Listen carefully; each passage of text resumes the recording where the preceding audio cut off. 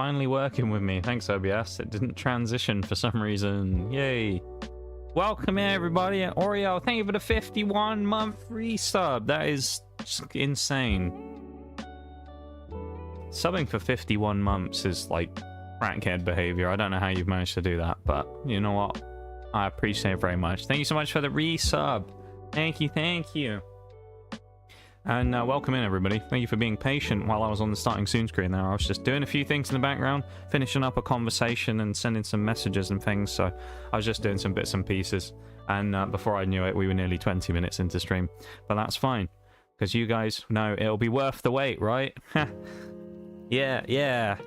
If we get wiped in our first battle on Pokemon Black and White today, I'm ending the stream and never coming back, alright? After all that, after 20 minutes of messing around before the start. If I get wiped in the first fight of the day, that's it. I quit. Alright? Just so everybody knows.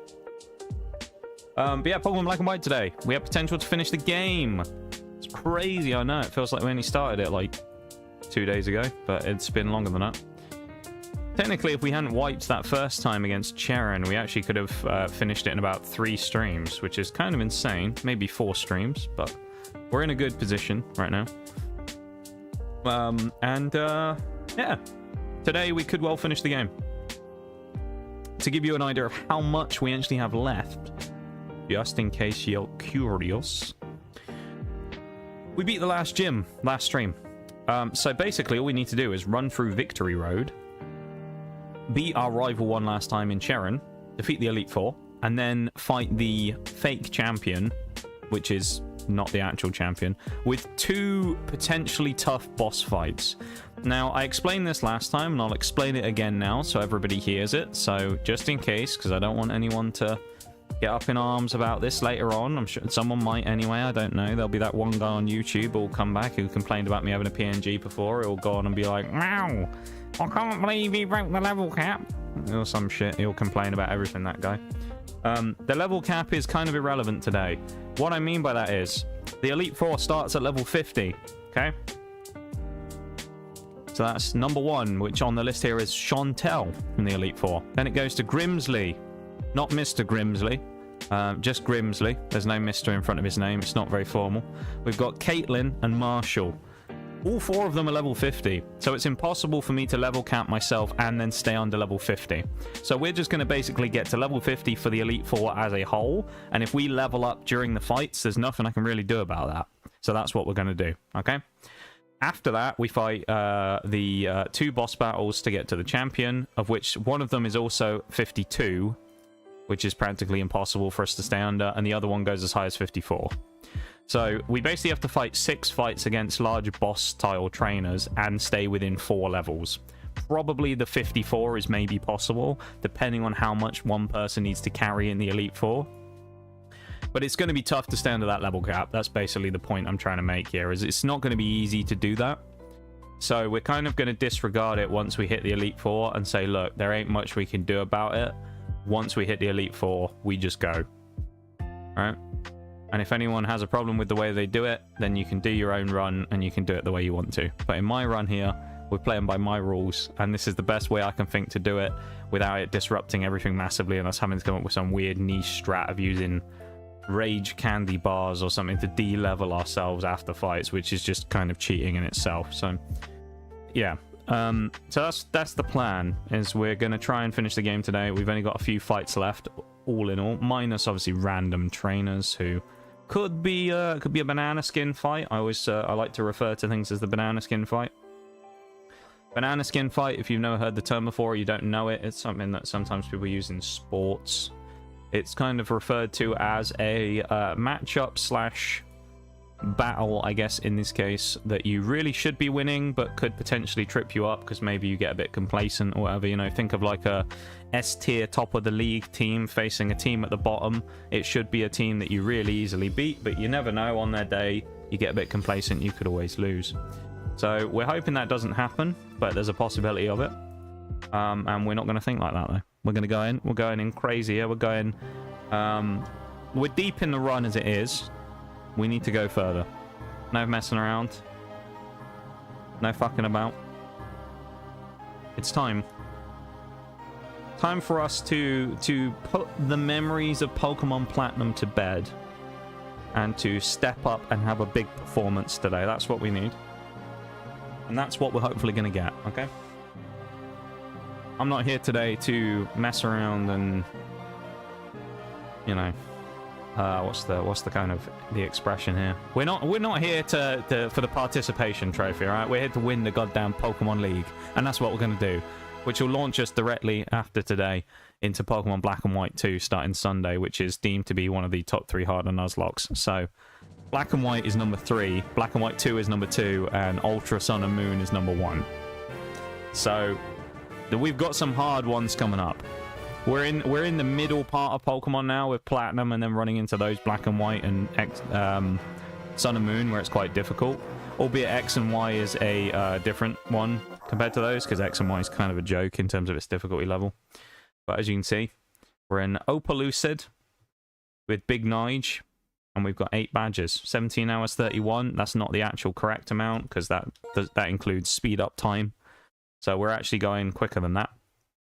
More like 15 hours, I think. The 2.5 hours is probably speed up time. So yeah, this is where we are. I'll quickly give you a rundown of the team. There were some tragic events last stream, of course. Mainly in the form of Bronzong getting walloped, as well as some very unfortunate critical hits that were waged against my team. And they sadly knocked out a number of members of the squad, which was rather unfortunate. What? Hi, Trainer, do you have a minute? What's this? Just heard it's on the X transceiver. There's a big storm on Route 7, and the storm seems to be different from a natural phenomenon. It's so strange. That's crazy. I would assume that the big storm comes from N and his Zekrom that he caught, which isn't actually going to be Zekrom, of course. It'll be randomized. It's probably Magic Pidgey or something. Route 10. Okay. So, these are probably... One of these is actually a Pokeball. Some of these are Fungus, so... I don't know what the encounter is going to be here, but this is our Route 10 encounter. Vanillish, who we actually previously had in one of our other runs. That's kind of cool. I don't know if I can damage it, though, without killing it, so... With Big Durant, of course, here. Big Durant, who's a bit of a legend in this run. Mainly because his defiance of Shags. Who, Shags keeps telling me that Durant is bad, and he doesn't believe in Durant. Which is disgraceful, quite frankly. He should, because Durant has been kind of nutty. So... He should believe in the power of Durant. Okay, so we got the Vanillish by grabbing that Pokemon there. What else could we have gotten, maybe? Let's see what we missed out on from the random wild encounter in the grass, which we apparently can't find. Well, I'm glad we dodged that, quite frankly. I'll take Vanillish over Silcoon any day. I mean, bloody hell. Horsey wouldn't have been bad. Of course, we don't have a rain setter, but that would have been interesting. A lot of work to upgrade him at this point. We do have Lapras, so... Yeah, and then that thing. No thanks. No Ambipom, thanks very much. Okay, let's go. Hi, Forks. Welcome in back, Nitty, as well. Name it McFlurry, the power of the Ant-Man. Our Durant is kind of crazy, not gonna lie. Shags has been doubting the power of Durant the entire time, and I've been telling him, I'm like, man, just you wait. He's gonna prove you wrong. And Durant's gone crazy this entire run. Yeah. Kingdra, perhaps? Kingdra would have been nice. We got Vanillish, though. That was what our encounter was. From the Fungus, so... Not bad. Vanillish is fine. Vanillish can be decent, but I don't think we need an Ice type looking at our team, because Lapras kind of fills that role already. Also, to give everyone the quick rundown... I'll go back to the Pokemon Center real quick, and I'll give you the rundown of what's happened, because we have had some deaths, obviously. Some of you may have noticed in a minute ago, there were a few key members of the team missing. And allow me to explain what happened for you, so everyone gets the understanding. So this is our roster of usable Pokemon right now. This is what we have in the box. As you can see, many of these options are Pokemon we wouldn't necessarily use. However, there's a few in here that have some potential. I mean, Donphan, Blaziken, obviously. Cloyster, potentially, because Icicle Spear is a thing now, and he does have Skill Link, but it is an egg move. So we'd have to move tutor him, and I don't think we have a heart scale, sadly, so we can't do that. Probably Zeb Striker as well as another one. Maybe Swellow as like the standouts. And you're thinking, well, okay, so that's that. This is the party right now. We've got Durant, of course. We've got Infernape. We've got Garchomp. Lapras. Machamp. And Cofagrigus. Otherwise known as Cofagrigus in Welsh. Or at least in a Welsh hue, anyway. Swift Swing Kingdra or Sniper Kingdra will go hard. Yeah, it would, wouldn't it? I have a bit of a grudge against Kingdra at the minute. I'll explain why in a minute. Sniper Kingdra taking names and shooting ass. He calls it target practice. Hydration Shelmet. Yeah. I kind of looked at that and I was like, no, just no. I was like, does Excelgor get an extra typing? And then I realized it was pure bug, and I thought, yeah, you're never getting used. Teach the Coffin Protect and Stall so hard. I think we will try and do something like that, because what we were trying to set him up with was like Will-O-Wisp, Thunder Wave, and Hex, so I can just like piss off the opposition. And then they'll hit me and get hit with Mummy and just break their own ability. So it's just gonna be this fucking obnoxious... Oh, Toxic, that's what I wanted to throw on as well. Toxic. So we could go with Will-O-Wisp, Toxic, Hex, and Protect, and then just have the most annoying Cofagrigus possible. But let me show you the dead box. There are a number of Pokemon that sadly have fallen during this fight, okay? This is the dead box. Some of these are quite a surprise. I can see two on here that are really the big ones that you think, damn. So this is... I'll explain what happened. We'll go in reverse order because I remember these.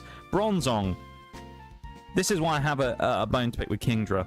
Kingdra in the last gym killed Bronzong. He killed Bronzong from about 50% HP with a critical hit Brine, where he slapped straight through Bronzong's, quite frankly, rather strong special defense and nuked him. However, that was not the only death from last stream. We also lost Magmortar. What happened to Magmortar, I hear you say? Great question. We ran into a random optional trainer. He brought out his first Pokemon. It was nice and easy. Fairly easy kill. What happens to the second one?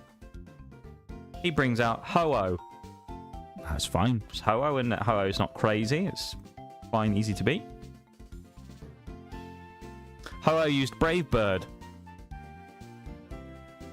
Ho-Oh landed a critical hit.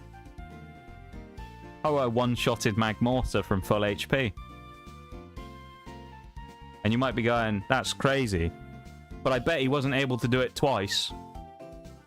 Allow me to introduce you Dragonair, who was also one-shotted by a critical hit Brave Bird from Ho-Oh the turn before Magmortar was one-shotted by a critical hit from fucking Brave Bird. Bullshit, I call it. Bullshit. 2 in a fucking row. 2 crits. And you know what's even more insane? What happened 2 fights prior? Dialga got 2-shotted by Aura Sphere from goddamn critical hit Togekiss. We got hit by 4 like crits. It was like 4 crits out of 5 turns, and it killed 3 Pokemon. Togekiss double critted on Aura Sphere. Then the next fight we fought against whatever the random Trashmon was, and then the double fucking Ho-Oh crit. Insane. And then that leaves us with potentially the most damaging loss we took, which is Scizor. Scizor died in the gym in Castelia.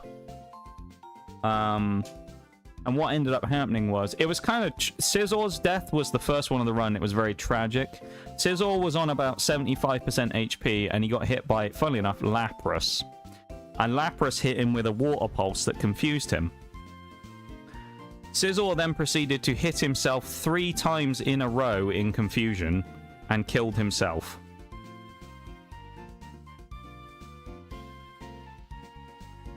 Because all he needed to do was hit 1 bullet punch, and it would have killed Lapras, who was on like 25% HP. And I was like, we got to go for the bullet punch, because if I switch out, we were in a situation, I think we were a bit beaten up. I didn't have many options to switch into. I could have switched in with Champ, in fairness, but it was like, One of those ones where I went, well, Scizor walls the shit out of him, we'll be fine. And then Scizor threw the fight so hard. So RNG has not been with us on this run. However, it did open the door once Scizor went down to Garchomp coming in and to Infernape. Lapras came in more recently, I think, when Dragonair and Magmortar got nuked. And then Cofagrigus only joined at the end of last stream after Bronzong was bitch slapped by Kingdra. Hurts me hearing it. Hurts me playing it, folks. It sucked. It sucks because the most annoying part about it is just it's every single Pokemon minus the Scizor. So 4 out of our 5 Mons that have died, which is still not bad to have 5 for this. Because Black and White is considered one of the harder Nuzlockes. Has to be taken into consideration, and especially as a randomizer, it can kind of add, you know, a level of trickiness to it. But you look at the circumstances. 4 of our 5 deaths were from critical hits or multiple critical hits, which is kind of wild. The only one that wasn't was the Scizor, who defeated himself. So it's kind of a bit of a I don't know. It's a bit of a wild run, honestly. It's definitely had, like, similar to the Pokemon Platinum luck, but at the same time, it's been better in many ways. But, yeah, it's kind of had that same level of, like, shithousery going on. Why do we only have 5 Psychics? What? We've never used Cofagrigus in battle. Why has he lost half his PP? At least I don't think we've used him in battle, anyway. That goes Intimidate. Alright, this fight's over already. Now that the burn's up, it's just over. We may not be able to hit the Hex, but GG. Yeah, I was very sad when we lost our boy. How did he just hit Body Slam on a Ghost type? Miltank doesn't get scrappy, right?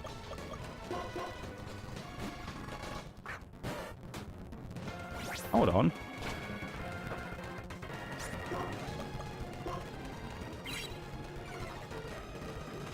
Oh no, my special attack's been dropped on my Machamp. What am I going to do? I'm fairly certain Miltank doesn't get scrappy. Also, we're dropping Brick Break and... Oh, only 5 PP though. John, we get rid of Seismic Toss, I think. We keep Brick Break and we go Cross Chop, because this is no guard Machamp, so we're guaranteed to hit it. I'm double checking that on Miltank real quick, because I'm kind of curious about that. If Miltank gets Scrappy, that makes sense. If it doesn't, I don't know how he hit me. Okay, it has Scrappy or Thick Fat, that makes sense. I was about to call bullshit on that. I was going to say, how the fuck is Miltank hitting a Ghost type? With Body Slam, of all things. Cofagrigus is going to sit in the back on this one. So part of the reason I think why Cofagrigus has the current setup it does on its moves and doesn't have certain other options like Toxic is I'm fairly certain we don't have Toxic yet. And that's why we haven't run it on him. Because it would obviously be probably an optimal thing to run with like the Protect Toxic setup. With like leftovers or something. But we just don't have it yet, I don't think. And I'm fairly certain that's why we haven't seen him with it yet. Because we went through last time. I'm sure I even said... Because now I remember it. I'm sure I even said something at the end of last stream. Like, it would be really nice if we had Toxic. But we just haven't picked up the TM. There may be a way of getting it. I don't know. You may find that there's a possibility of finding it somewhere in-game. Like at a shop. It could well be one of those where you can buy somewhere. And so before the Elite Four, we may look into that. Oh, he actually lived, and the burn, though, is huge from Simi Sage. Infernape winning the Battle of the Monkeys. Love to see it. The Battle of the Monka... Oh, no. He didn't give me a chance to heal. Please tell me I can turn down your battle.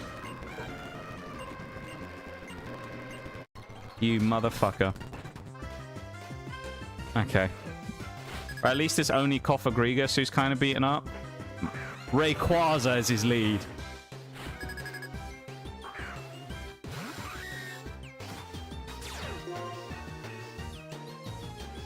Are you joking? Rayquaza. Please flinch. Speaking of Rayquaza, that might hurt. Excuse me? That wasn't even a crit.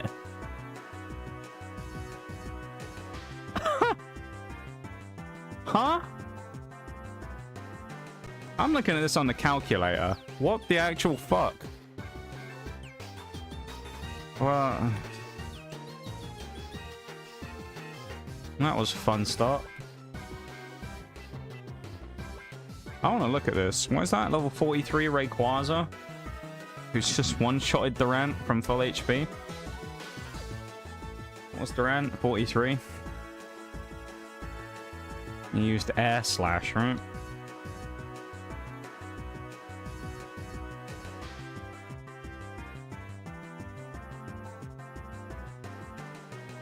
I'm already done with today.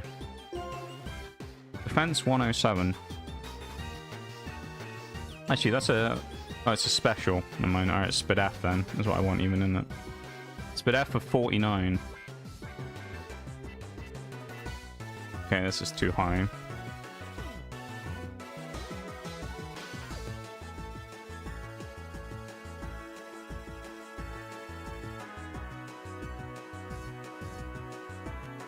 It was a 93 to 112% chance to hit on that, or chance to kill. That's the damage number. Nice.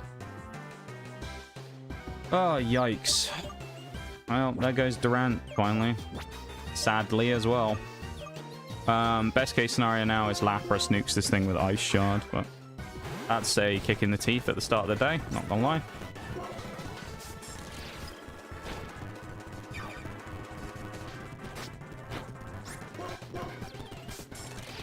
Really was not expecting that to do that much damage.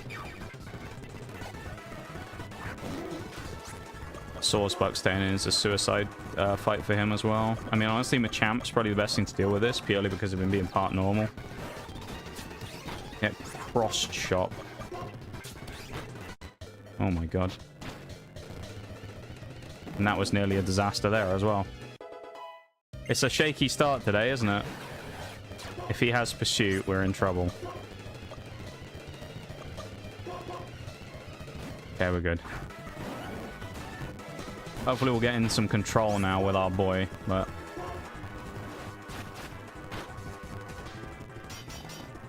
Oh, that's annoying. Curse is super annoying here.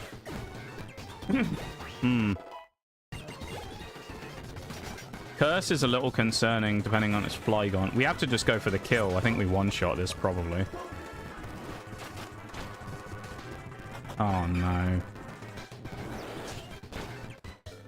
Curse is gonna kill me. Oh my fucking god. What a start. What a fucking start. How do we not kill the Flygon? Are you serious? Oh my god. What a disaster.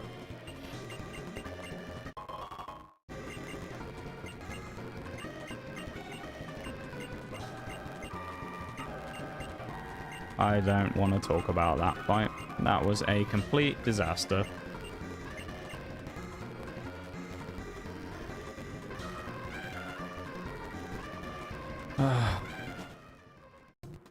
Well, I guess we're fighting from the back foot now, because that's a horrible start. We've just lost 2 of our offensive sweepers, basically. So that's terrible in one fight. So Durant is dead. And Garchomp's dead. Because Garchomp couldn't kill a Flygon, apparently. Which is insane. I don't know why he's still got Eviolite on though. I guess it was from when he was Gabite. That makes me sick to my stomach.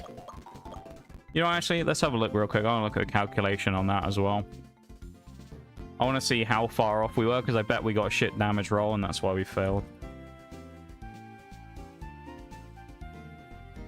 Let's have a look, shall we? Flygon was level 43 as well, I think. Or was he 45? I don't think it really mattered. We'll do it at 45. Garchomp was 45.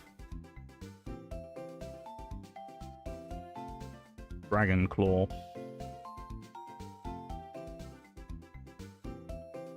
90 to 107%. So we got a low damage roll. We actually got kind of like a... Yeah, no, we probably got a low damage roll rather than a mid damage roll, because mid would even put it at about 100%. What's our Garchomp's attacking stats as well? Out of interest.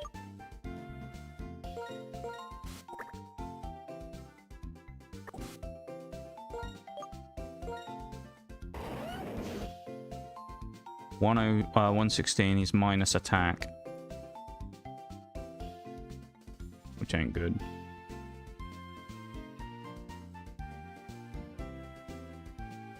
What nature was he? I know he's minus attack, but modest. That's probably the reason why we didn't get it. Yeah. Garchomp's nature screwed us. Good. Well, that's horrible.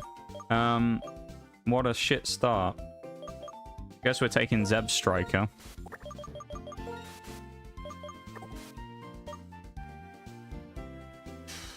I mean, obvious choice is Blaziken, but we already have a fire and a fighting type, and we already have an ice water type, but then Cloyster is so strong.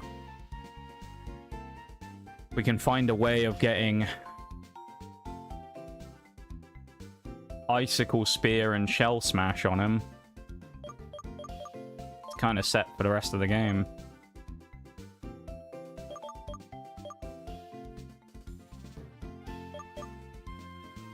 But you can't... It's hard to overlook Blaziken. I think we've got to take Blaziken for now until we know we can sort out him. Quite frankly. Only problem is Blaziken's move pool is trash right now.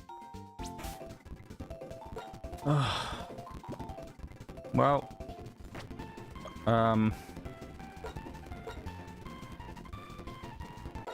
Just like last time when we faced him, Charon has immediately joined the stream and wrecked everything. So, love that. Does make for a more interesting storyline though, doesn't it? Of coming back after the adversities that we faced during this run.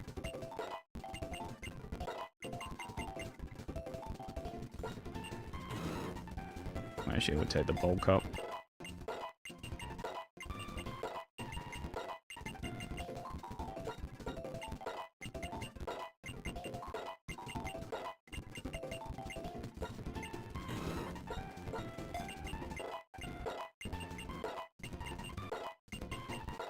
This was speed boost Blaziken. We would be even happier. Take slash instead of peck because it's just a bad move. Alright. Carry on with that hellish ascent, shall we?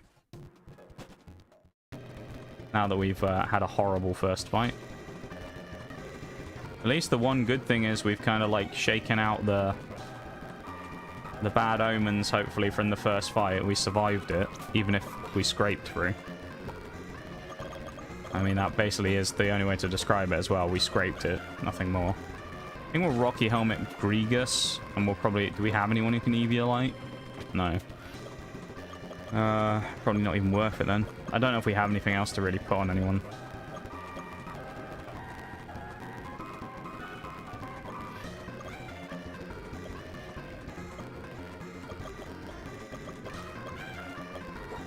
I guess Charcoal works on Blaziken. On Infernape, it's not useful because he has Acrobatics.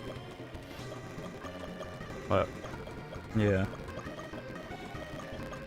I guess for now, we'll just stick with what we got. Actually, what I wanted to do here was Repels. 10 Supers, we'll just use them for now. I know I have Max Repels somewhere as well. I'm just going to run from these fights.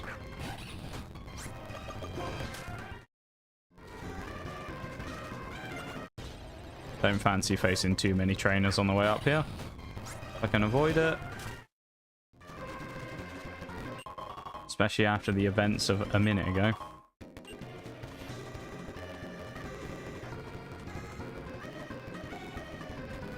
Taking the sting out of things a little bit with that. TM Stone Edge. Not a bad move. Scary because of its lack of accuracy. However... interesting thing I want to check real quick. Can we actually teach it to Machamp? Because if we can, that actually might be quite an interesting move to run on him. 100 base power. We can. We could run Stone Edge Machamp. That's a curious strat right there. We've snuck through there as well. Victory Road time, baby!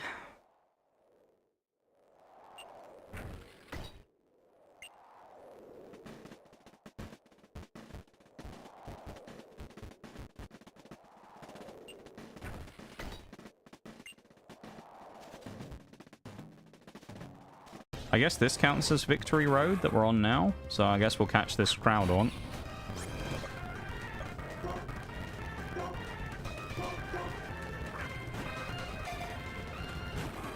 Actually, this may still count as Route 10 now I think about it. Because I don't know if I've seen the direct Victory Road thing. So actually, I'm going to leave this for now. And if I'm wrong, I'll just come back and get a catch here in a minute. Just in case. Because I could be wrong. I don't really remember what the Victory Road is like here, whether it just takes you to the castle or not.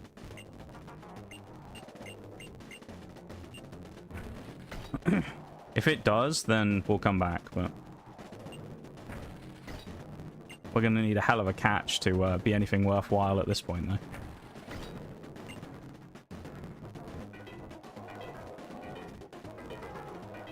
Bloody puzzle to get to the Elite Four gate.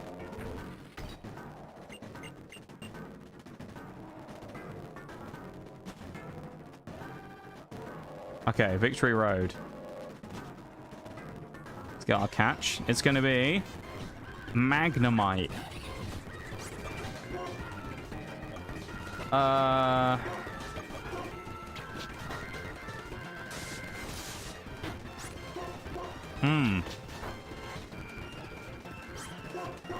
Actually a pretty good pickup, not gonna lie. The temptation to switch the Zeb Striker with Magnezone. Oh. That's going to be an interesting one. I could make a very big argument for Magnemite there coming in, I think.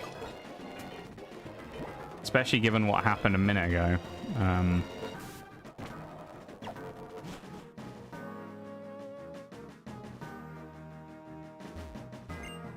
Oh, we'll surf this way. There's probably a hidden item or something. Ol's favorite part of the games as well. We're in a cave. I know he loves them. Ether. Wow, that was so worth it. I'm so happy we went and got an Ether.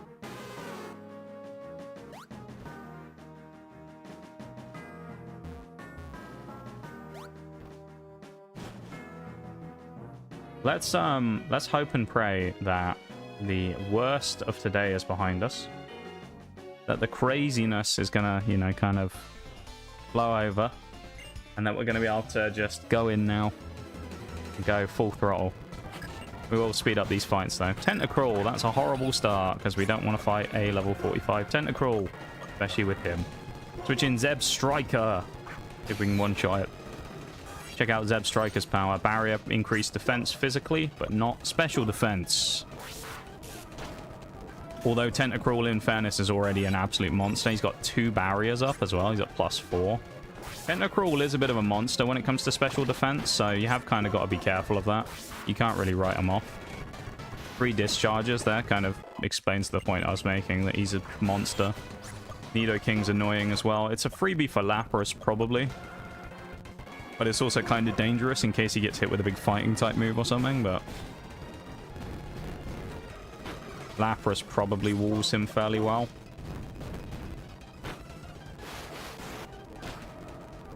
Oh, dude. Okay, well, the one-shot's not... That's fine anyway, because of the Ice Shard. Lapras's Ice Shard is actually really valuable here, purely from the fact that if he doesn't one-shot people, he has a chance of getting the follow-up, like, revenge hit, which is massive. We'd be in trouble if we didn't have that. We also are really lacking on healing items. I think maybe before we go in here, we should buy some. I don't know. Because I don't know if there's going to be one of those, like, doctors in here. Yeah, I think we should. We don't have a flying one, so we are just going to have to run all the way back. annoyingly. At least I don't remember us having a flying mon right now.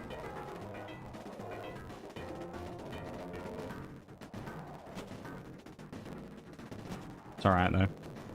Gives us time to settle and take in what's happened.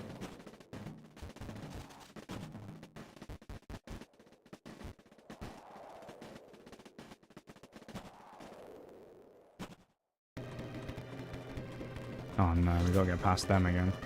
Do I really not have a flyer? I don't either. Bollocks. Oh, well, that makes it easier because the other guy we're going to be able to get bound easily. At least they got Fortress as well. There's a chance it's Sturdies, but I think we're fine. It's Sturdies. As long as it didn't explode, we were fine. Thank you for being here, everybody, as well. I appreciate you guys hanging out, vibing, lurking, chatting, whatever it is you're doing. Nice. Infernate with a big double kill. That's what we want to see.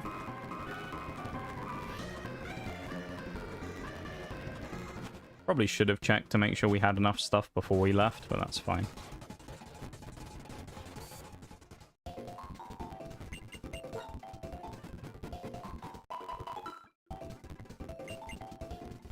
We'll just buy some... Really, all I want is stuff for Victory Road, so I'll just buy some Hyper Potions. I like 40. Close enough. Yeah.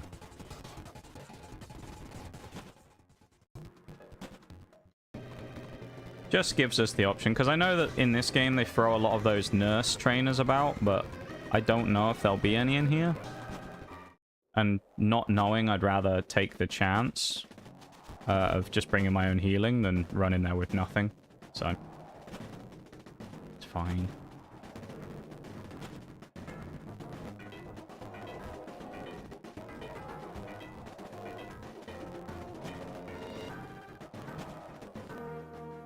Alright, here we go. We can officially start the climb. We're officially starting Victory Road, everybody. Which is a good thing and a bad thing. It means there's not that many fights left, but it does mean there's also a lot of time in today's stream for us to do post-gamey stuff. Hello.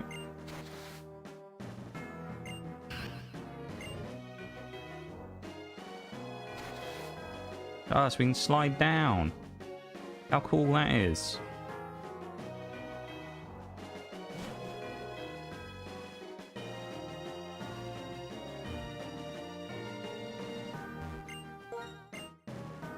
Kind of miss the Infinite Fusion surfboard here though, for just being able to kind of quick surf. Miracle Seed? Not useful on our team actually, sadly, because we don't have a grass type. We haven't been able to get the Fire Water Grass core going, annoyingly. That would have been nice. I think this leads to an item. No? Oh, it just sends us back to where we were. Bit of a troll, isn't it? Why is that even there? I guess it's like a quick escape, maybe. You needed to run back and heal. There's got to be an item hidden there. There you go. Why have a little spot like that if there's not going to be anything there? They're wily tricks. I'm wised up to them, the Pokemon Company. Don't know why in the bag, though, it always moves us up one item from where we were, either. So I can't just instantly put on another repel. Bit annoying.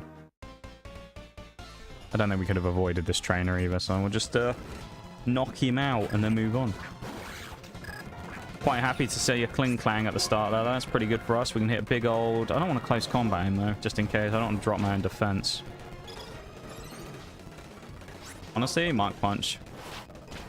Oh, lovely. Funny thing is, the music doesn't change when you surf in Victory Road. Ah, chomp. Alright. Does it not? I didn't necessarily notice that, but that's a fair point, if that's the case.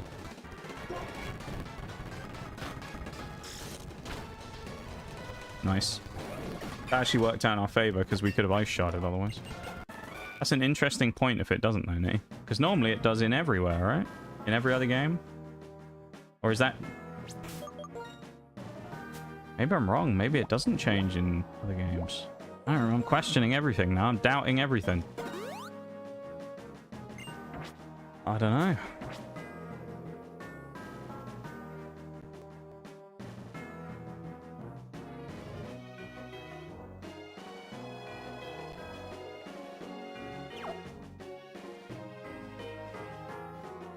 Okay, that's just going to be leading to nowhere, probably, isn't it? We'll check anyway. Oh, it's an item.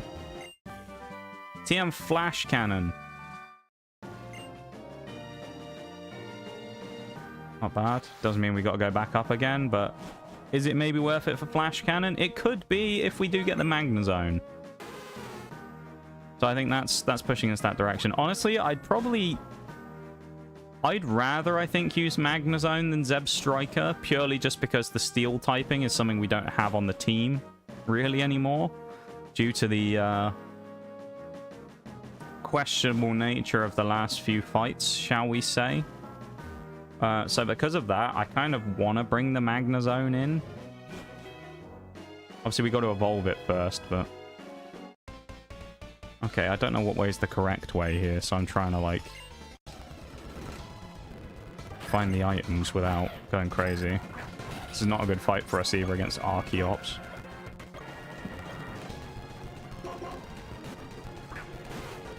We'll have to wait and see when we hit another section. Really? That did that much damage?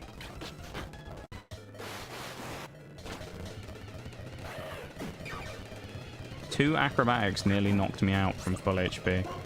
That's crazy. Logic dictates Cofagrigus for this fight, but I actually don't think that's the play. Probably the best option here is Machamp and then just Earthquake this throw out. Or not, I'll just get switched out anyway. There we go. Bloody thing. Oh, and you're going to die before you even get a chance to do anything. Critical hit Mark Punch from Infernape. Nice. I want to hit another Surf Patch now, just to see. Because I've never really thought about it before, but you might be right now you say it. I don't think it did change there, did it, when we were doing that bit? Ah, okay. This is a way out. That's nice. It takes us back to the beginning. Presumably this takes us further on, then. Now I've got to check out the other bit with that other black belt guy in. Man.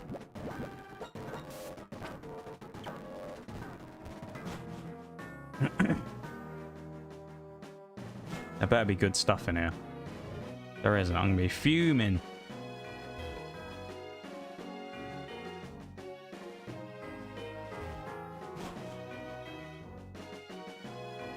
Ooh, a doctor.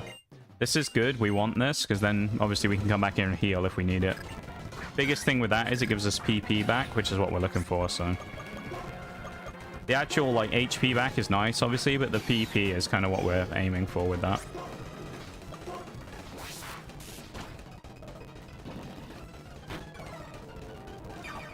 Attack minus. We're definitely going discharge now, then. I was thinking about switching over to using, Spark, but... Oh, seriously? Paralyze, please.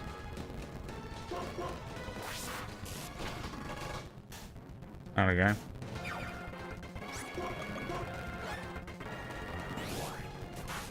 Why would you full heal on red HP?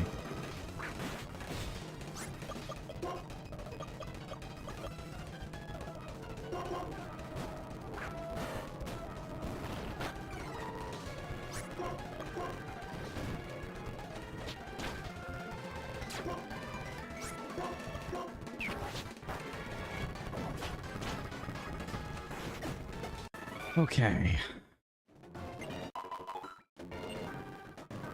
We live to fight another day.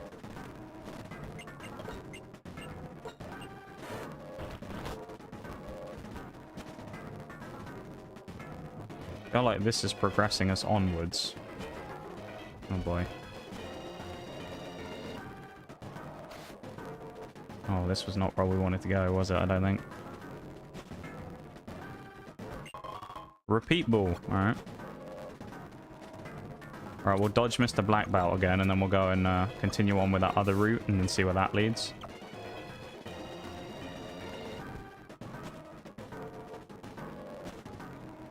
It's this one, right? Bollocks. All right, well, we're going to go to the BRB for now, because we've already done an hour. So, yeah, BRB everyone, back in just a few. I'll mention it for the first time and not many other times. YouTube stream if you want it. Link in the bottom, in the top of the chat. Go check it out. Drop a like if you want. I very much appreciate it if you would. And drop some watch minutes if you can. Yeah, I'll be back in a minute. BRB.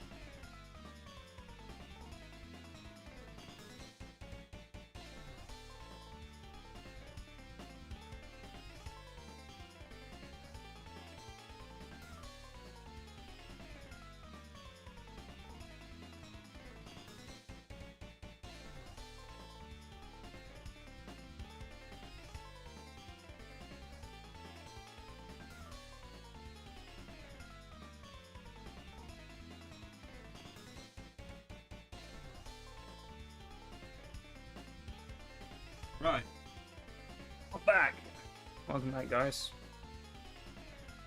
Guys, grills, and everyone in between. Welcome back. Let's carry on. Let us commence forth once more. We got battles to win. Doing this one right now at the start, so let's go.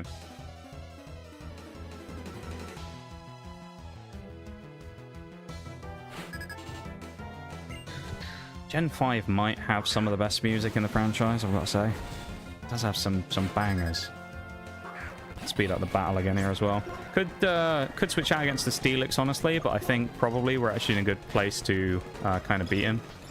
Automize is a bit scary, though.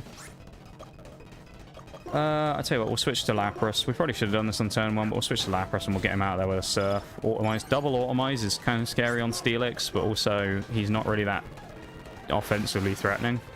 Especially if he Stealth Rocks. So... Oh, speaking of offensively threatening, you're a bit more of a problem though, aren't you? Oh boy.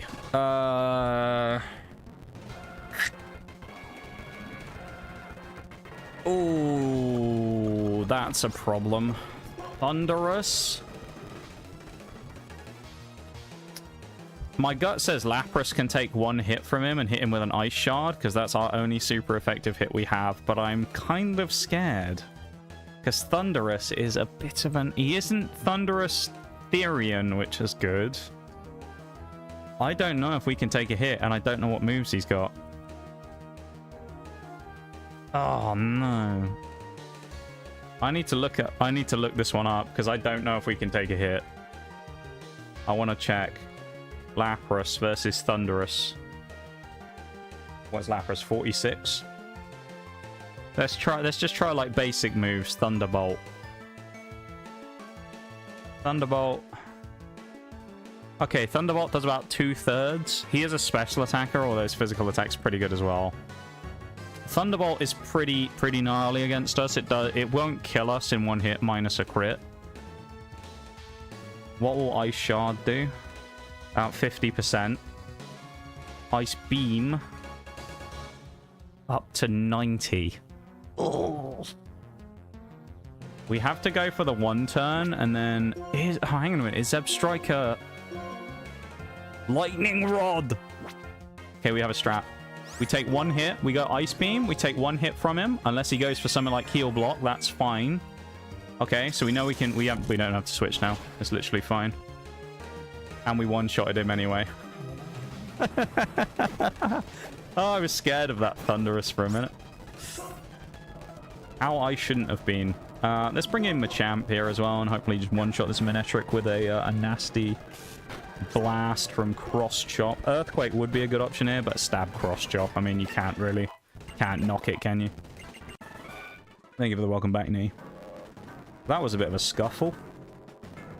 Ah, item. Relic, but... I will say, I do think that, this sounds kind of weird, but I think this is the case, that the way that the seeding has worked for this run has cursed us to replace most of the common items with trash like, like relic bands, because we are very, very rarely getting useful items in this run, and it's very annoying, because the previous run we had 2 Rocky Helmets, we had I think 2 sets of leftovers. We found a focus sash. We had all kinds of stuff, and it was crazy. This run, the game's just like, nah, go fuck yourself. What's that? You want useful items? No. Just no. Simply no. And it just refuses to give us things. We don't have leftovers or anything. Like, we got Eviolite, which we got as an item from a person. Same with Rocky Helmet, but like, we're still just lacking for items. Big time. Okay, I thought that was a way of getting down to that other item. It was not.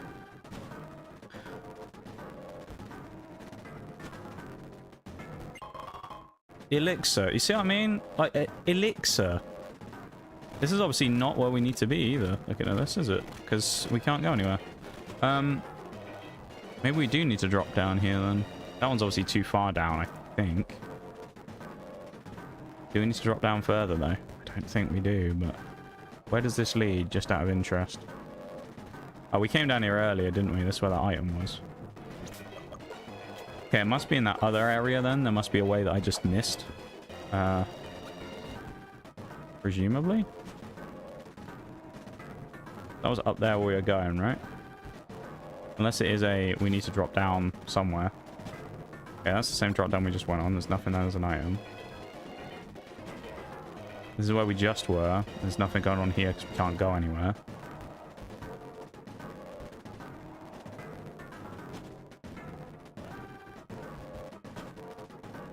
We'll avoid this for a minute. This just doesn't lead us anywhere again. This drops us down to where we previously were, which we need to go back to now anyway, I think.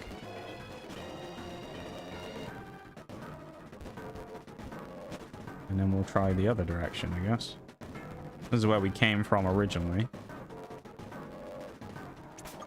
It's a bit of a pain, isn't it? I don't remember this at all, so like it's hard for me to kind of try and figure out the ways through it. Okay, this was the dead end. We can't go anywhere there, so it has to be down if anywhere, but then that didn't look like it went anywhere, did it?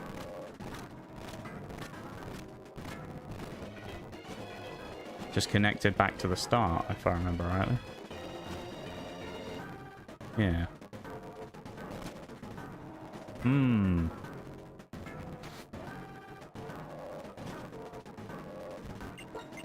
can test that thing as well. Yeah, Nitty's right as well, the music doesn't change. That's curious.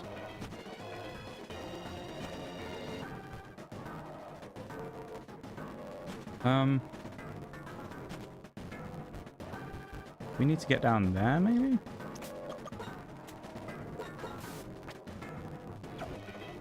This is where the guy didn't want to jump off from before.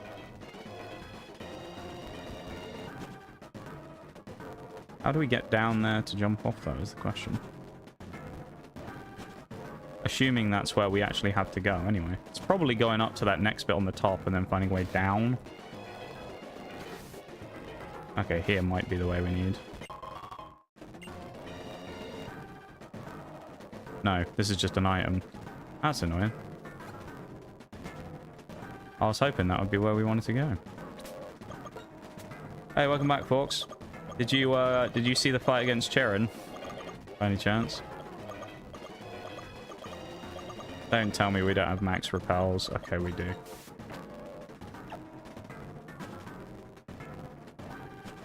This is by far the worst feature in any Pokemon game, and you can't change my mind. I'm starting to agree with you, because I genuinely don't know where I'm supposed to be going at this point. I've tried what feels like every route. What was the final result? We won, but 2 Pokemon died. It was a bloodbath. It went very bad. It should have been an easy fight, but it turned into a not so nice fight. Oh god. Yeah. It turned sour very quick, that fight. Who died? Durant was one of them. I'll explain the situation first, because this helps explain why things went wrong, okay? Durant got knocked out in the first turn. Why did Durant get knocked out in the first turn? Why did you leave him in against something that could knock him out in the first turn? Well, I didn't think it could. He got one-shotted by Rayquaza.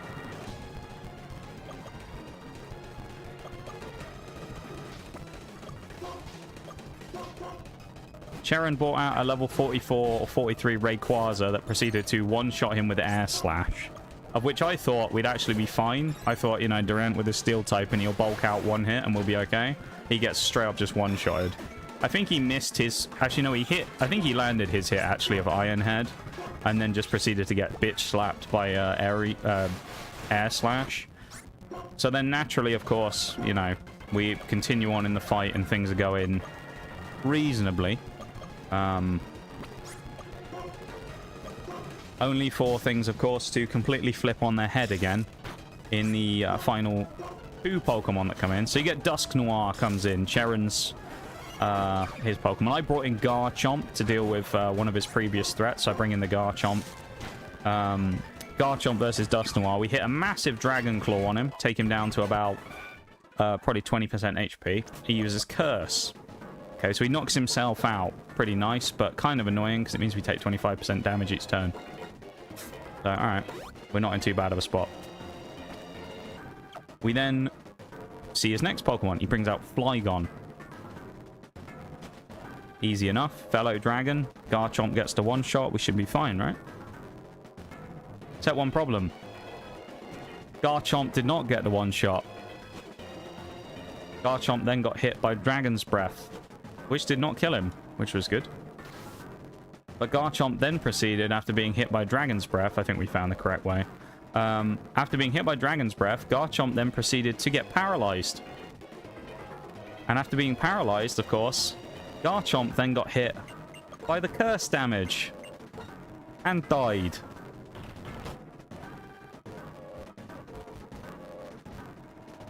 So, yeah.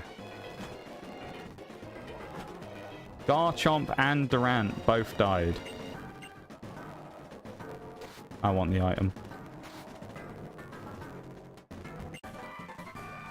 Oh, that was kind of not worth it. We already have it on Coffer Grigas. Alright, at least we know where we gotta go now. So yeah, it was pretty brutal, not gonna lie. Meds are taking effect. Gonna have to call it a night. Have a good one. I'll see you when I see ya. Have a good one, Nee. Thanks for hanging out for a bit. And hopefully we will finish the run and you can come back to us on our next Black and White one in a couple of days where we have a brand new run of Pokemon Black and White 2. Hopefully. Hasn't Cherin been the fucking Grim Reaper for us this run? He's been kind of annoying. In the previous run, of course, that he wiped us with that Maractus. That was him as well. Remember with his Acupressure Maractus that he then proceeded to just absolutely just have his way with our team on. Quite frankly, we couldn't do anything about it. So Cherin has been the biggest barrier in the entire playthrough of Black and White. In all of the runs, he's been the largest threat to basically everything, because he's a giant pain in the ass. So he has been the biggest threat. To be honest, outside of him, there hasn't been that many situations where we've kind of gone, oh, we're in trouble here. There's been a few where things have caught us off guard, you know, like a random Pokemon here and there that's come in on someone's team that you go, oh, that's a bit tough to deal with. But not really that many situations where we've just outright gone, oh crap, and sort of shat ourselves. You know, like most of it's been kind of, we're fine here, we're pretty good. Are all the steel types gone? Yes. However, I'd be interested to know what your take is on this, Fox, because I know what mine is. We did pick up, as our final catch of the game on Victory Road, a new steel type. And it will replace one of the other Pokemon that we have in our team if we want. And I think it's potentially a worthy replacement. Okay. That Pokemon would replace Zebstrika. And if you're thinking of electric steel types, you may be knowing where this is going. Because we picked up Magnemite. And I feel like, as much as I kind of want to say, screw it, let's run Zebstrika, Magnezone brings a lot of stuff. And it's kind of hard to say no to that. Because just having the steel typing is so nice. And we know Magnezone is a monster. So I feel like we have to say Zebstrika goes in on the backups here. Which it kind of isn't really the backups, because if we get wiped in the Elite Four, the run's over anyway. So Zebstrika really only comes in if something terrible happens and we beat the Elite Four, but everybody basically dies. And then Cloyster, we don't have any heart scales, so we can't get him Icicle Spear. Annoyingly. I've also said this here as well. I said this at the start of stream, and I'll say this again now, just so everybody hears it again. Level caps here. Technically, the level cap is level 50. For all of the Elite Four members. It goes up as high as 54 when we defeat Getsis in 6 fights' time. I'm going to be honest, I don't think we're going to be able to keep under that. Okay, we might need to Thunderstone him. But because of that, we don't really have an option on what we do here. Basically, we are just going to overlevel. There's nothing we can do about it. Oh, no, I just realized I know where we have to level him. Okay, we have to do it in Chargestone Cave, don't we, I think? Yeah. All right, we'll grab Swallow real quick. We should be able to fly back here. I'm fairly certain we have to level him in Charge Stone Cave. Because they had like these weird stipulations, didn't they? It's like Mount Coronet in the previous game. I'm pretty sure here we have to do it in Charge Stone. Goated run. Run the Goated Strat. Eviolite Magneton? You think? But we lose so much power though, don't we? We could. We do have Eviolite. You think we should run Eviolite Magneton over Zone though? Oh, I don't know. I mean, defensively he's much better, but we lose some power though, right? That was a joke. Don't actually do it. Honestly though, I mean, there are some Pokemon where it's actually worth it, like Magmar. You could make a case for Eviolite Magmar though. Or Eviolite Electabuzz. I don't remember where Charge Stone Cave is. No, like down here somewhere. Charge Stone Cave. I guess we'll go to Mill Stroughton. And then we'll just rare candy when we walk in the door, I think. I assume this is... I think this is how it works anyway. I don't exactly remember, but... something gives me a feeling this is how you do it. There you go. Because I think this is the only place you can evolve Electric into Electros as well.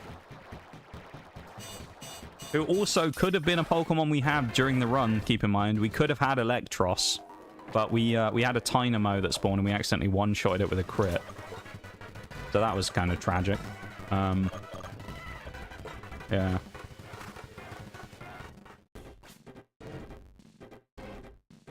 I'm scared, man. Part of me thinks, well, at least we don't have to fight Cheran anymore. But, like, I don't know.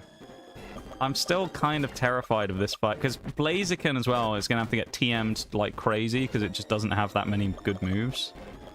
Gonna need a bunch of full restores. I mean, 25 is probably enough, I would say. What do you sell? Anything good? Pokeballs.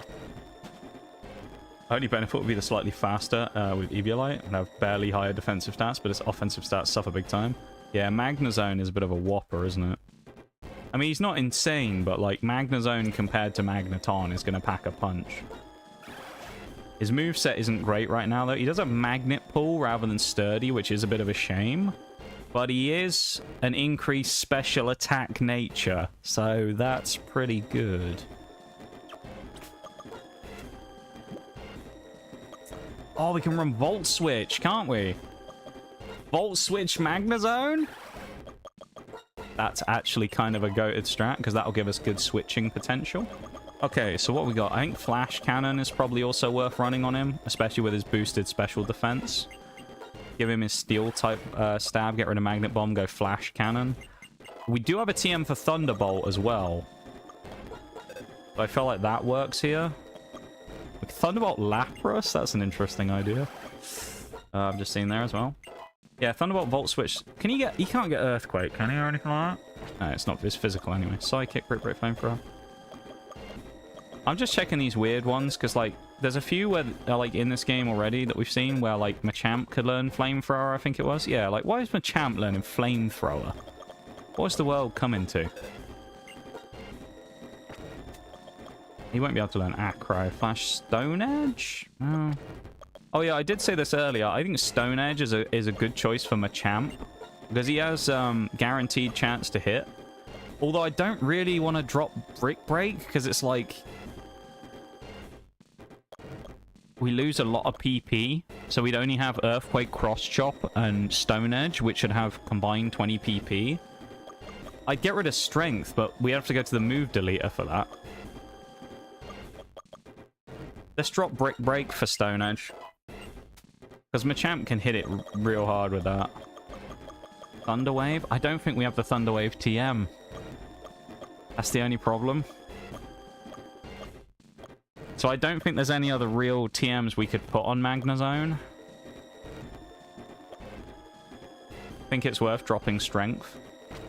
We probably do have Ethers, yeah. We picked up loads. We've got 4 Max Ethers. 4 regular Ethers. Elixirs, we have 4 Max Elixirs. We have 5 regular Elixirs. That's probably enough, honestly, for the amount of fights we're going to do. So we'll probably be okay on that front.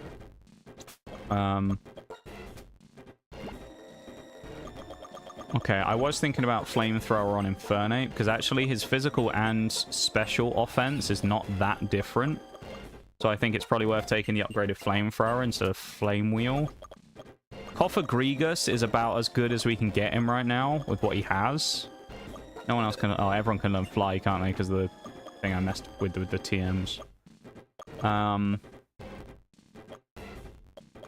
Any more Bulldozers we want? Blaziken's an interesting candidate for Bulldoze, actually, because I feel like with what it has, we should probably drop Slash, I think, in favor of Bulldoze to get speed control, even though Blaziken's already fast, but... Would Blaziken benefit from Flamethrower as well? Because I know he's got a Blaze Kick, but it's not guaranteed to hit. Yeah, Flamethrower wouldn't be bad on Blaziken, honestly. Maybe we put Flamethrower in instead of Blaze Kick, just because of the guaranteed chance to hit, rather than the, like, 85-90% chance to hit. I think that's probably a good shout. Drop the Blaze Kick, yeah, 90% chance, which I think Flamethrower is better. Brick Break actually is probably not a terrible option here for switching onto Blaziken 2, just to get rid of the Double Kick, although Double Kick's nice for breaking sturdy, but I feel like that's fine. Bulk Up gives us an option of maybe boosting if we get, like, an absolute shit Amon comes out. Any other Earthquakers we need? Yeah, we are very heavy on the fighting types. It's why I've tried to diversify a little bit, because, of course, like, Infernape has Fighting Fire, and then he has Acro, so he can deal with fighting types, bug types, grass types, although kind of they can anyway, a little bit. Lapras, we've got Ice and Water. Probably we could drop the Body Slam, but I feel like it's a useful kind of general move to have, but then again, his attack is kind of weak, so maybe with Lapras I should pick up something else.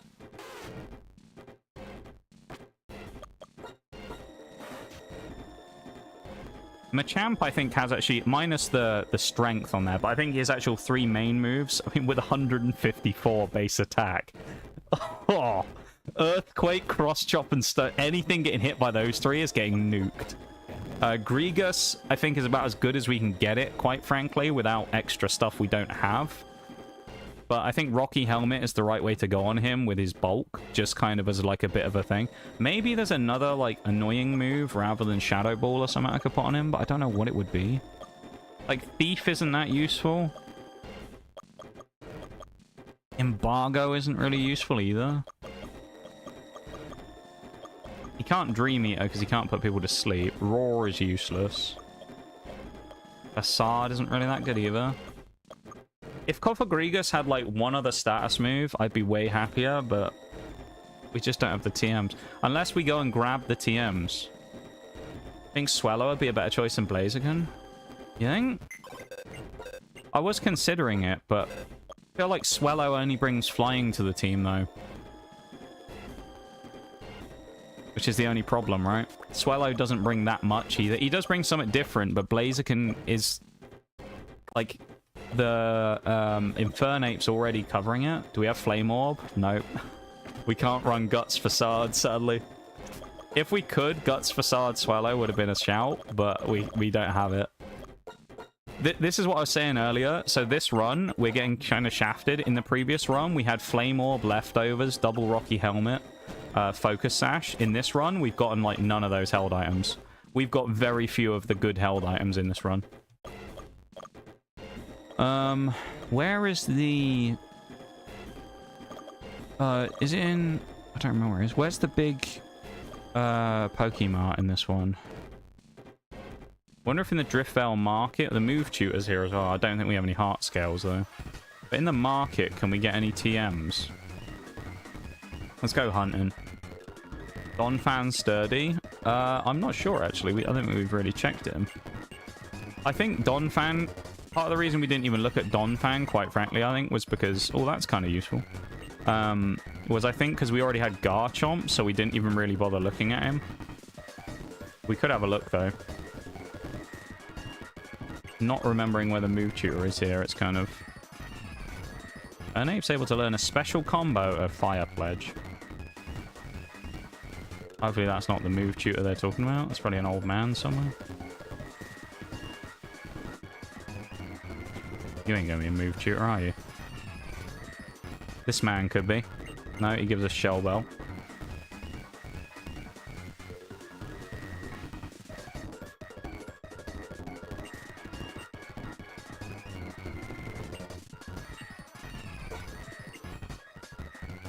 Right, so...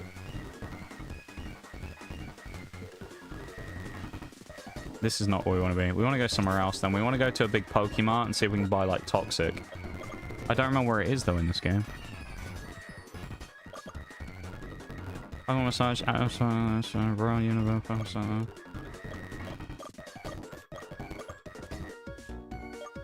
Stop locking on to the mini things. Go warehouse, Necrene Museum. I genuinely don't remember where it is. Is there even one in this game?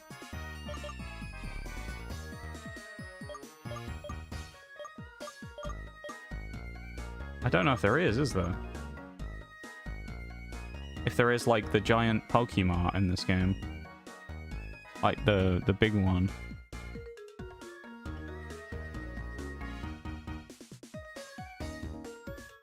Oh, yeah, you're right. It's not in a city, is it? It's on a route.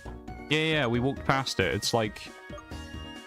It was not far away from where we were, somewhere earlier on.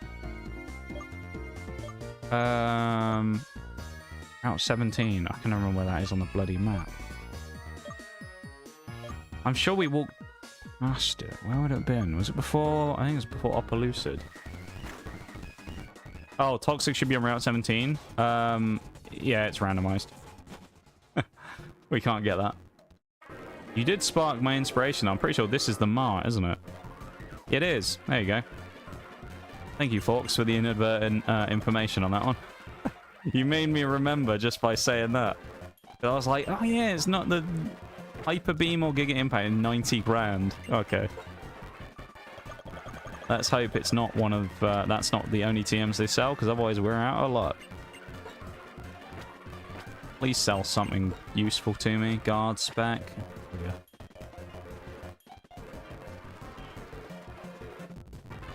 Nimbasa, Millstroughton. Okay, we're gonna have to try a few different places then, because this doesn't have the TMs we want.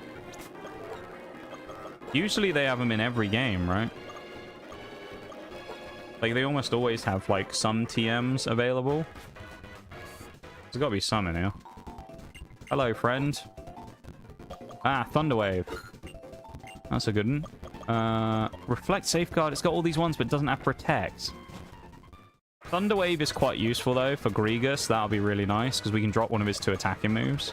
Which is crazy that for Cofagrigus, we might literally get rid of all of his attacking moves, pretty much, and just make him run support. But I feel like that's probably the role he needs to play.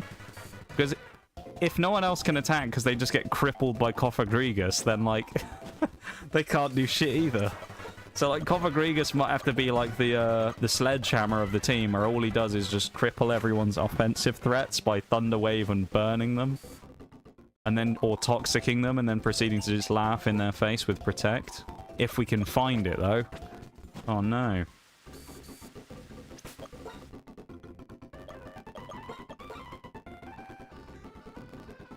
Alright, we've tried the main ones.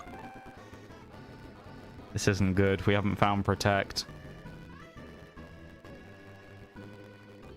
Let's have a look. Pokemon Black and White Protect. Let's see if anyone...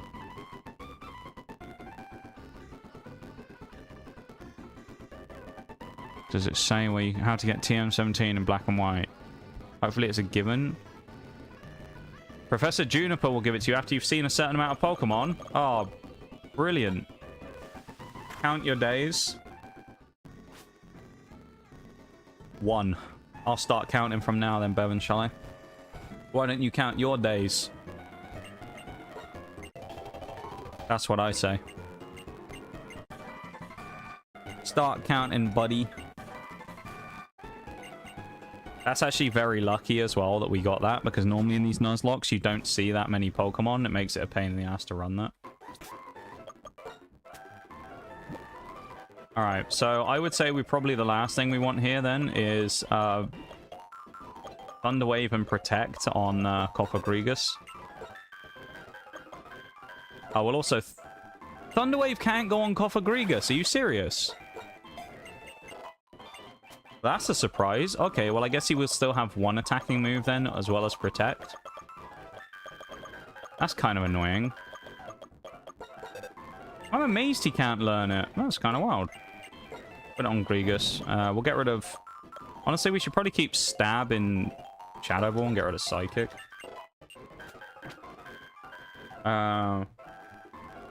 Already have. I'm on day 9. New PB. That's a interesting way to look at it. A new personal best, eh? You know what? Fair enough. I'd run leftovers on Coffin if you have it. Yeah, we don't have leftovers. We don't have any Fin Forks. It's I'm telling you, our held items, disaster. No, this is what we got, right? Expert Belt is actually good now that we've been given that, although I don't know who we should use it on. It can't be Infernape. He has to run no items because of Acro. Honestly, Machamp is probably not the worst one. With his pure power, I think Machamp is really good for probably Expert Belt. Because he's got 150 base attack, like, or 150 attack here. Miracle Seed is useless. Eviolite's not useful because everyone's evolved. Quick Claw. It's Quick Claw. Ring Target. Not useful. Floatstone. Not useful. Destiny Knot. Not useful. Toxic Plate. We don't have any poison types. Razor Fang. Bug Booster. No. Icy Rock. No. Razor Claw. It's kind of one of those, like, items. Grass Gem. Upgrade does nothing, so we got a Porygon. Sharp Beak. I guess Sharp Beak could work on Swellow. We could do that. Meadow Plate, no. Protector, no. Metal Coat, no. Lucky Egg, not really useful in this case. Insect Plate, no. Macho Brace, no. Soothe Bell, no. Never Melt Ice, no. Oh, we do have a Heart Scale, though. We have 2. Amulet Coin, Smoke Ball, Big Root. We picked up a load of these Pass Orbs, and then we got Pokeballs, Relic Coppers, Moonstone, Earth Plate, Silk Scarf, and that's it. So we basically got none of the good items other than the default ones that we get given, like Expert Belt, Eviolite, and that was basically it. So Magnezone actually has to face the prospect of maybe having no items. I mean, the only thing I can say for Magnezone is maybe we put Metal Coat to boost his the power of his flash cannon, but that's like the only item we have that's really useful on him. Everything else is bad on Magnezone. It's a tragedy. I feel like we keep Swellow in, though, if we're going to run with Sharp Beak. It's probably not a terrible option. But Swellow's moveset is not great, so we'll kind of just have to, like, use it sparingly.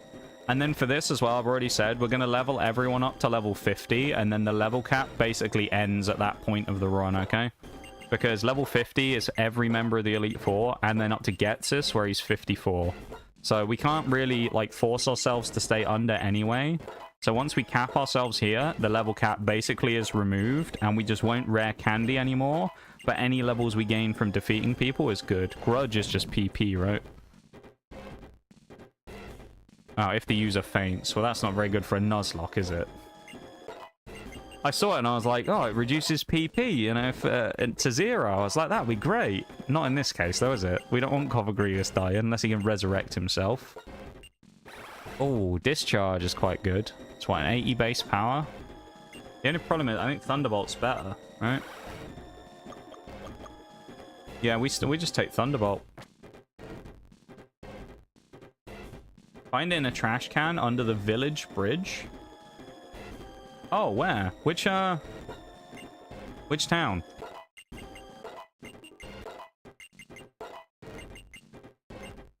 Mirror shot? No. Put it on me. PB for not shitting myself. That is a good PB to have, to be fair. Gotta say.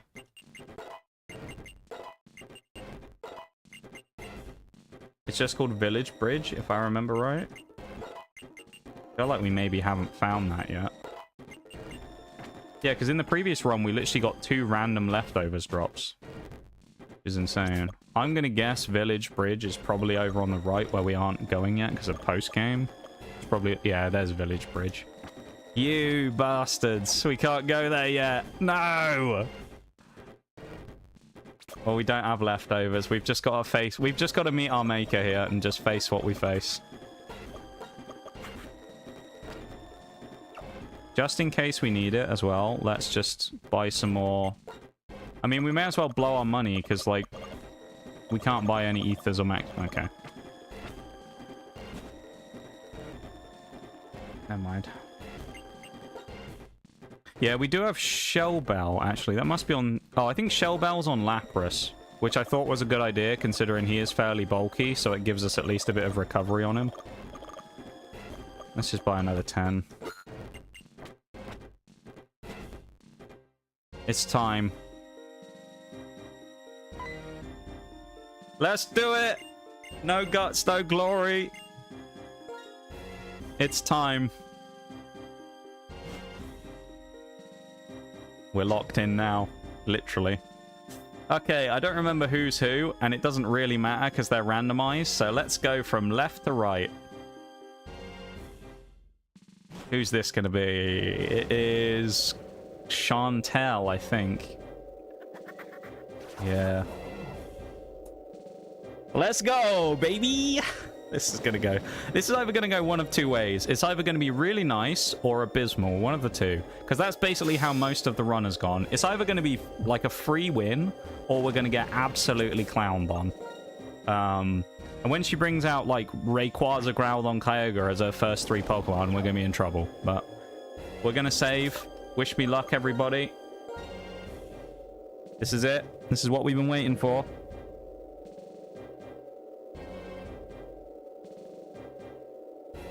I'm scared, not gonna lie, I'm terrified. Let's go. I can feel it in my bones, man. I'm like, oh, this is the big moment. Big Nige taking the fight to Chantel. She got 6 Mons, of course. What's she leading with? She's leading Honchkrow, which is horrible for Cofagrigus. Great. What a start. It's actually bad for most people. Magnezone absolutely slaps this thing, though, minus getting critted. So I think we just have to switch early to Magnezone, because Cofagrigus can't afford to get super luck crit by Night Slash or something. It went Swagger. Interesting. I actually might just double switch out on that, because I don't know if I want Magnezone taking a hit on himself. Realistically, I mean, what does it go for here? It probably goes for a dark type move, because I don't see it going flying here. Let's bring Swallow in to take the hit. Could have protected to see what moves it had. True. But I don't know if it would have been that useful. I don't know. It may Swagger again. If it Swaggers again, I'm just going to blast it with Thunderbolt.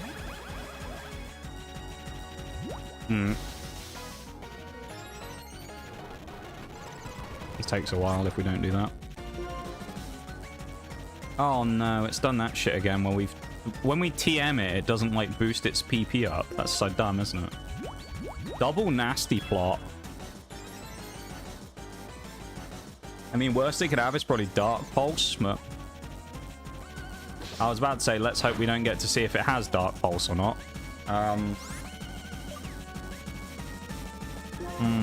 This is now a problem, though, because I don't know if... I now get the feeling that Magnezone, because of that extra boost, is now potentially at risk of being clipped by Honchkrow and getting knocked out. If it does have Dark Pulse.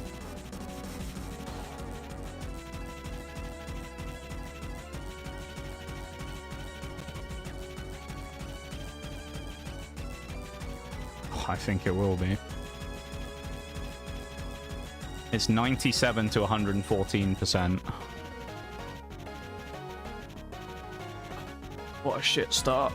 Underwave it. We aren't fast enough. If it Dark Pulses, it kills Magnezone. I mean, the only chance we probably have is to T-Wave it and then hope it doesn't attack this turn. That's literally the only option we have already because of the fucking +4 and the confusion. Well, that's all we can do. Okay. Well, that scales off our attack, right? Snaps out of confusion.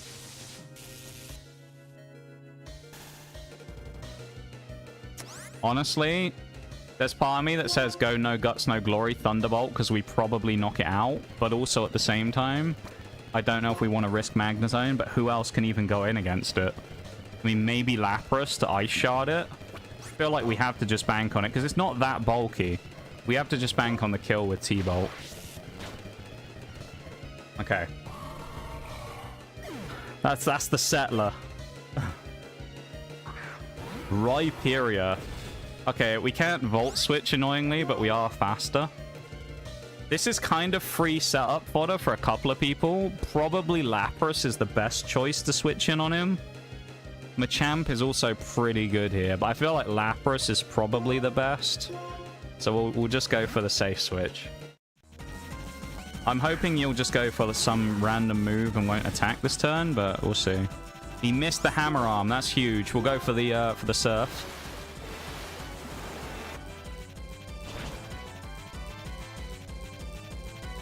Nice. Rock super effective against ice. Yeah, but I knew we'd outspeed him though. And I thought he was more likely to go for a... Oh, Zekrom. Bruv. Oh, Magnezone would have been so good right here.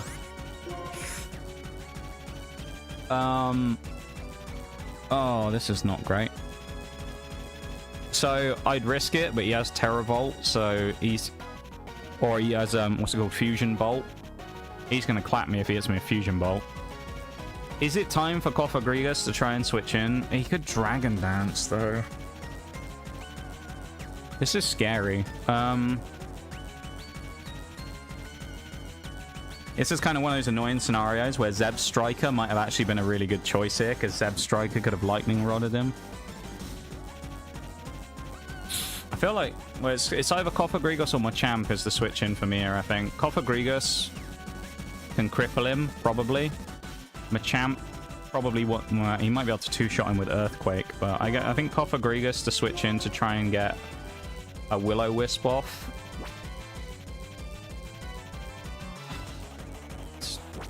Rather sleep him if I had the option, but of course I can't, so I guess we just switch in Grigus to take the hit. We'll scout and see what he does as well with Protect, maybe.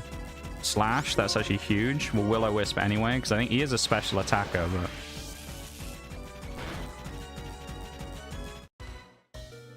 Oh! Critical hit, of course. Bro.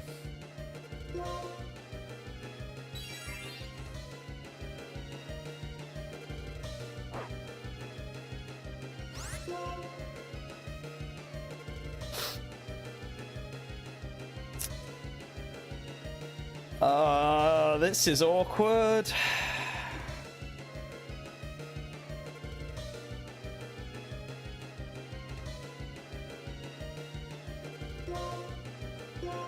I mean, our only Pokemon with the capabilities to really kill him is Machamp.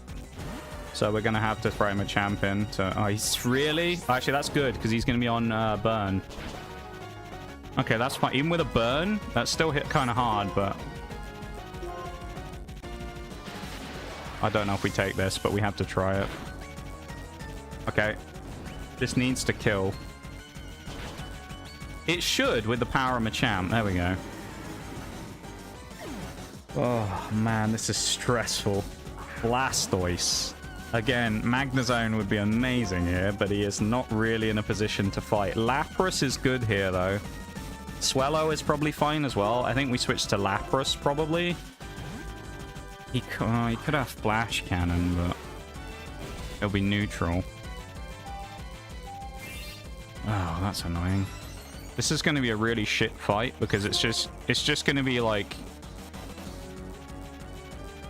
Low, I think what we'll go for is Body Slam, and we're gonna... I know it's not going to do a lot of damage. We want to paralyze him if we can.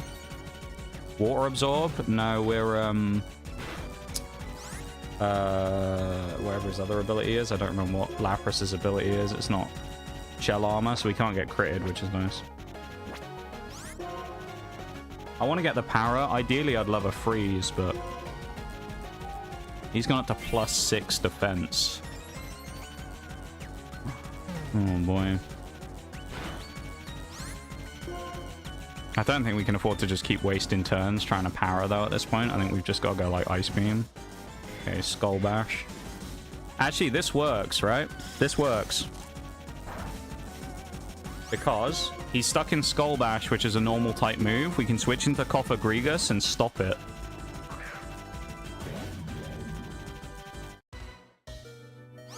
Now we protect.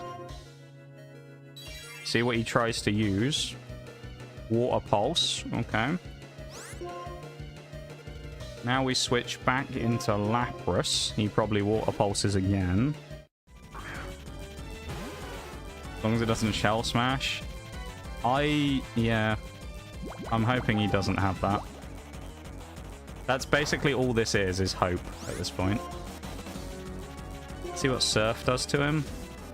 Okay, we can keep trolling him with the Cofagrigus to keep switching in and out on the Skull Bash, which is nice. And then we're just going to have to really slowly whittle away at him. The only problem is he is probably going to end up healing.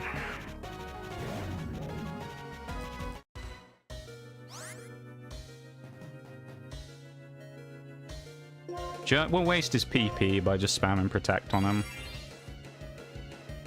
Aqua Tail. Okay, so we know he has Aqua Tail, Skull Bash, Iron Defense, and Water Pulse. So his moveset's not crazy. Swellow at this point is useless because we can't break for his physical defense. Same with Infernape. Kind of the same with Machamp. If we could get an in for Magnezone, that'd be amazing, but I don't think we can. So it's just going to have to be Lapras whittling him down until he dies. That's basically our only option here. We don't really have another way of doing this. There's the Skull Bash. Switch to Cofagrigus.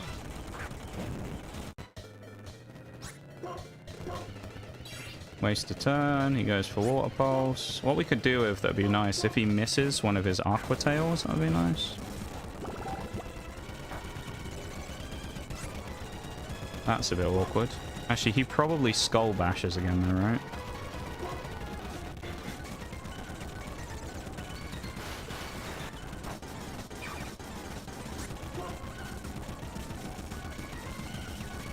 Does Skull Bash have to move last? No, I think it's not a one like that. If we had Shadow Sneak, that would be the... Yeah, I knew that was coming. If we had Shadow Sneak, that would be like the cheekiest little play right now, wouldn't it?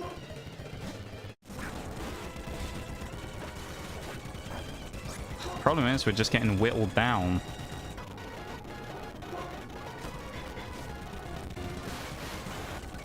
Okay, I think we're going to have to go for a bold play here in a minute.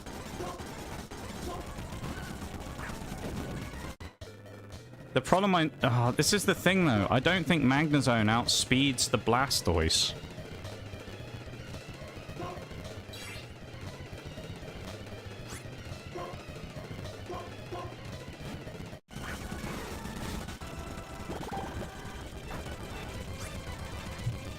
Like, I don't think we outspeed him. So, like, if we predict the Skull Bash, we can switch in on the Skull Bash, but then we can't...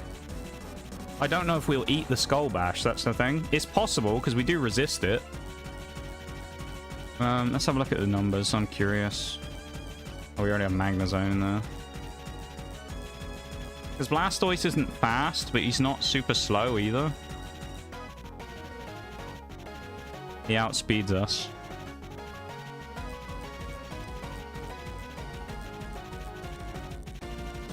How much would this Skull Bash do?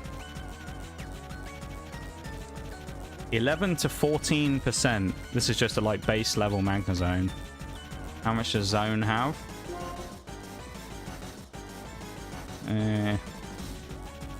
I mean, he probably does have enough to take a hit minus a critical hit.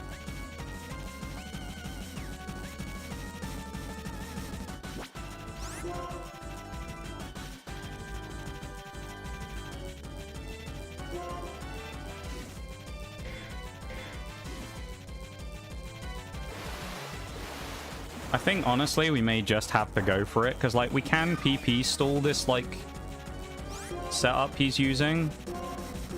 But eventually he'll run out and he'll just start Aqua Tailing and Water Pulsing. And that's going to get scary. I think we may just have to, like, go for it, honestly. I don't think we have a choice here.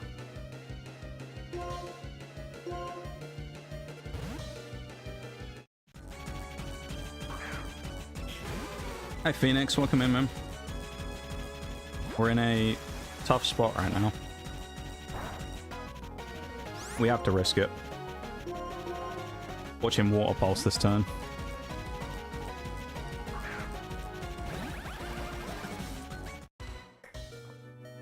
Okay.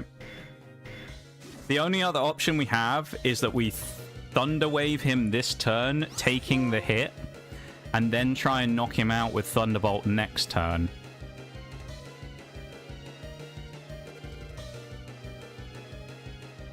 Is Thunder Wave guaranteed to hit in this gen, or is it 90%? Oh, it's 90. Those are the two options. How many does he have left? He has 3 Mons left. We better hope that Swellow can fight one of them. Oh, we need a grass type or something to come in. This is kind of gnarly. From 2/3, I feel like we have the power to one-shot him, but do we take the risk on the Thunder Wave, or do we just go for Thunderbolt? Because we'll definitely get the free hit versus this turn. We should outspeed him, obviously, but there's no guarantee this hits at 90% chance. The other option is that we just do kind of a bit of a weird trick play and we Volt Switch back into Lapras again to try and, like, set up another Skull Bash and then... But I don't think Volt Switch will do enough damage. The Volt Switch is special as well, though, right? I want to double check that first. Yeah. It's still pretty strong at 70 BP. Oh. Let's go for the Paralysis. It might benefit us later. Oh! And the T-Wave lands from Magnezone! There's a chance. There's a chance. Okay, this needs to be big. Big Thunderbolt from Magnezone needs to kill. We don't have an option here, and he does. Magnezone knocks out the Blastoise, giving us half a chance as Archeops comes in, which really Magnezone needed to deal with as well. That's a problem. Oh, no. That is an issue. Shite. This is bad. I don't know how we beat this right now. Oh, and there's an ad break as well. Well, we're going to the BRB right on the cliffhanger. BRB, everybody. You're getting cliffhangered, apparently. I'll be back in a minute. Easy? I don't know if it's easy, though, folks, because he's super effective against basically half my team. Alright, I'm gonna BRB, go stretch my legs, clear my head, and get ready to try and fight this. This has been... Every Pokemon in this fight so far has been, like, worst case scenario. So, this is crazy. Be back in a minute.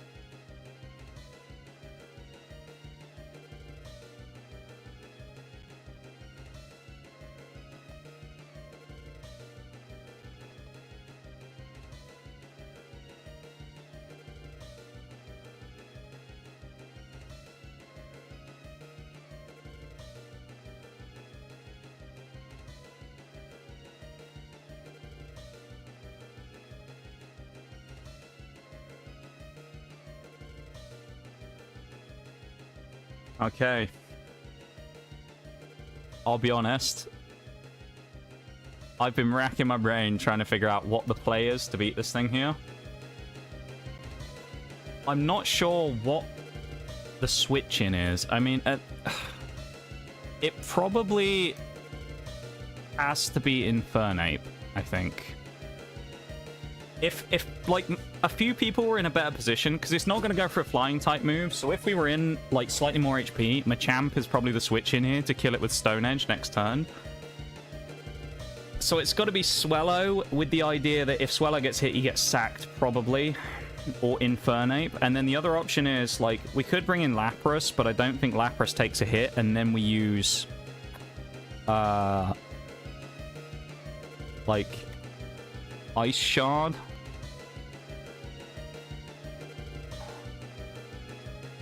I mean, if someone's getting sacked here, it's probably Swellow, right? Which would then bring in probably Infernape, but...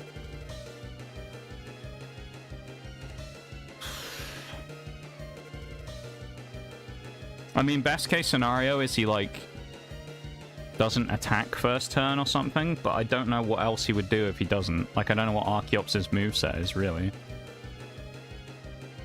What does Archeops get?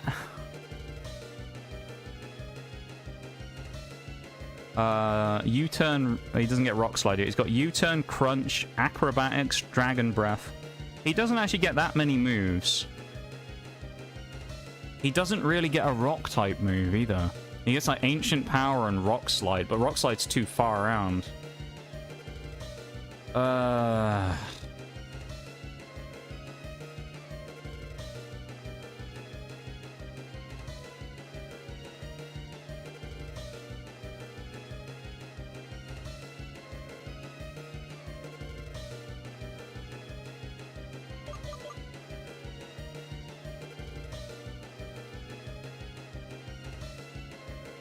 No.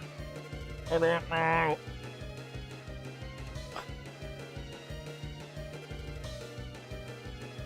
What's it? It's what's it going to use against Magnezone? It could have Crunch. If it uses Crunch and we switch into Infernape, that's great. But if he hits us in the next turn with Acrobatics, we get smacked.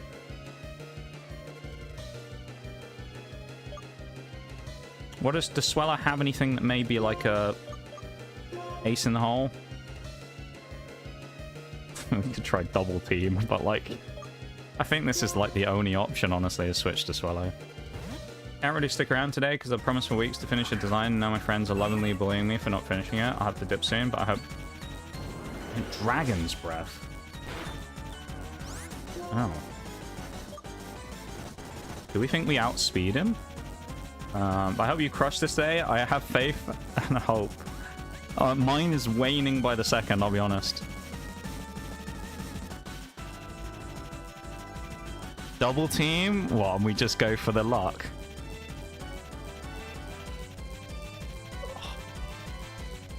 It's gonna go for a rock type move if it has one against Swellow, right?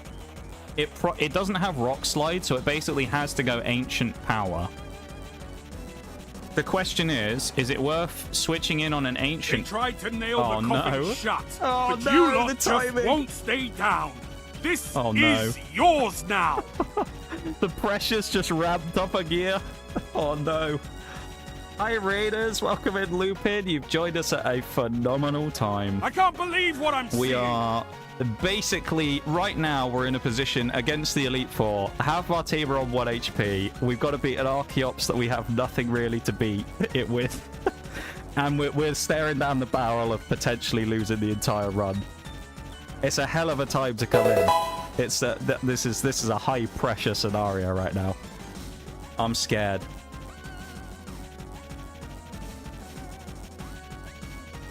Come on, the raid's gonna bring us some luck. Let's go double team, and he misses. We actually outspeed. That's huge.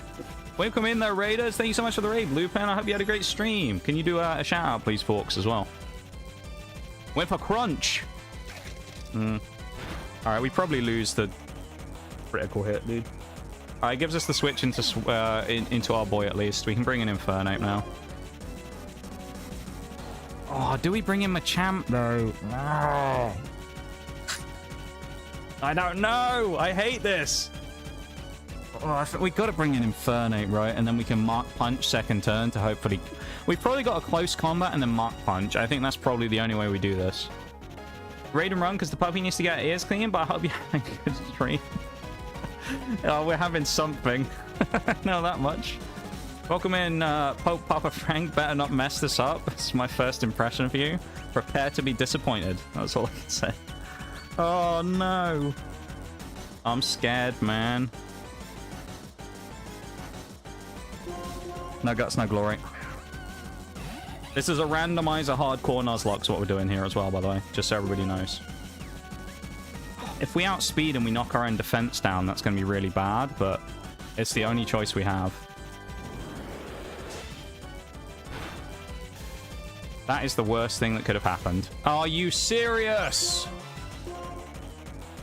He doesn't have a flying type move, I don't think, because he's not hit. He would have hit us with it by now, surely.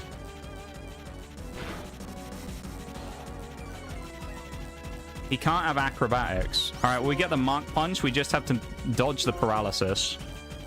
Huge from Infernate. He's got the most HP of everyone we have left there. This needs to be an absolute shitter. Yan Mega. Oh, that's not great either. Oh, this is so bad.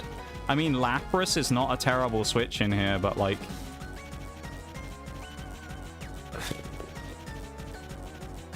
No paralysis. We win this easily, and next turn with a flamethrower. Dude, we needed that Blaziken after all. Oh, no. Welcome in, though, Raiders. I hope you all had a good stream of Lupin. It's probably a lot more chill than it is here right now. We are having a Code Brown moment here. This is bad. As you can see, 5 HP, 5 HP, 58, 82, 81. No one is very healthy. This is only Elite Four member number 1, by the way, as well. And Goblin Slayer as well. I missed that. Thank you very much for the follow. I appreciate it. This is horrible. I hate this. I hate this so much. I am just... I'm just paralyzed with fear of what move to make, because I just know it's going to end badly. What level is it? This is a level 48 Yan Mega. Oh, hang on. Wait. 48 Yan Mega. He does not have Air Slash yet. This is Yan Mega. Oh, this could be good. Yan Mega's moveset. He cannot have it. It's level 54. He doesn't have that or Bug Buzz. He can't U-turn either. He basically has Ancient Power and Slash. He does have Pursuit. Honestly, because he only has Ancient Power, I feel like we take the chance and we go Flamethrower here. Or do we Acrobatics? Oh! I mean, they're basically... No, Flamethrower is higher damage. We have to take a hit and then see how much damage he deals. If he goes Ancient Power, it's neutral. He shouldn't have it, though. Okay, he has Ancient Power. He shouldn't have Air Slash, so we should be fine there at least. Wait, Omni Boost. We need... Alright. We need to hit this. We can't afford to get a para. He lands it! And we're going to be boosted into Blaze because we're at less than 1/3 HP, and Verde takes the clutch! Oh my god. We lost the Swallow, but holy mother of God. How the hell did we win that? Jesus Christ, dude. The power of the monkey. That paralysis could have screwed us, but it saved our ass right at the end there. If paralysis hit, we lose that fight. Oh my lord. I mean, we had to sack the Swallow for it, so let's just hope we don't need it in the future. But nothing in that fight went well. Cofagrigus was a terrible lead in the end, purely because Honchkrow came out. And then the fucking Blastoise was a pain. Archeops was annoying. Everything about that was like the worst team we could face. Oh, dude.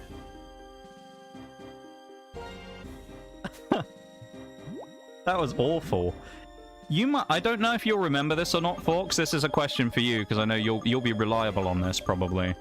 Do we fight N and Getsis straight after this, or do we get a chance to change our team up before we fight them? If we don't, we're buggered. If we do, we have a good chance here, because we'll actually be able to switch up stuff. But I'm a bit concerned that, like, we're going to run into a problem here of not being able to switch anyone out. Yeah, the Honchcrow was a problem. Welcome in, Bowl, as well. We get a chance to switch if I remember. Okay, okay. If Cofagrigus is a bad lead again, I'm going to lose my mind. If he's against a Ghost or a Dark type again, I swear to God, I am going to lose my mind.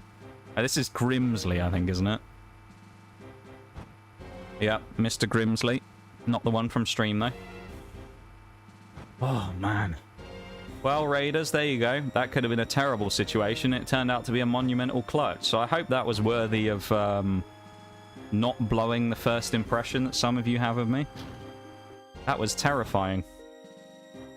Absolute. We're so lucky, though, that Archeops didn't have acrobatics and Yan Mega did not have air slash. If they did, we're done. We are so lucky they didn't have that.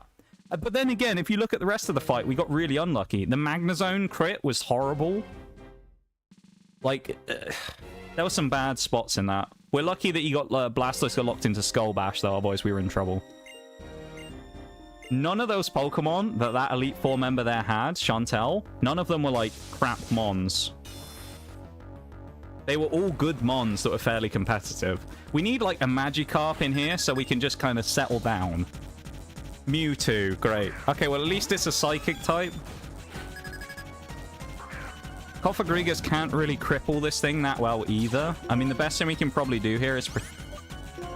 Maybe... Well, it's not even Protect turn 1. It's probably Will-O-Wisp turn 1 and then start hexing it. That's probably our best bet here. Honestly. And then we can Protect turn 2. Missed. Okay, we made the right call. Because Mewtwo, for some reason, it always seems to go for, like, shitty moves. That's not going to do much for it because it's a physical attack. It's not really a physical attacker, but it's going to give us the advantage with being able to hit a Hex. I think we'll go Hex now, then we'll Protect. Because the Mewtwo, he's got Psychic moves, which will all be kind of neutral. That is actually a physical move, right? Psycho Cut. That's huge. The Psycho Cut is such a bad option for Mewtwo, giving Cofagrigus a chance. The burn, will it kill? The burn takes him out. Cofagrigus is going crazy in the first fight. I almost went Welsh on that one. Cofagrigus, man. Bloody Cofagrigus. What a play that was. Phenomenal from Cofagrigus. All right, do we switch? I mean, a safe bet here is probably Magnezone switch, and then we blast this thing. We probably Thunder Wave it and then blast this thing out with Thunderbolt, so... Cofagrigus, take a bow, my son. What a phenomenal piece of play that was. Bloody brilliant. He's gone Dive. Dive? He outspeeds us, surely, so we get the Thunder Wave on it. I mean, he's not going to do any damage, so we Thunder Wave and then... Oh, we outspeed? Really? I always thought Huntail was kind of fast. That did way more damage than I thought it would. If he dives again, then I might just switch. We'll see what he does. Aqua Tail?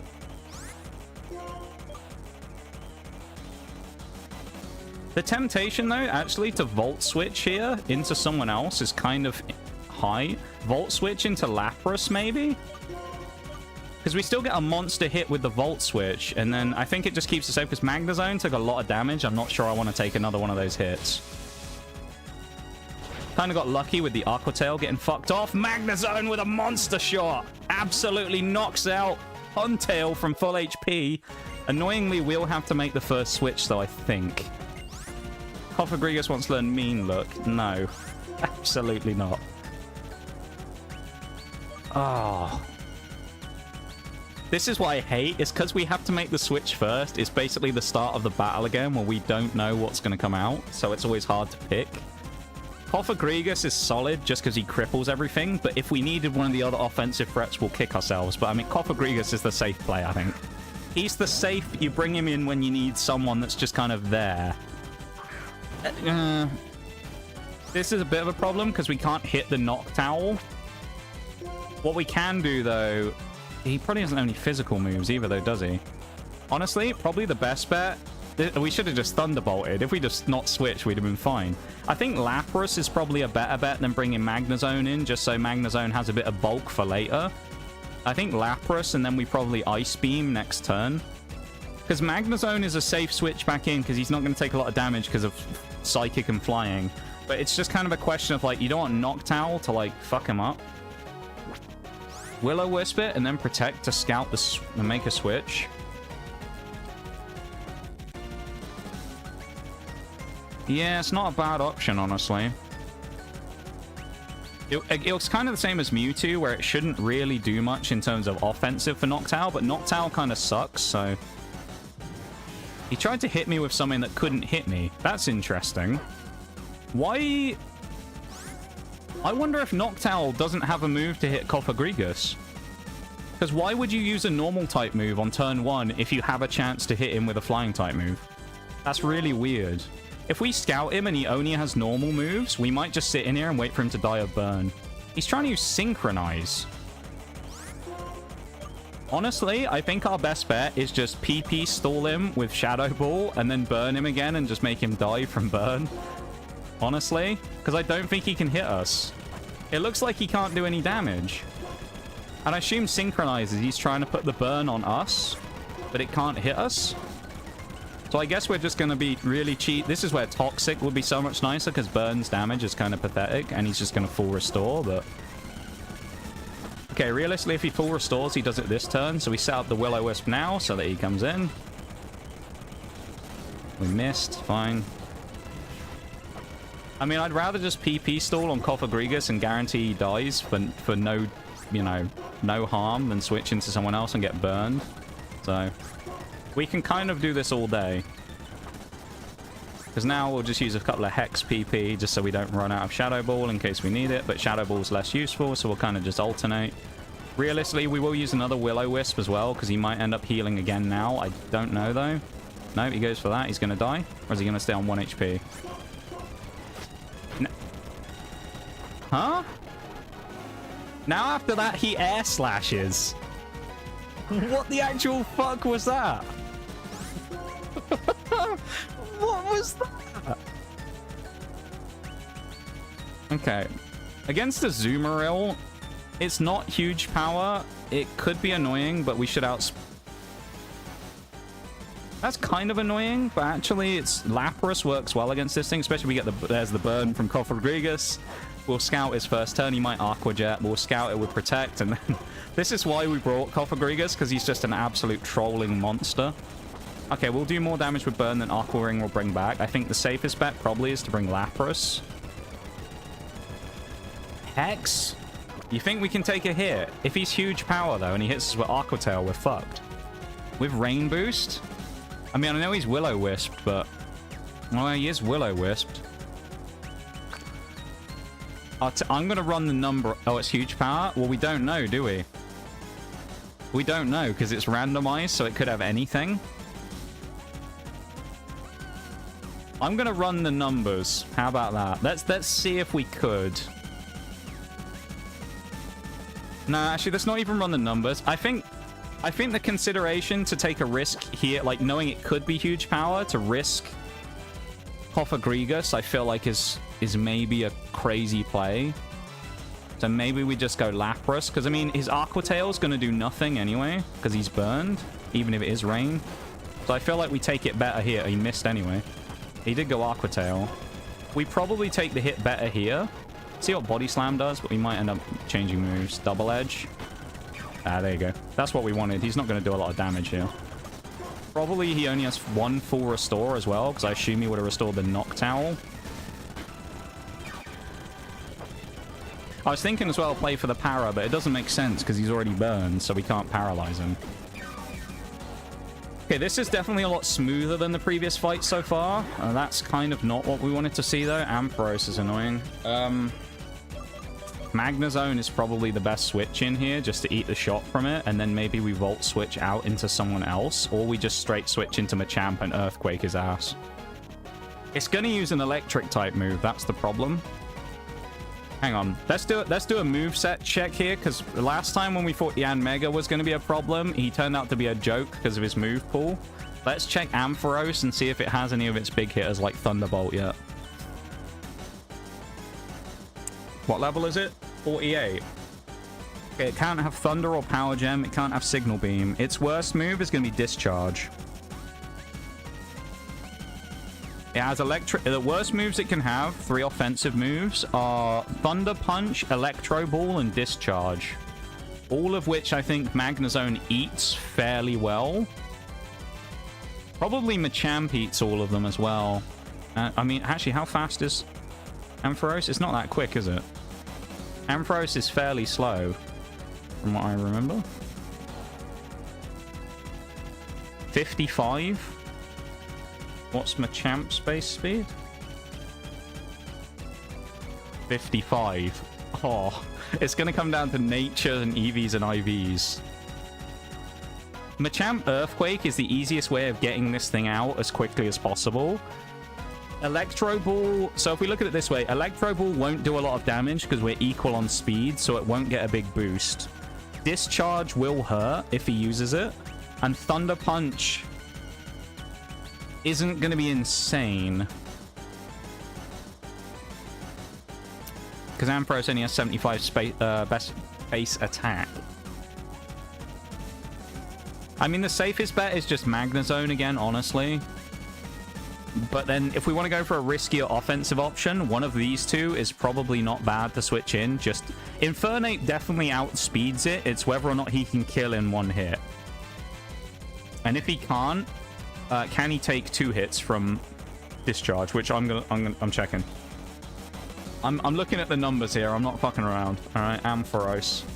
I want to know if I'm not going to be able to take the 2 hits. I want to know about this. Also, on top of this, how many mons does he have left? 2. Okay, this and 1 other. All right. Infernape's level 50. Let's just check. Discharge is the worst move we'll get hit by, so we need to know that one. Discharge is 49% as a max. Oh, that's bad. So we could, in theory, live 2, but it's going to be really close. And if he crits, we're dead. Thunder Punch does not a lot. Electro Ball also does not a lot. Basically, we have a 2/3 chance that Infernape gets hit with a slightly weaker move. I think we probably have to take it, unless we weigh up what how Machamp takes them. Let's see how Machamp will take the hits. Machamp's also level 50, right? Okay, Machamp takes all 3 hits better. So Machamp, I think, has to be the switch here. Let's go Machamp. If it goes Thunder Punch, that's the best outcome we could get. Electro Ball is, like, middle, but pretty good. Discharge is kind of annoying. Cotton Guard. Okay, that's pretty handy. It is a boost. But we are still going to hit it with a super effective move from 150 attack Machamp. So I feel like we do this. Oh, that's not quite enough. Okay, double Cotton Guard, though. This kind of sets us up now, because we're going to do way less damage. But he's also not hit us yet, which is huge as well. He outspeeds this time, though. Interesting. Okay, nice. Depends how much damage this does. It's a critical hit from Machamp when we needed it!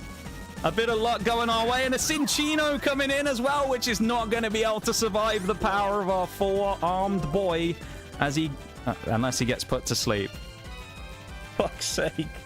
Oh, are you joking? It's fine. We can switch to Infernape. That's annoying, though. Bro, the one move that could have annoyed us there. We could actually be really cheeky in switching Coffer Kriegus, but let's not do that. Let's just go to Infernape and close combat his ass. Or her ass, in this case. We shouldn't take a lot of damage from... Hold up. Are you taking the fucking piss? No way! No fucking way did we just get 5 hit by Tail Slap and 1-shot Infernape. Are you joking? Bro. Oh, luck. After that critical hit we got on Machamp. That's terrible. Yeah, fuck off with the sleep. What a bastard. Alright, I'll tell you what we're fucking doing now. This is what we're doing. Fuck you, Tinchino. That's... The Infernape loss is pretty bad. It's not the worst, because we do still have the Machamp, but it does mean we lose our fire typing. It's either going to Sing or Tail Slap, so... Yeah, of course it lands the 60% Sing twice, and like 2 out of 3 times. I guess it makes sense. It's about the odds, but... I don't know if it can actually hit Cofagrigus, though. That's the thing. Assuming it can't, I'm just going to switch back to Magnezone, who we know kills it next turn anyway. Tickle? Really?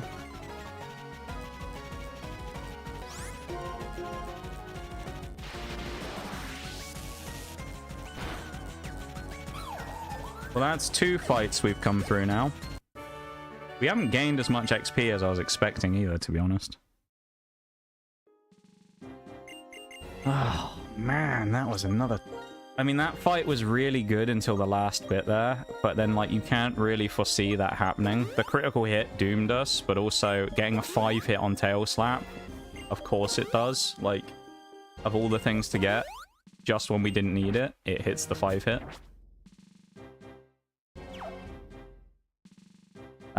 That's tough. That is tough.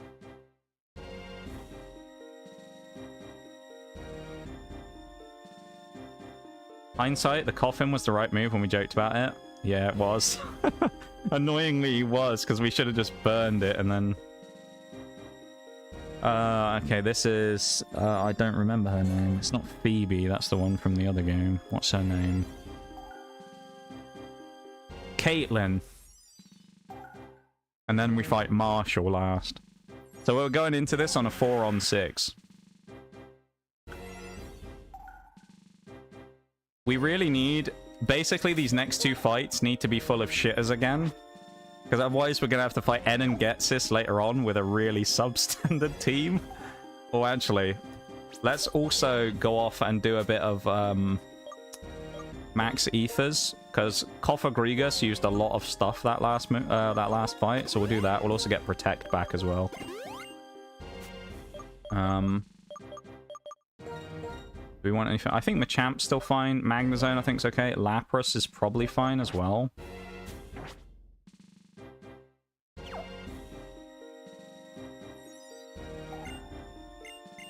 Round 3. Ding, ding, ding. See if this mess of a fight goes any better. I mean, we kind of balanced out the first one with the second. Quagsire, okay. None of our other Pokemon that we have would have necessarily been that crazy against Quagsire, so I don't mind the fact that we don't have the option here. I didn't hear no bell yet. Will-O-Wisp from Cofagrigus misses. Nice, that's not a start we wanted. Okay.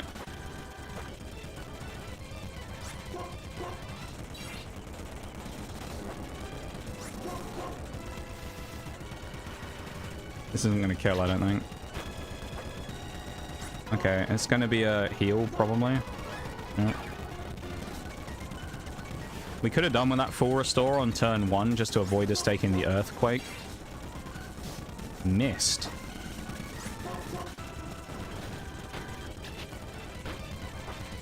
Okay, he dies to burn, so we just go Protect no matter what.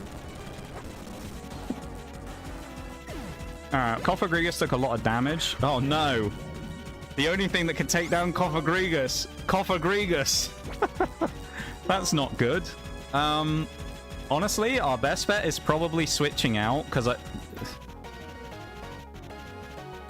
Oh, I don't really know how to deal with this thing, because maybe we should... We already protected, though, didn't we? If we Shadow Ball and he hits us, we might be in trouble, so I don't really want to take the hit from him.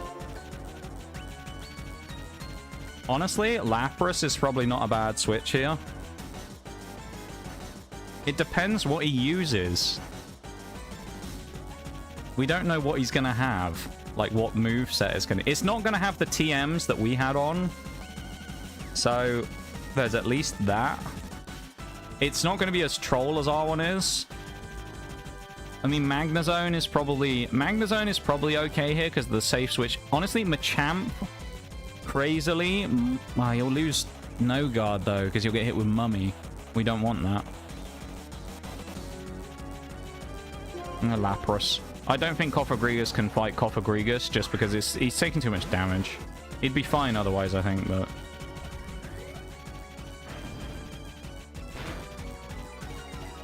Oh, the Spadef loss is... Ugh.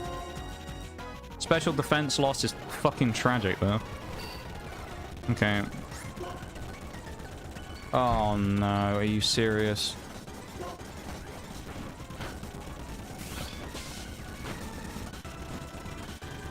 There's like one disaster after another at the minute. Fuck me, dude. What is this? Okay, there goes Grigus. We have no Thunder Waves left, sadly. Regirock. Well, this should be a safe one for Lapras, at least. He doesn't one-shot? Really? Okay, that's fine on Curse. This is at least a little bit of reprieve, because Lapras is going to get a free kill. So that's third one dead. That's Regirock, Cofagrigus, and whatever the first one was. Quagsire. Come on, give us like a easy fire type or something. Magikarp. Come on, Butterfree. Conkeldurr.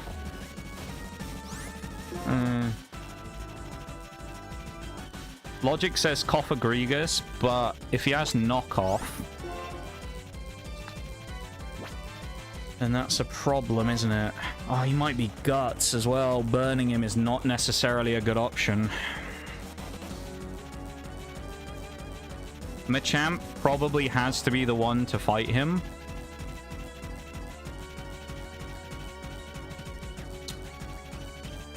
Okay, let's look at moveset real quick. Let's do a moveset check on Conkeldurr.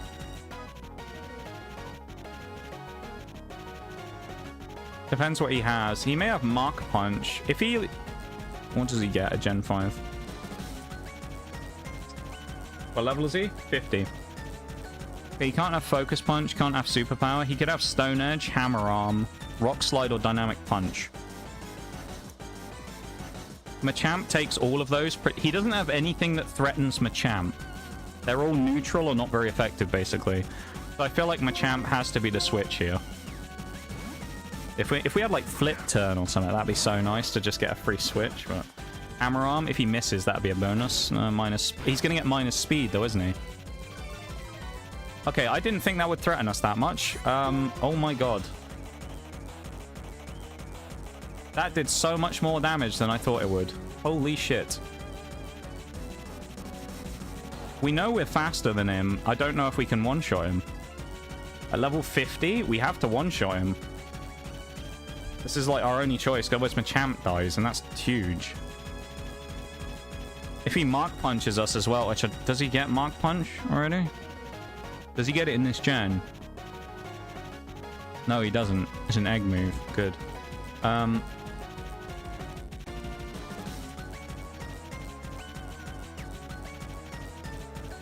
Oh no, are you serious?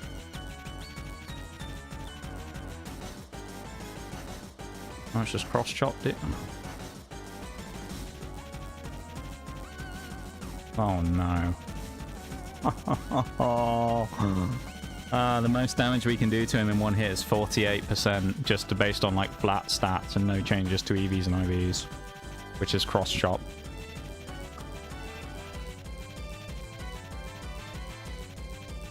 We're now in a very precarious spot. This is literally our only choice now. Switch to Cofagrigus and hope he Hammer Arms again. The problem is, first of all, we'll scout what he does. If he has, he could have Guts. If he's Guts, we're in trouble. Because if we burn him, he'll become even stronger. He has Guts or Sheer Force, so I don't think we can Will-O-Wisp him. How much Spadef does he have? 65. Let's hope he goes Scary Face again. That's not enough damage. He went Stone Edge. Oh no! And we don't know who's faster either.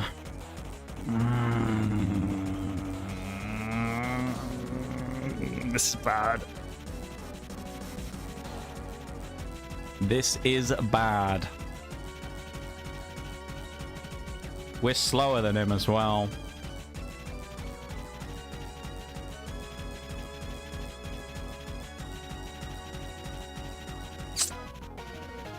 Oh no.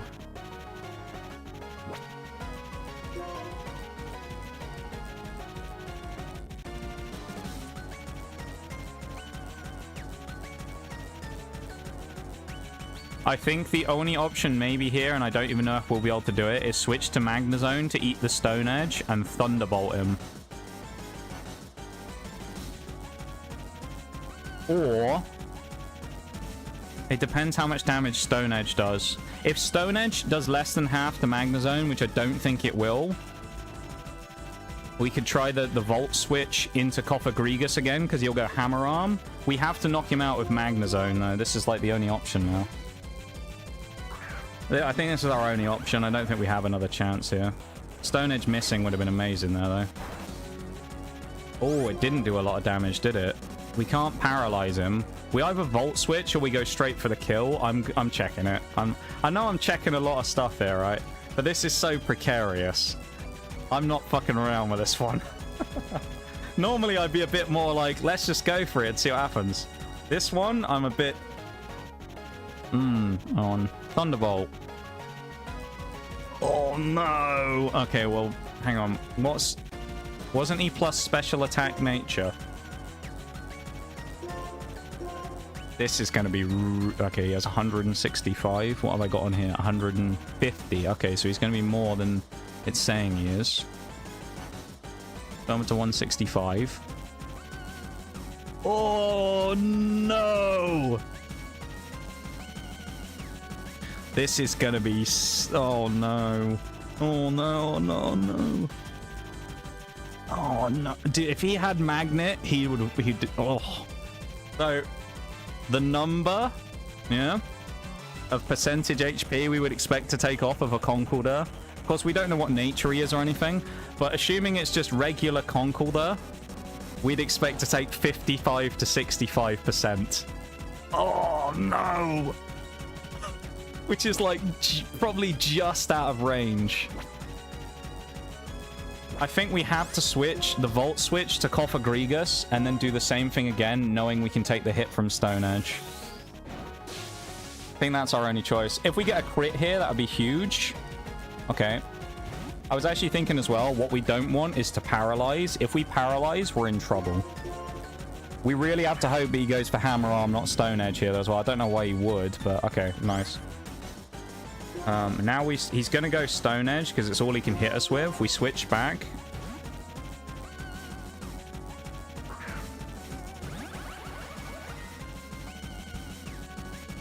Oh. Oh no. Okay, that's not what we wanted. Because I don't know if we outspeed him now. Probably not. He's already at -1 from Hammer Arm though, right? He's at -1, we're now at -2. We're basically on a speed tie. We have to switch again to Cofagrigus. The only way we get to do this is we have to switch in on the Stone Edge, because if he drops our speed, we can't guarantee we outspeed him and kill him. So we have to take a risk again here. Dynamic Punch misses. Now we switch to Magnezone. We hope he doesn't go Scary Face. He goes Stone Edge again. That would be optimal.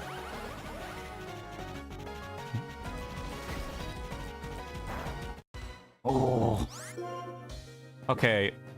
He's got 3 Mons left. I think what we have to probably do here with Magnezone is Volt Switch and bring in Lapras, or probably Lapras, because it's the only 2 Pokemon we have left with any HP. So I think we have to Volt Switch and bank on the fact that the next Pokemon can be dealt with Lapras and Cofagrigus. Because Magnezone and Machamp are kind of out of commission for this fight now. So I think this is the only option, quite frankly, is we have to do this and bring in our higher HP Pokemon right now. Level up for Cofagrigus. I think this is probably the only play. If this works and we get something good come in for us, that's huge. Okay, Kabutops is... Oh, he does have rock moves.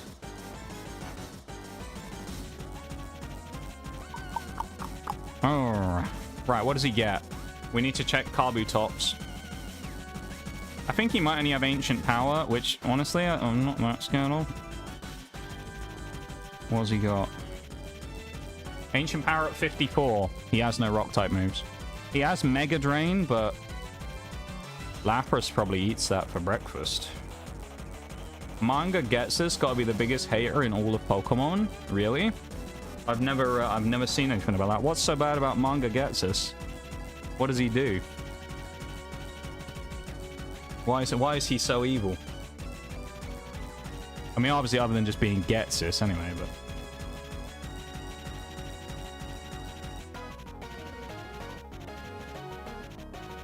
Okay.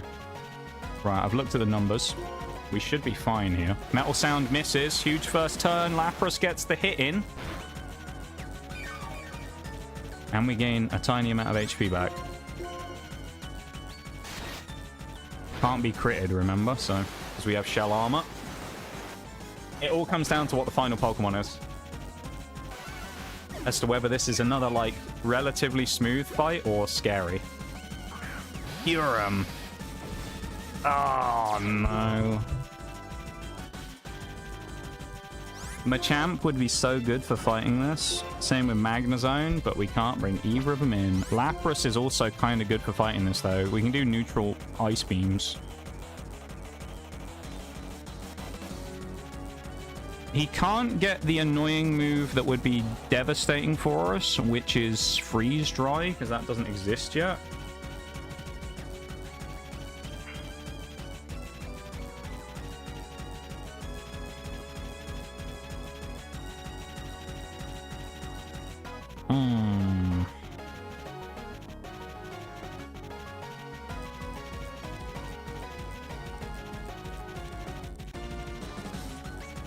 His power may be a problem, though.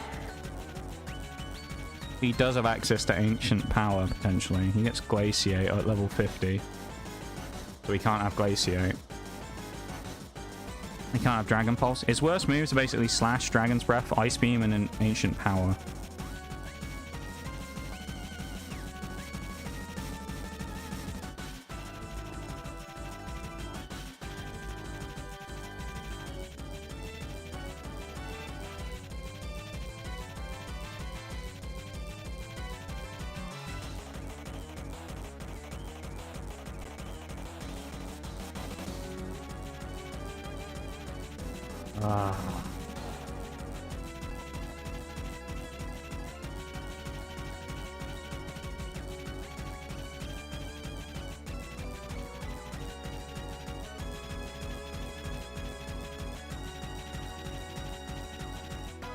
Okay. We have to Ice Beam him. We have to bank on Lapras's bulk here.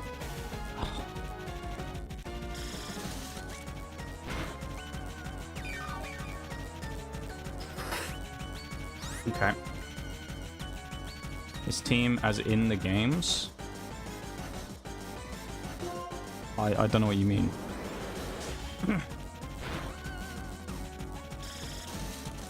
I'm confused. What do you mean? Does Ice Shard do enough?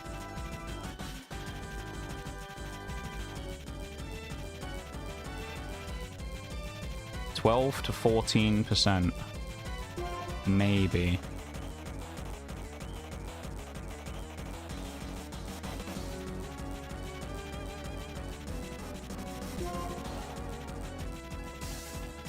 Bite your fingernails, everybody. Oh, no.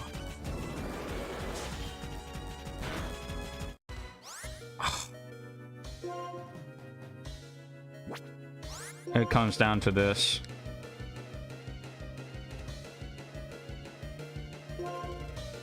Lapras lands it! Yes! The ice shard through paralysis from Lapras! Oh, that was quite lucky. I should have just ice beamed on the previous turn, but I thought we had enough power on the ice shard to get him. Oh, breathe a sigh of relief. Jeez, man, that was brutal again. Kyurem, the last Pokemon. And again, I'm like, well, this is going pretty well, you know. I mean, as long as we you know, have a decent fight against the last Pokemon, casually brings out one of like the box legendary equivalents. It's like, my dude. Magnezone's lack of Thunder Wave was quite bad there as well. That didn't help.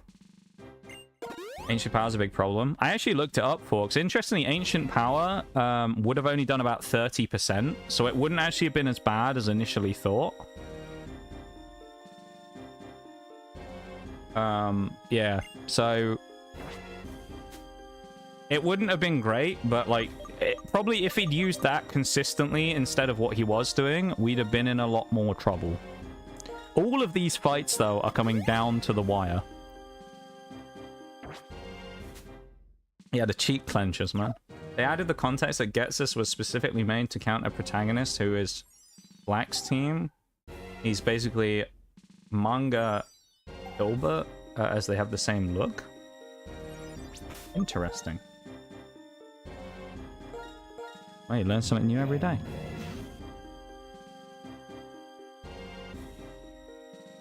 Okay, Cofagrigus I think is fine for PP. Maybe I should do Protect. Lapras will be okay, I think. Champ's fine. We don't need we need less than 7 Thunderbolts. And then he's still dead. Alright, so Cofagrigus Protect is the only one we need to get up with an Ether. And then hopefully I'm relying on what you think here, folks, that hopefully after this we get to have a pause before we go against N and that. And we don't immediately have to fight. Because then we'll at least be able to regroup, potentially. Alright, Marshall, the final member.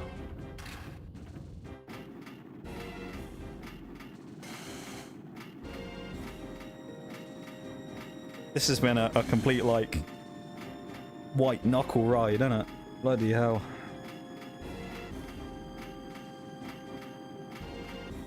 I hope you're all enjoying this. My suffering right now. This has been brutal. Look at him just standing there menacingly. Let's hope we don't come out of this hating you, Marshall. Let's hope that we're good to go. Double check everything, make sure we're all good.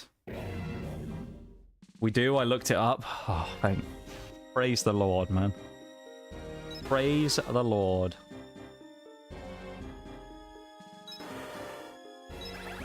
Okay, I think we're good with everything we have.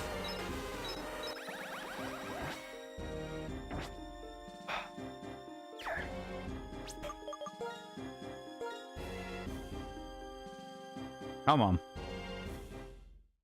Can I get a hype in the chat? Let's rally here. Rally behind our team of 4. Cofagrigus, Lapras, Machamp, and Magnezone. Let's rally behind them. Here we go. Blackhand, Emboar, Mishana, Braviary, Galvantula, Caracosta, and Reshiram, but his Reshiram was just too exhausted after being N, and Zekrom can you find, so he's down 5-6. Interesting. Dark type. That's problematic, but it's good for Magnezone. I'm glad these guys are all level like 48, 50 max, because that's really nice on this fight. Magnezone. Actually, Machamp would have been a good switch here as well, honestly, but I think Magnezone's better because of the resists. Okay, that's fine. That won't do a lot, or it shouldn't anyway. That did more than I was hoping it would. This is probably just a straight up kill. I doubt this thing lives. A 100, that's fine. Taunts are a useless move here. We have 167 special attack. I feel like this gets him in 1.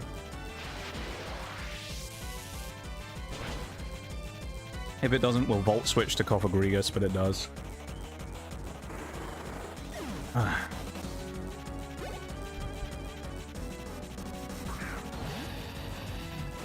This is actually a good fight as well.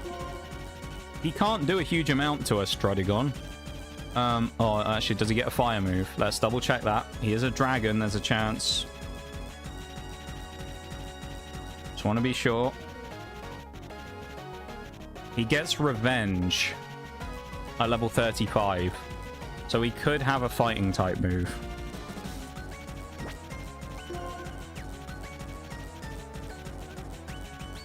Me? Oh, no, but the Lapras switch is bad as well. Do we just go Thunderwave, no guts, no glory? Dragon resists electric, right? So we'd have to go Flash Cannon.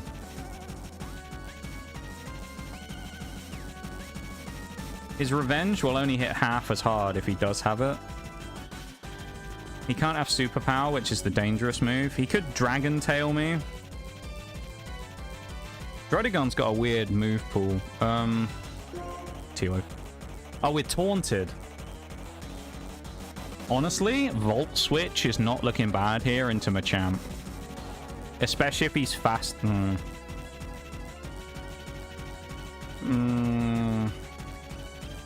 Things were not looking good for Black for most of the fight. A lot like us in these, to be fair. He managed to pull through because of his gimmick. I wish I had a gimmick that let me win my fights. Do we outspeed? We do. Okay. Best case scenario here is he uses like Crunch or Chip Away or something.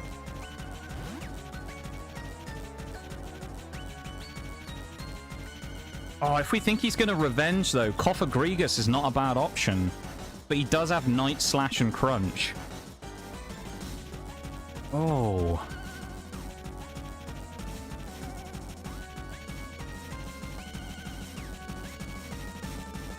To be honest, Cofagrigus is a good shout. Lapras is good for the Ice Beam because we probably kill him, but if we get revenged, it's a problem. Doubt it will use a Dark type move with a Steel type on the field. Do we just play safe and go Machamp anyway?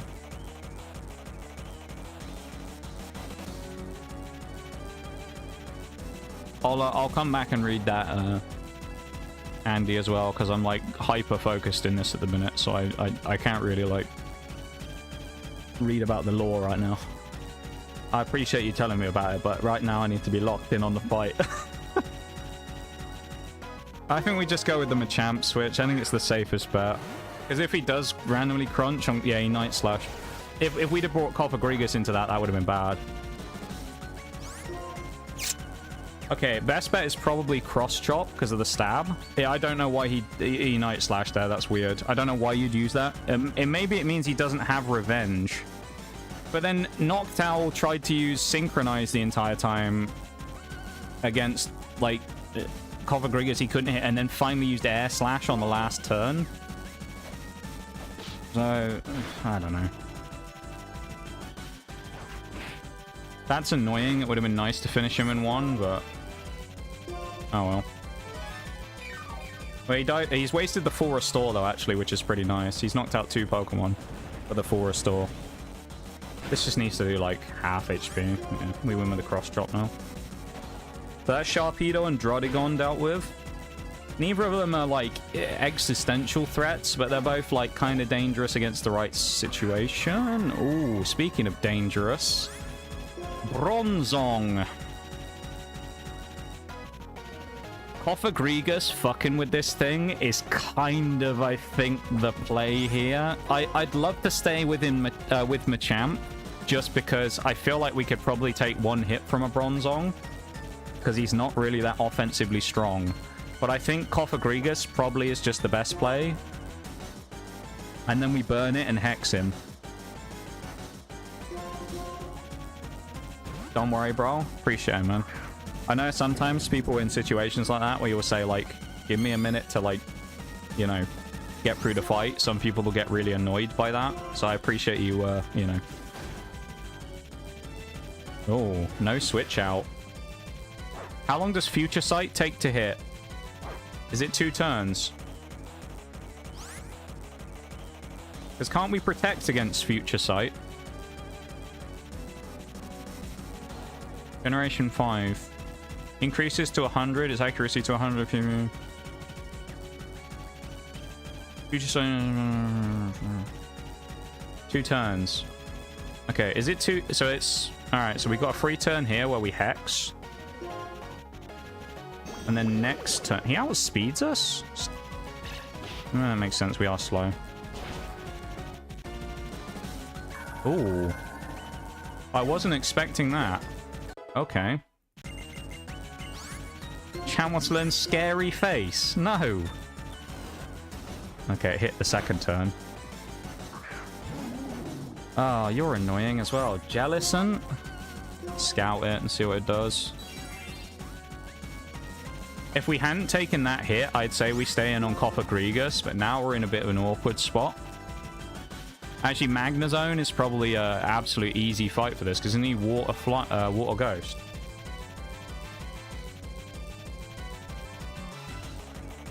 Yeah. What moves does he get? Does he get anything dangerous? Water and Ghost, mostly. Oh my god, I nearly switched in Machamp. How fast is it? 60. I think we actually have we're slightly slower. Ooh. Okay, we do have the resist to back this up, but that's kind of scary. If only we had Thunder. I think we just go for the blast with Thunderbolt, honestly. He does have high special defense, though. I don't know if we can... Oh, man, the break. I don't know if we can afford to Thunder Wave this. I think we may just need to blast him with Thunderbolt. Because I don't know if we'll be able to take 2 hits from, like, Hydro Pump or something. Does he have Hydro Pump at this point? No. Okay, worst he can do is Brine or Ominous... I think I should be Thunder Waving then. Alright, we're going to BRB. Back in a minute, everybody. Hold on to your hats. This is going to be a spicy finish. There's 3 mons left.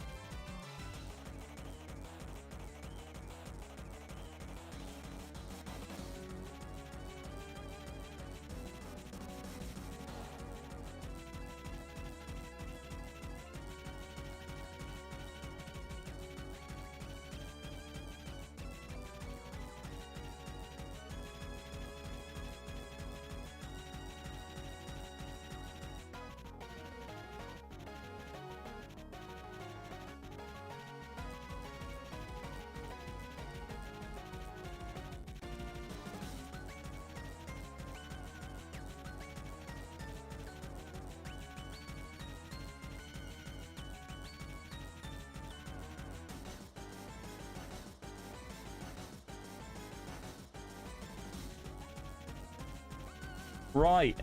Well, sadly, in a Nuzlocke, you can't bring your Pokemon back to life, but something has come back to life, and that's the Elgato Stream Deck, whose light has been broken for ages. It's randomly come back on.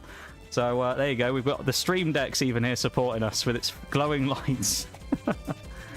Right. Jellicent. We have two options of dealing with Jellicent. We paralyze it, but it's raining. We don't know if we can take a hit that comfortably because of how Jellicent's quite bulky. The question is, do we Thunderbolt it and try and go... I don't think we one-shot it. I think we have to T-Wave. Well, we're not going to do any damage to it this turn, though, is the problem. We either T-Wave or we Thunderbolt. It's one of the two. That's it. This is where having Lapras would have been incredible if it was Water Absorb, because I could Volt Switch into him. We'd be rolling the dice on the Thunder Wave, because if it gets paralyzed, it guarantees it dies. If we Thunderbolt, we need to do more than 50% if we Thunderbolt, but we could also paralyze from the Thunderbolt.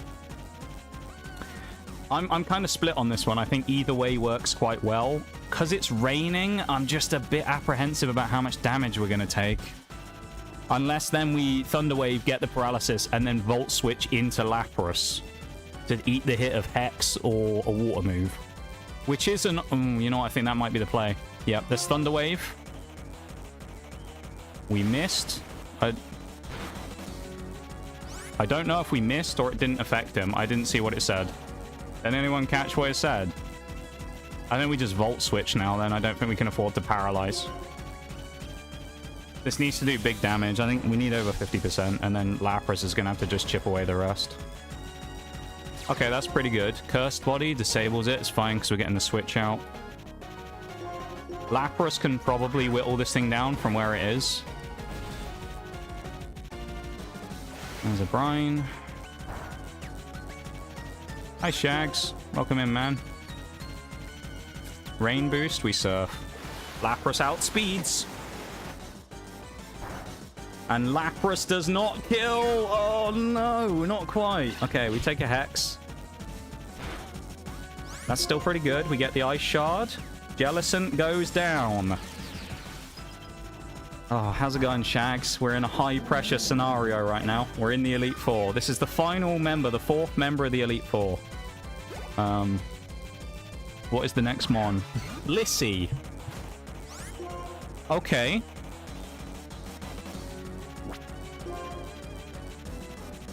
The freest kill of our lives. If he uses Seismic Toss, we're a little bit concerned, but... Light Screen? Ooh, that might be bad for the next fight. It depends what happens. Cross Chop Machamp. Knock him out. Or her out. Take down the Blissey. This should do it. I don't see it living this. There goes Machamp with the Cross Chop, knocking out Blissey for 4,000 odd XP. And the last Pokemon coming in is Swalot. Okay. Nice. Magnezone is really weak here. I think, honestly, best bet is just Earthquake with Machamp. Acid Spray. What does it do? Minus Spadef. Okay. One shot, one shot, one shot, one shot from Machamp! He takes down Elite Four member Marshall, and we overcome the challenge. Oh my goodness. We have done it. We have taken out the 4 Elite Four members, but at a cost.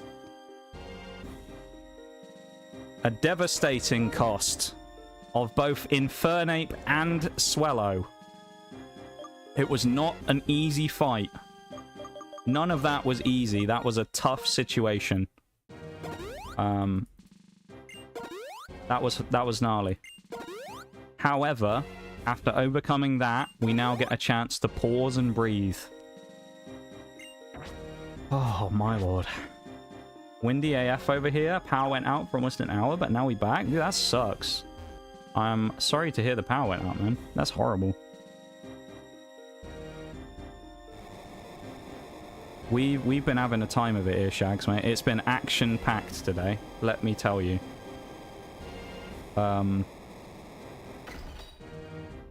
basically every fight in the Elite Four was a close call. It was crazy. We did the last, I think, 2 fights with 4 Pokemon.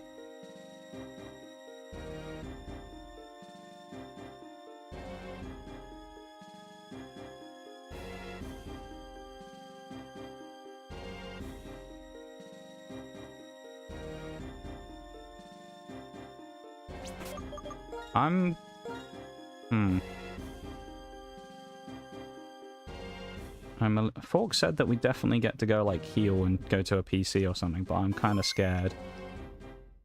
I assume it's just, like, story now. Because I'm not... It didn't give us the option to leave from the Elite Four area, so... I assume we're just going to have, like, the confrontation, and now we get to just, like, fuck off. Because he's just going to run off, right?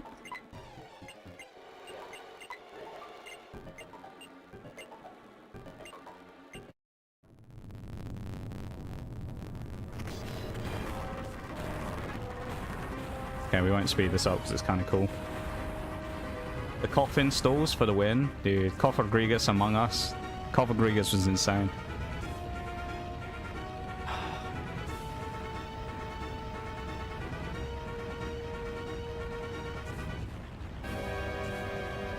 This is all well and good, Team Plasma, but have you got a Pokemon Center that I can heal on, please? I just want my PP back. I want my PP back. I want my HP back. Get pulled into End's castle. Embrace democracy, or you will be eradicated. Brilliant timing of that, by the way. Okay, so we get forced into End's castle, and then we get to TP out and heal.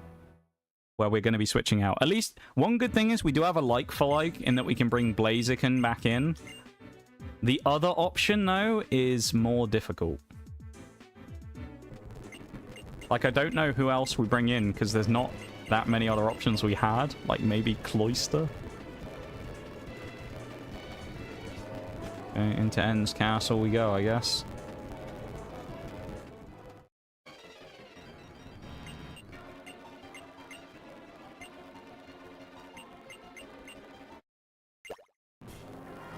Yeah! Look at him! He's a gym leaders! Yeah! Come fight them, guys! Get them! Yeah! Beat their ass! Except one's missing, of course. Silent isn't here because he sucks. Donphan, Cloyster with the heart scales. I kind of want to go Cloyster, Shell Smash, Icicle Spear, but... I'm scared that I'm going to, like, go too far and then we can't back out, you know? I know we've said, like, there's a TP and what, but I'm like, oh, what if I end up going too far? Because where is the TP? Like, are we there yet, or have we gone past it, you know? It's in one of the rooms. Okay, we'll double check everywhere, just in case. I think it's upstairs. Okay. We'll be extra careful. Like our strats from the last few things, we'll be extra careful. We'll play safe. No, I'll go crazy. Worst comes to the worst, I'll say this. If we genuinely get into a situation where we get stuck, we'll actually just drop a save, like here, and then we'll just go back. Because I think it's unfair if we get stuck being unable to do that, if we know that we can. Oh, okay. No. Oh, you have room to rest your Pokemon in. Thank you. Is there a... Is there not a PC, though? Or is this person going to let me switch? The other one.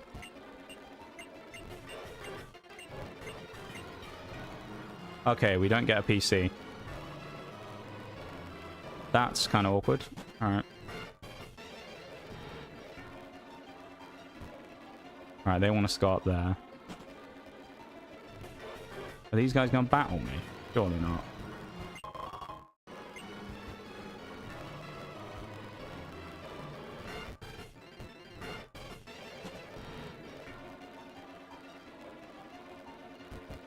I'm scared.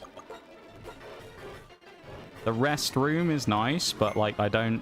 We'll save here in case. Okay, there's more rooms. A PC! The only problem is we still don't... Okay, so we'll figure out who we're going to switch in and out. Obviously, Infernape, it has to go, sadly, due to an unfortunate demise. You'll be glad to know Shags Durant died. One of the goats of the team. Swellow, honestly, is not that big of a loss. Like, I'm not that worried about Swellow. He kind of was just a placeholder in the team. If we had Sizzle, though, some of those fights would have been so much easier. Okay, Blaziken.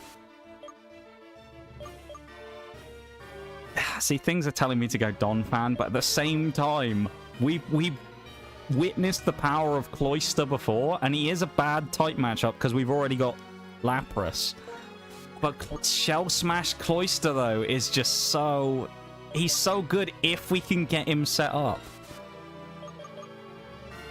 I think we can't overlook him. I think we have to bring him. He's too good not to bring.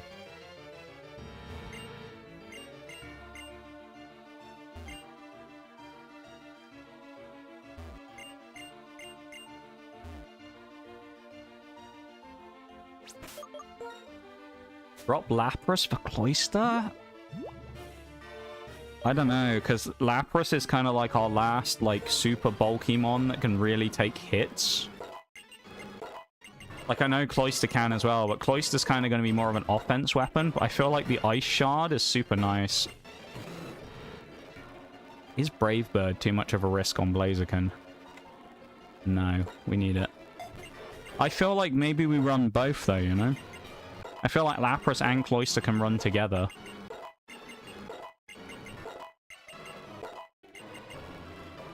Cloyster can learn Ice Shard. It can, but I feel like it's kind of not worth it because, like, Icicle Spear is just going to do more damage.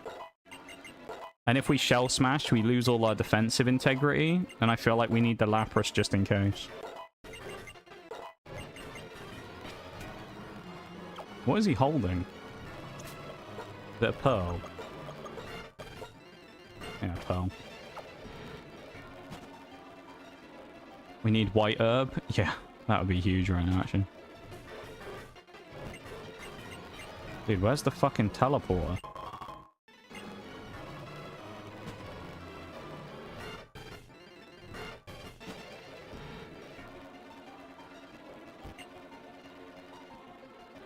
Will you go to the Pokemon League? Okay, that's the guy.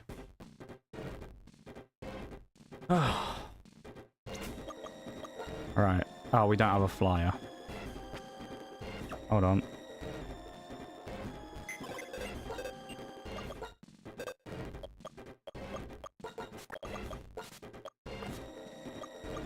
We don't want to put a champion with the corpses.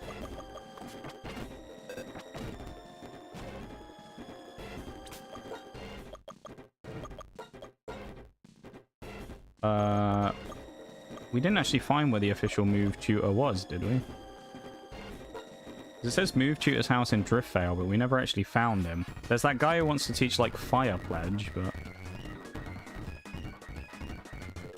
if that's all it is, then, like, I don't want that.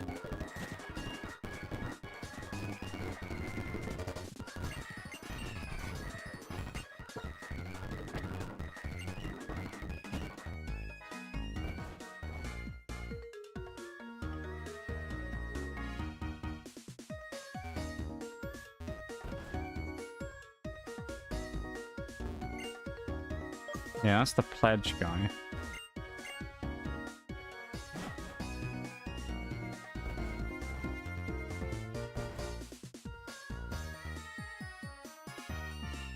Move Relearner is in... okay, North Stroughton. I guess it's a terminology thing from the fact that in the old games they called him the move tutor.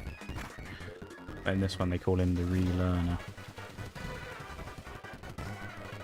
Ah, it's this house, isn't it? Move Deleter? Nah. Move Be Remembered. Here we go. Ah, that's awkward.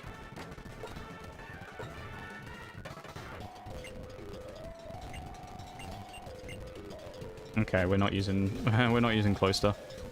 He can't get Shell Smash or Icicle Spear, I guess, because it's an egg move, and he can't relearn it or anything. So he's getting dropped. I guess it is Donphan coming in then. Actually, we don't. We'll do that switch out for now because we need to Get Donphan ready. Although we have good TMs for Donphan anyway, because we have Earthquake and stuff like that. Candy him up to 50.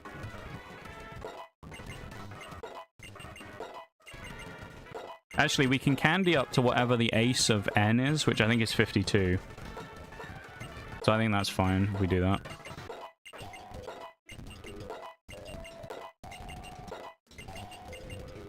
Yeah, he's learning Earthquake anyway. This is a horrible setup already.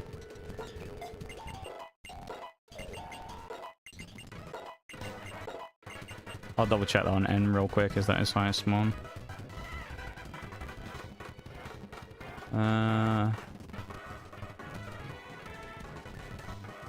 Yes, this is 54 with Hydreigon, which is an illegal Hydreigon, keep in mind. Yeah, 52. Why I leveled up Swellow, he's dead. Pump his corpse full of rare candies.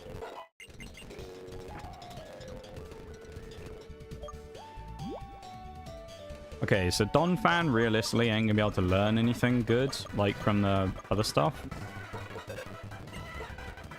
Kind of gonna be TMs probably. He won't learn any strong moves that he didn't already have.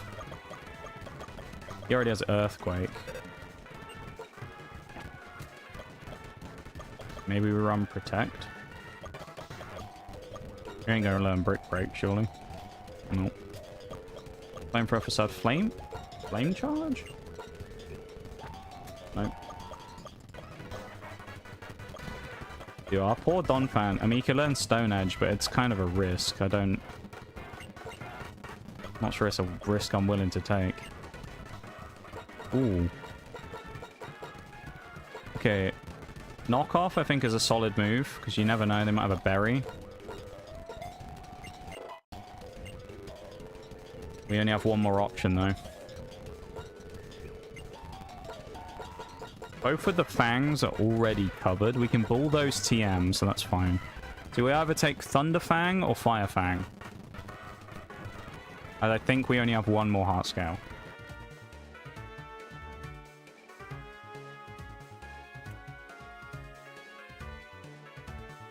Magnezone or Blaziken, basically. Which one?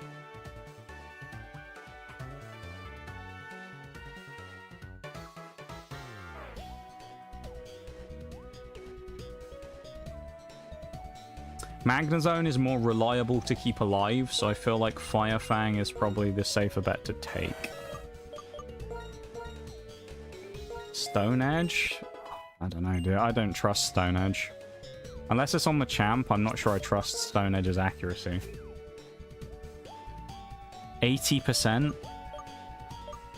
You've seen the luck in this run, right? I don't know if I trust that. Yeah, Wild Charge, is that of interest?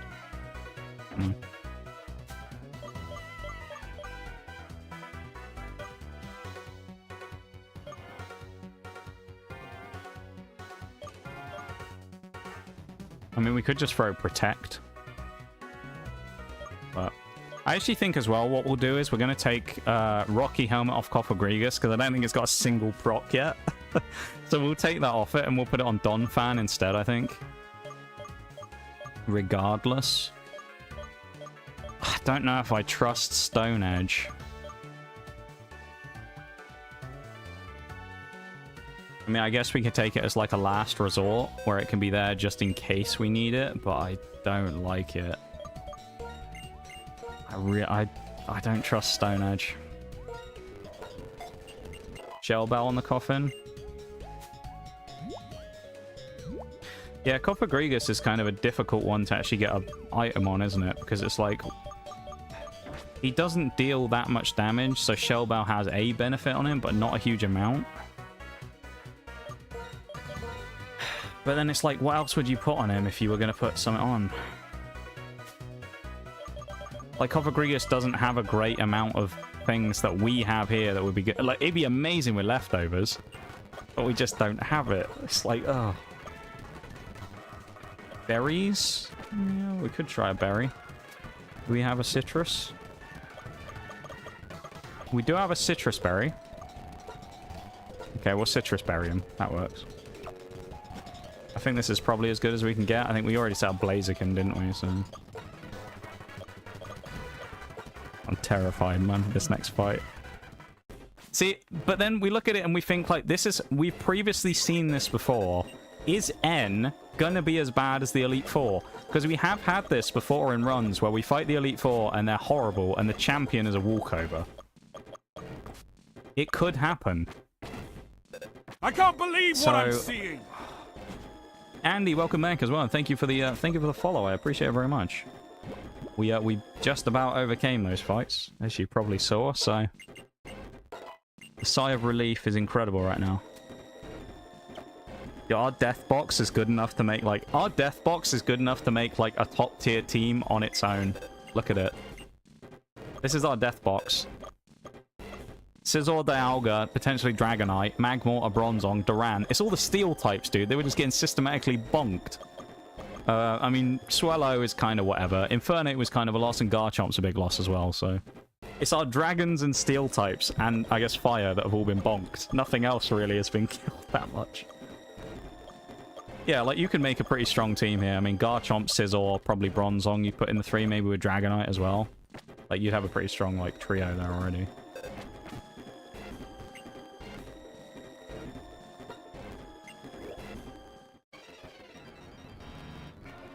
What did you do?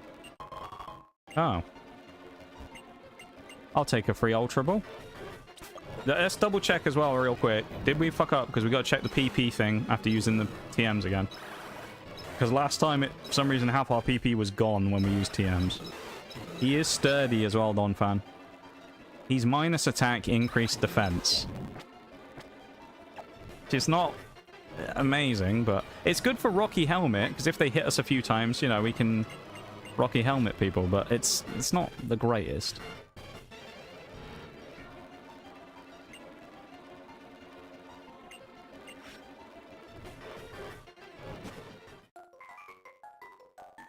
Where's N's room? A Thunderstone. Wow. How useful.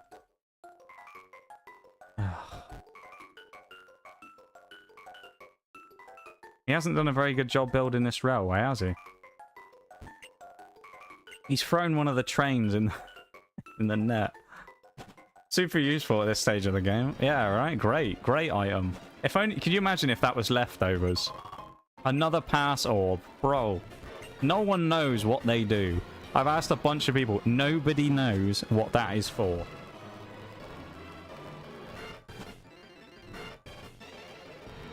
You guys gonna give me anything? You wouldn't have to have a spare leftovers, would you? Nor a focus sash? No?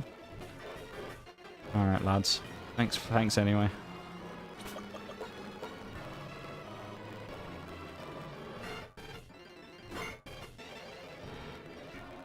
What else we got down here? Nothing. Alright. You strapped in, everybody? You ready? I'm not sure I am. I'm scared, man. Parcel's that just money for some minigame? Oh, right, okay. That must have been replaced, like, the pass orb, instead of one of the common items, like Pokeballs or something. Because we've gotten so many of them, it's unreal. I probably should have checked who was our first team member here as well. Although I think we get to walk in and then face him, so...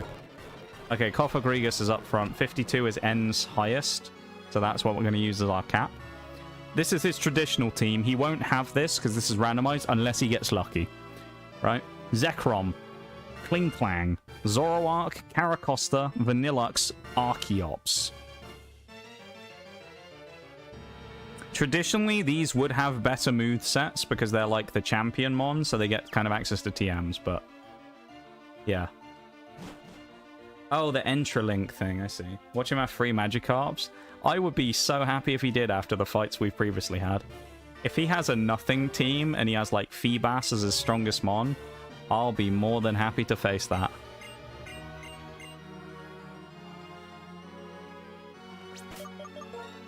Let's go and take down this nerd once and for all. Let's go nerf him.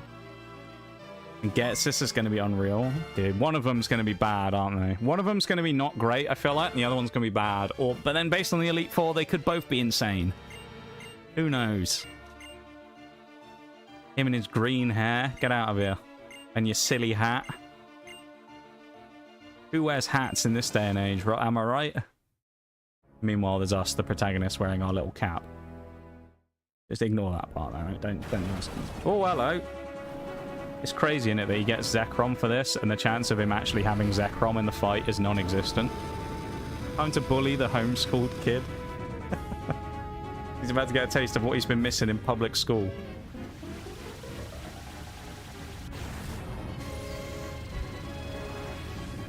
Usually for these champion fights, though, I'm terrified, and it's not that bad. Like, when we fought Lucian in Pokemon Platinum, he had 2 Garchomps bookending his team, and Cynthia, I think her strongest mon was like, I don't know, Bellossom or something.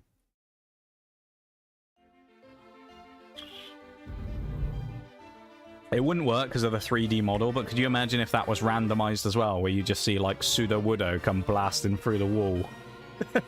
That'd be amazing. Just Sudowoodo flying through and doing his cry.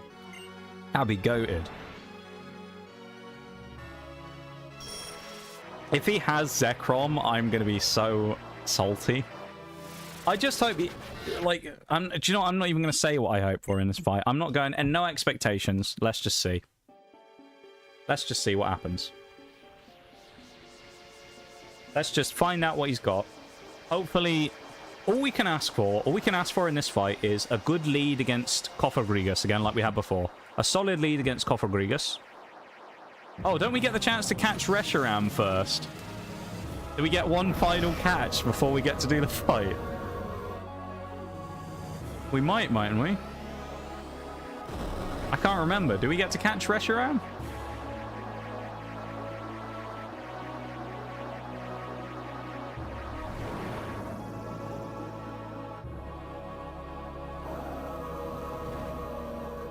Sudowoodo Sweeper. Be crazy, dude.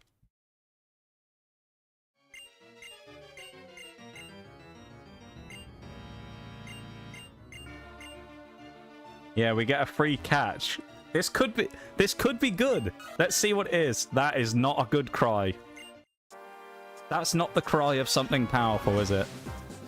That's the cry of Togepi. Now, if that was Togekiss, yeah, alright, maybe. Togepi, though, I mean, it's a legendary of our game, so we're gonna Master Ball it. You know how we do. Gotta Master Ball the box art legendary. Togepi, I mean, bruv.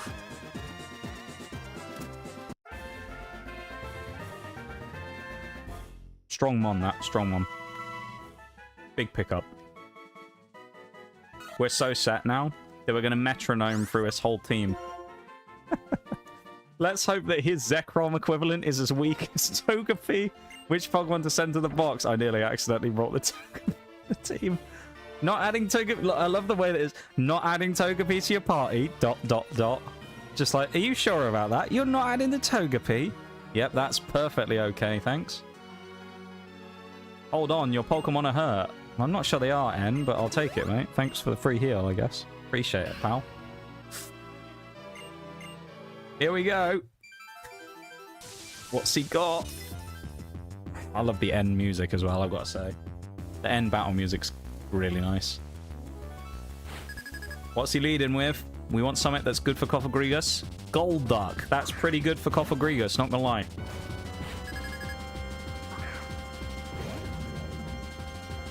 Okay, Magnezone is also a really good switch here, and as much as I'd love to sit here and fuck with him with Cofagrigus, I think the safest bet is to switch to Magnezone and blast this thing out in one turn. Because I'd love to sit here and burn him, but, like, I think we should just play it smart and just knock him out of Magnezone, honestly. Here's another question, Forks. Do we get a... that's kind of annoying. Do we get a break before the Getsis fight, or do we go straight into that as well?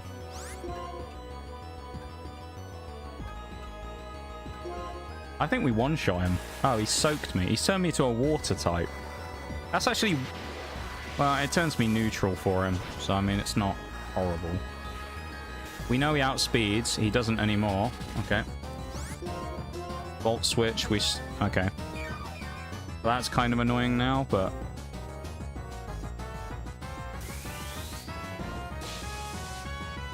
This is also level 52, so Golduck is considered his ace Pokemon.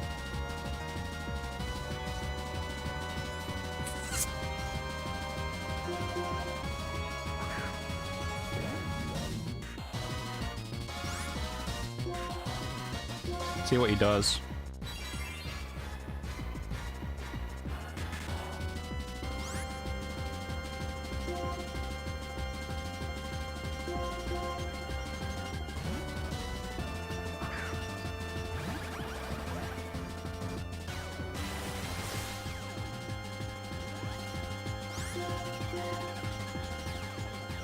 Shouldn't do a ton. We're not steel anymore, though.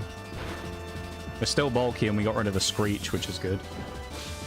Keeping Magnezone as preserved as possible could be huge, depending on what he brings out, so... We safe switch now says Cofagrigus is what you want for your front Manu. Just for basically everything, we bring Cofagrigus back in. Okay, we've just been arena trapped, probably. He could Sucker Punch me.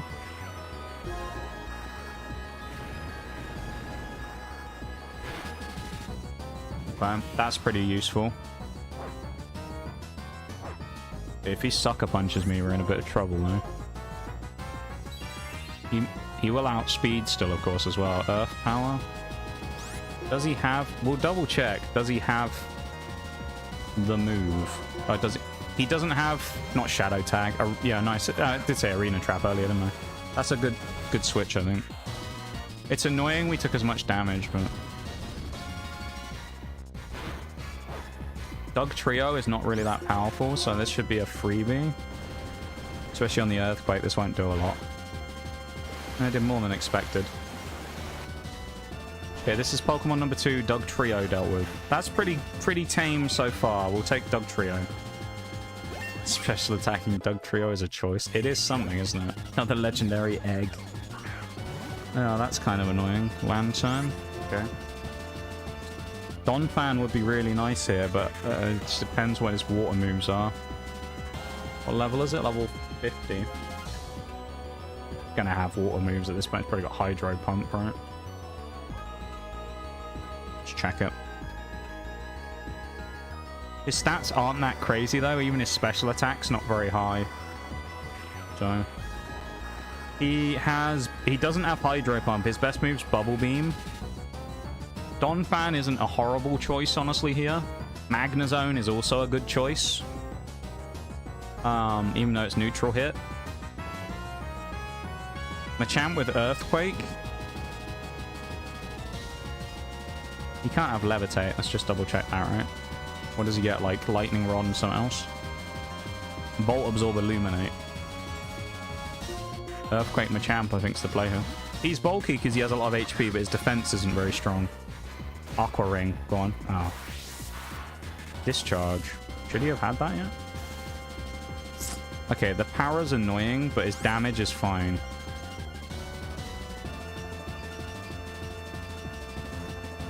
What?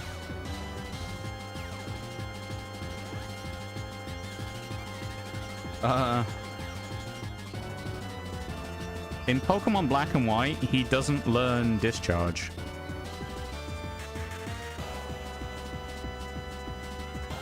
Did it come from Chinchou? Huh? He learns it on... He gets it from Chinchou. He doesn't get it on Lantern. That's weird. Lantern just doesn't learn it. Huh?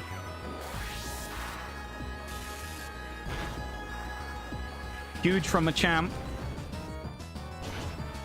I don't think he one-shots, though. Oh, he does! Machamp with a big hit. Nice. Okay, Slowbro's annoying, but this is Magnezone fodder as well. Cofagrigus is good against this thing, but this is Magnezone fodder.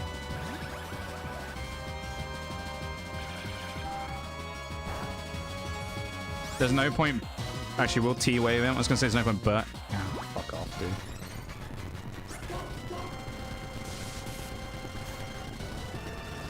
withdraw.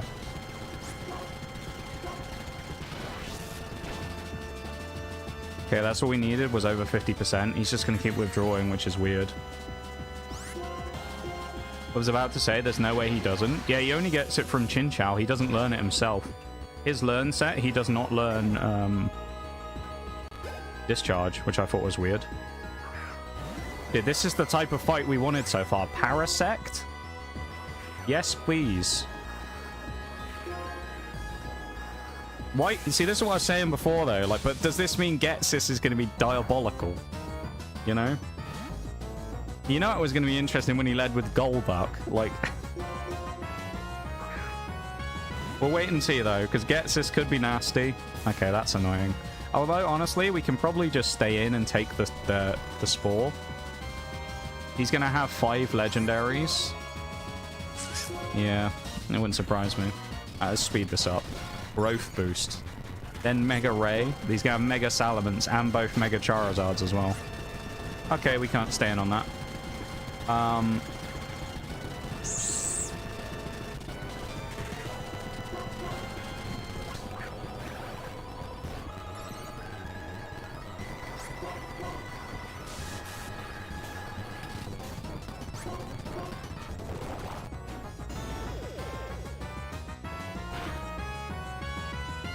Nice.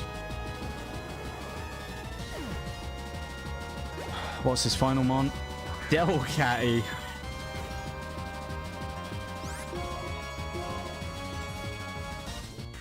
You cheeky bugger.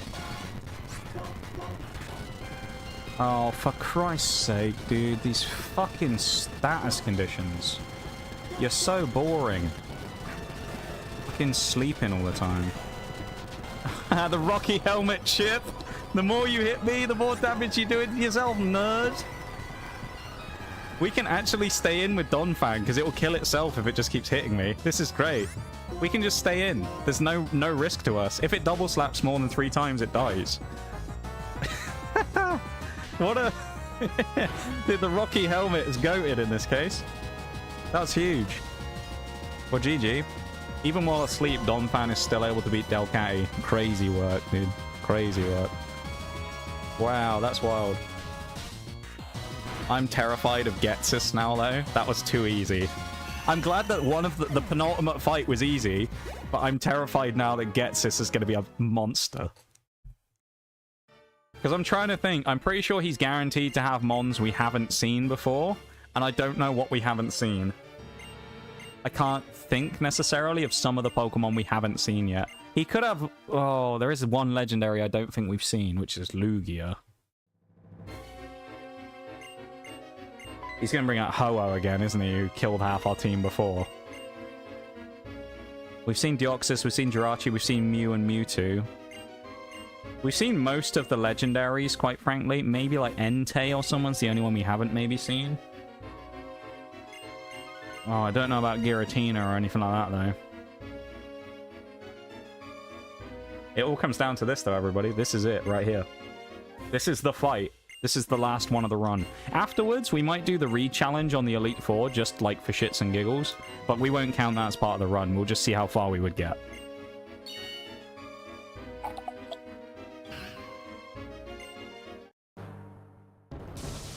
Oh, boy.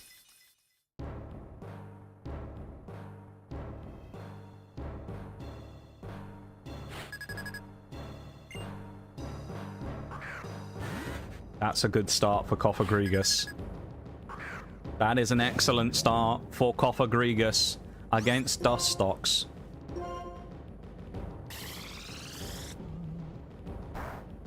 Nice. Please keep having more Pokemon like this, Getsis, you moron. Have sucky mons like Dustox for your final team. That'd be huge. It's part Psychic, of course, so...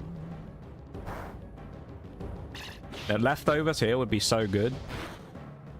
Oh, it's not part... Is it part Psychic? No, it's Poison. What am I on about?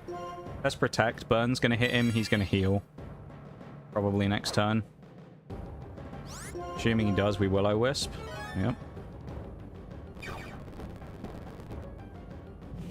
And we land it again. Round 2. Let's preserve our HP as much as possible. Let's just speed this up. This is going to be slow if we don't speed it up. Ooh, quiver dance. Okay.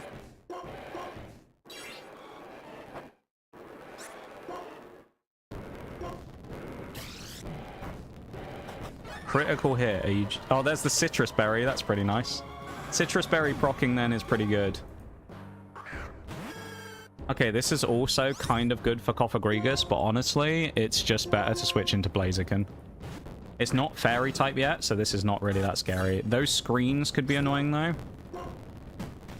Especially because we're running Flamethrower, not... How are we getting outsped by Meganium? Honestly, Hail Mary Brave Bird. The only way we knock it out in one hit next. We probably knock ourselves out, though. It's the only problem. I mean, we could break the screens, but, like... We can't outspeed him. Is there anything else obvious here that's a good option? I mean... If he Giga Drains and then we bring Lapras in or something, that's bad. Honestly, because it's the final fight, the Brave Bird suicide kill is not a terrible option. Because you never know, he might go Reflect or something and we survive. And we do have Machamp if we need it, and we have Donphan. The only thing we've been missing out on is Fire. We're going for it. No paralysis.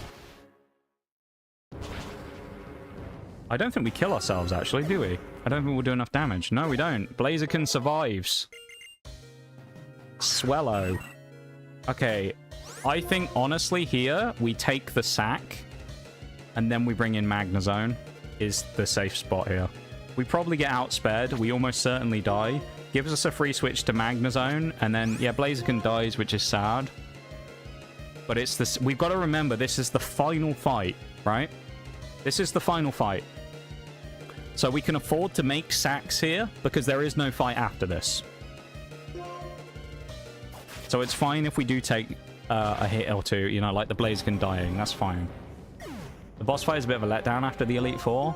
It is a bit, but at the same time, the Elite Four was so interesting, it kind of created its own, like, story. Oh, that's... Okay, Machamp is still able to... Oh, that's going to be risky, though. Bro. You motherfucker. Are you serious? Please hit him this turn, Magnezone. One shot this little pain in the anus. Come on. That's huge. Getting rid of that thing before it double teams is massive. Ooh, you're a bit of a predicament, though, aren't you, Mr. Breloom? Ooh. Do we Thunder Wave you? I think we probably should. Even if we take a hit, I think Thunder Waving him is a good shout. Oh, that's gonna hurt. We lived on 4 HP, but we're confused. Magnezone, will he land the Thunder Wave? He hits himself in confusion. Oh, that's diabolical. Okay, Cofagrigus. If we'd hit the Thunder Wave, that would have been huge, but we can cripple him with the Cofagrigus here, though. We should tank that. Okay. So, he probably Seed Bombs again, so I think we probably... Is it Cofagrigus' time to go as well? It might be, you know. Does he live something? You don't Mind Reader. Do we Hex him? He has 2 Mons left after this, and we'll have Lapras, Donphan, and Machamp. Is that enough? We have to, I think. I don't think we can afford to not. We have to just go in for damage. Oh. Oh, the burn is huge! Cofagrigus survives again! He lives to fight another day as Pidgeot comes in. He outspeeds us by miles here, but I mean, that's fine. Cofagrigus, take a bow. There's Mummy as well. Gets rid of Keen Eye, so his accuracy can be dropped. Kind of useful. Don Fan is solid here. Dude, the temptation to go Stone Edge Machamp, but I think we go Lapras and leave Don Fan and Machamp in the back. But everybody, this is going well. That's what I'll say. We don't want to jump ahead of ourselves here, but this is going pretty well. It depends what the last mon is. We need like 75% HP so that we can kill it with an Ice Shard if we needed to. That's pretty good. That's what we needed from Lapras. All we needed. Here comes the Ice Shard. It's a 3v1 against the final Pokemon, but we do not know what it would be. Normally it would be Hydreigon. In this case, it will be Crobat, which is perfect for Lapras. And it's great for Donphan as well. This is over. There's no way, unless some crazy shit happens, that Crobat clutches this out. This should be a one-shot. No, it's not. It's not quite. He's going to tease us with one more turn as Lapras goes for a naughty Ice Shard to win the fight against Getsis and take us to the promised land once more. Pokemon Black and White. Official attempt. Technically 3. Kind of attempt 2. G. Motherfucking G. Yeah, you are right though, Fox. That team was trash. That team sucked. Compared to the Elite Four. The Elite Four, every fight we could have lost. That against Getsis, mowed down. He got mowed down. There was nothing he could do. He got absolutely bent over in that fight. But I'm telling you, that's what happens though in my runs. I'm telling you, we run against the Elite Four, and the Elite Four is always such a hard challenge, and then the champion's a joke. It always seems to be the way. I don't know why, but it's almost like the game kind of rewards me, where it's like, you've gone through all the hard trainers, we'll give you an easy fight to finish. Because you kind of want like a tough one to finish it off, just from the theater of the stream, you know? So people can be like, wow, that final fight was insane. But in this case, I think we'll remember the Elite Four from this game for a while. That was a hard fight. Those 4 Elite Four members, that was tough. Were they necessarily the best teams we'd ever seen? No. But almost all of them had, like, at least the first 2 especially, had kind of a perfect counter to a lot of our team, and it forced us to really have to play hard strats. I think without Cofagrigus being able to do what it did, we were in trouble. I think without Magnezone's paralysis, we were in trouble. I think Magnezone coming in for Zeb Striker probably... I think if we ran Zeb Striker in that team, I don't think we win, because we just don't have the defense to be able to take the hits. We needed the power of Magnezone's defense to be able to tank it. Without it, we were screwed, I think. What a guy. N's such a, like, fan favorite as well. He's a cool dude.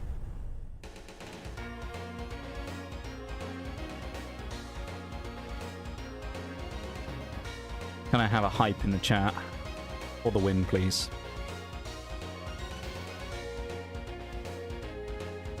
GG.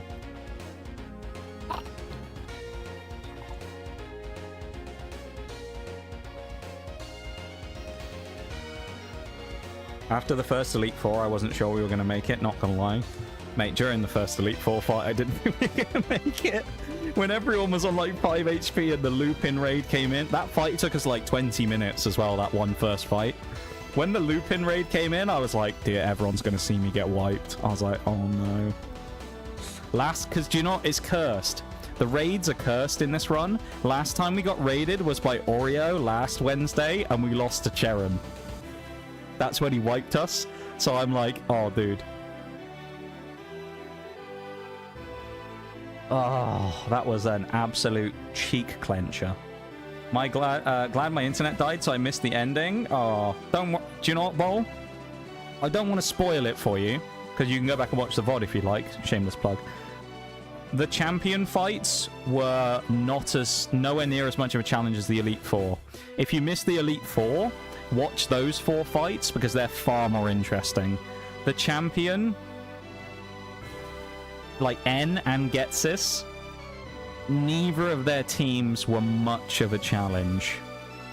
I'll put it that way. Like, one of the strongest... I'll say this. One of the strongest Pokemon on Ghetsis' team was Pidgeot. That was one of his stronger mons. Yeah, and Crobat. Crobat. I mean, you know it was going to be wild when they led with Golduck in the end fight. I played very recklessly in that final fight, and that's why we lost 3 Pokemon. But also, I mean, Magnezone got a bit unlucky because he got confused as well, whatnot. So, you know, it's like, when you're in that final fight, you can afford to play a lot more recklessly, knowing that, like, I can risk it all now. Dude, the 2 leads against Coppergregus was massive because it was non-threatening. The legend Pidgeot, yeah. Exactly. When I said that I was hoping N-Zekrom would be as strong... N-Zekrom randomizer would be about as strong as our Togepi. We weren't that far off because it was only Golduck. So, Golduck was not much of a threat.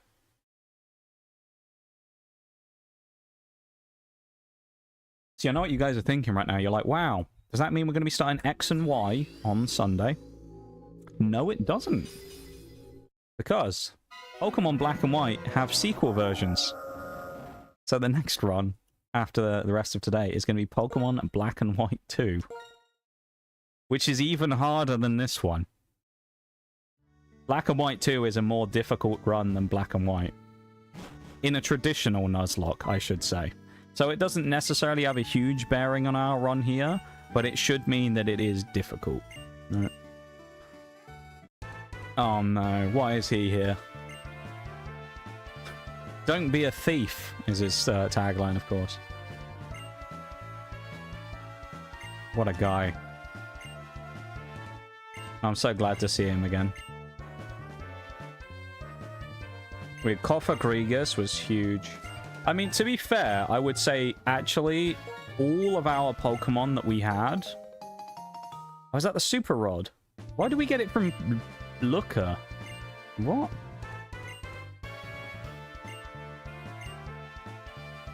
Hold on.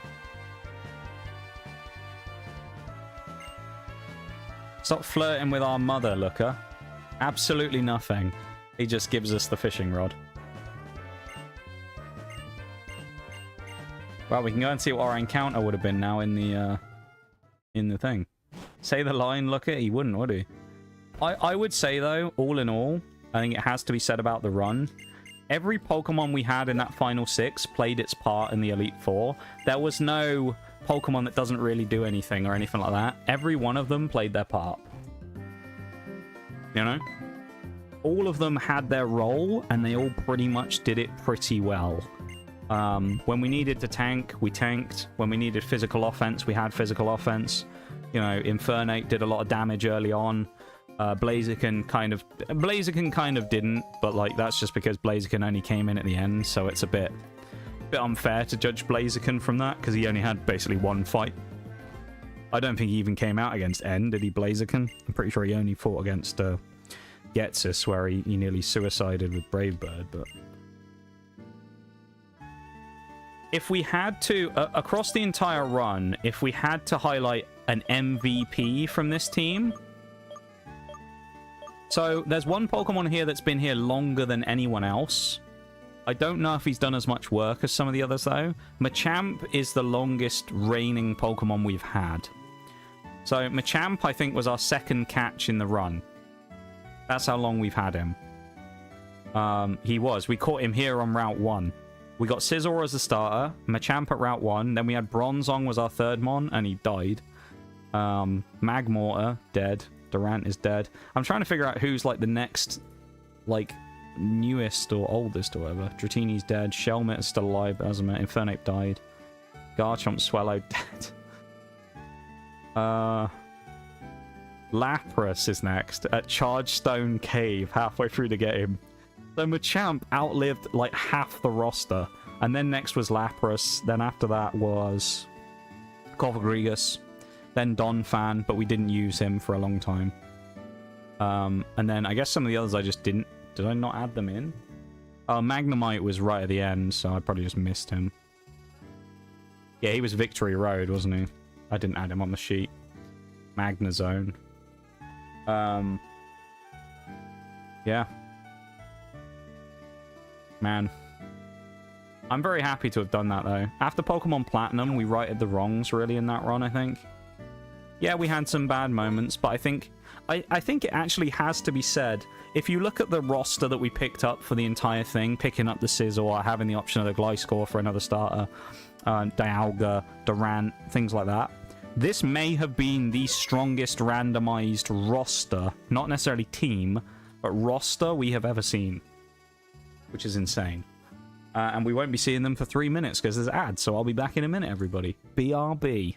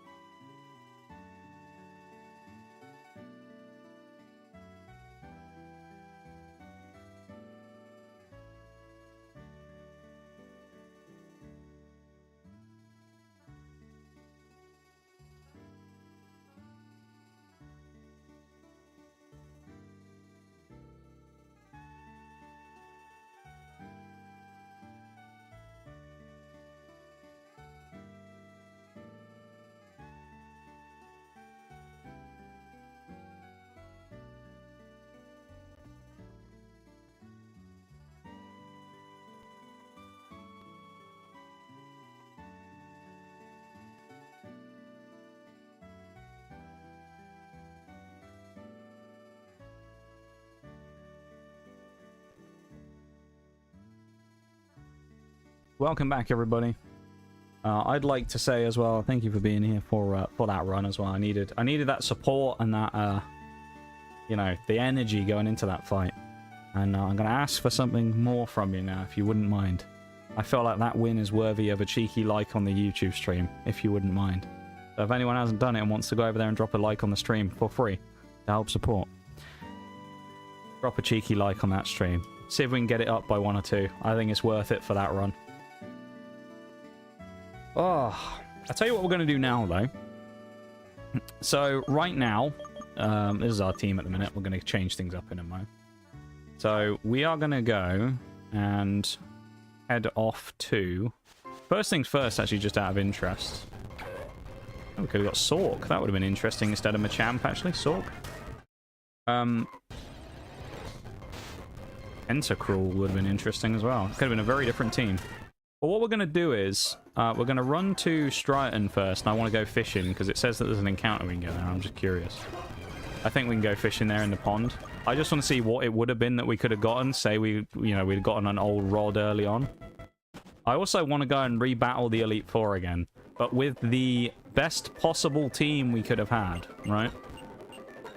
So I want to take, like, our roster now and bring in some of the dead Pokemon again and bring them back to have the strongest roster we could and see how that team would have faced against the Elite Four. Because I'm quite curious to see how they would have gone, you know?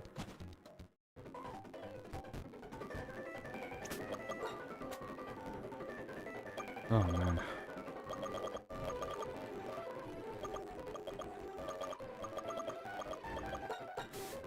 That was a tough one, though. There's bad moments in 47 resets. True. Albeit, in fairness, Pokemon Platinum's problem wasn't necessarily just itself. It was also the unlucky moments with things like the silly resets and stuff. The weird save resets. That didn't help us in that run, which kind of made it longer than it was. If you want to count, like, actual resets in this game, because you got to remember, in this game as well, what ended up happening with that is, we actually had a pretty good run for a lot of it, but there were some moments that weren't as good.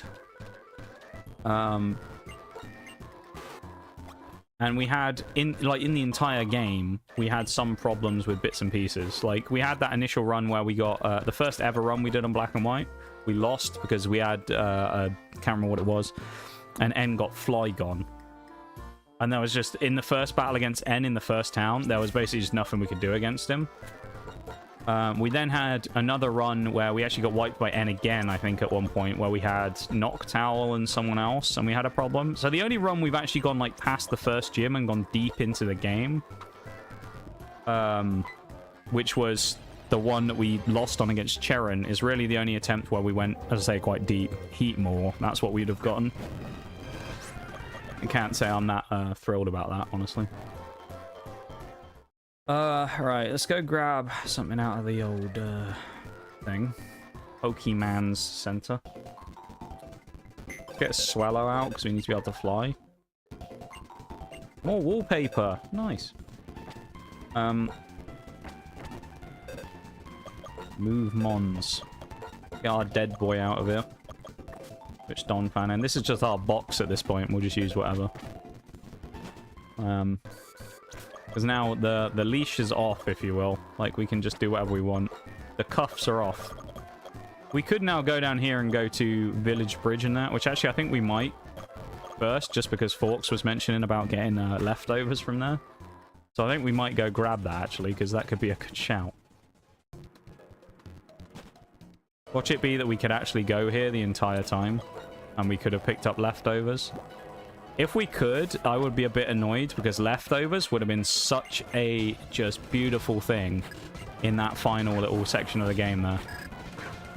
Okay, this is post-game, because they're level 65. Okay, he's just got an attack bonus. Oh my lord. Okay, well, it doesn't matter if we die now, because the Nuzlocke has effectively been removed, so now we can just play for fun, but either way, this is kind of wild. I guess we couldn't have got the leftovers, but we need it if it's not randomized.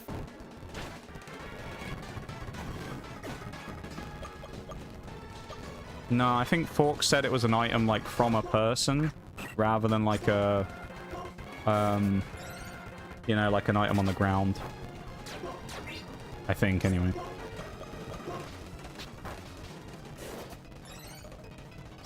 I'm glad we didn't fight this Metagross earlier. That would have been disastrous if we could have. 6,000 XP just gave us. Yeah, Forks said it was in under Village Bridge. They're not catching me out with this bullshit. Oh, it must be that ranger down there then, right? Shite. I was hoping we didn't have to fight this person.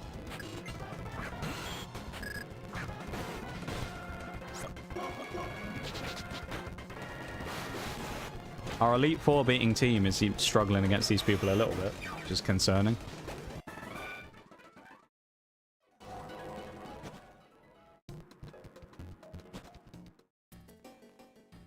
Village Bridge.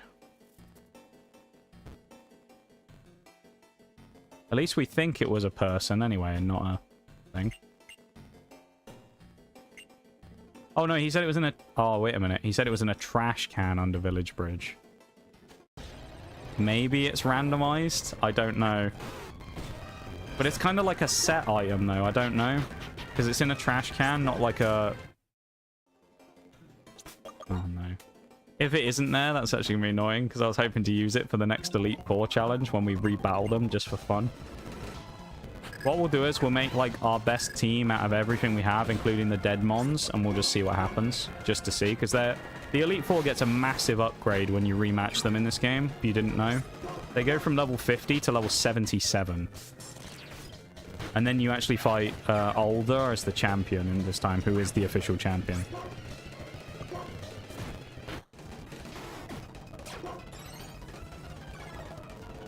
Minus speed from Moody. Okay. Pretty tidy. Oh, here's a funny thing as well that we actually forgot to do. Oh, we can hit him because of thingy. No guard. We didn't actually level up before Getsis to 54, so we actually did that 2 levels under where we could have been if we wanted to, which is kind of fun. So we actually could have been even more prepared for the Getsis fight. Thank you to whoever went over and did the like on the YouTube stream as well. I appreciate it. I'm glad one person at least found it worthy of the like for winning the run. Whoever you were, kind stranger. Thank you. You died to embargo because of embargo. No, it bulked it. I mean, it's Mandibuzz, I guess. Mandibuzz would have been an interesting pickup actually for our team as well, because it's quite a bulky Pokemon. You don't look like a... Oh, this must be the trash can. It's a relic crown. Oh, no. No leftovers for us. That's tragic.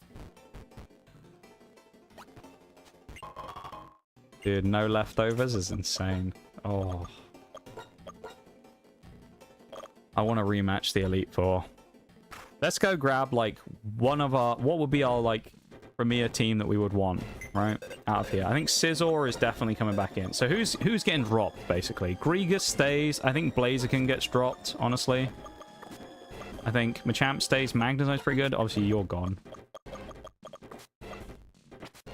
I think Scizor comes back. I kind of want Magmortar as well, because he was... I think I'm going to go Magmortar. Magmortar was good. And I think... It's hard because I want the Garchomp in there, but I also want Durant. I guess we'd have to drop Lapras for one of them. I don't... Lapras has earned its spot. Does it? Yeah, I guess it pushes out the Garchomp. Crazy. That's wild to say, but I think he pushes out the Garchomp. So then one of our strongest teams would look like this. I would say this isn't that terrible of a team. I mean, yeah, you could like make an argument for switching the Magmortar out, but we got any revives? You know, we'll just buy a few just so we can revive in case anyone dies during the things. What we'll do though is we'll treat this as if it's still a Nuzlocke, right? So we'll still treat it in the same way. So we'll try and do this as best as we can within the rules. However, if a Pokemon dies here, it's not permadead. You know, we're just playing for fun now. So yeah.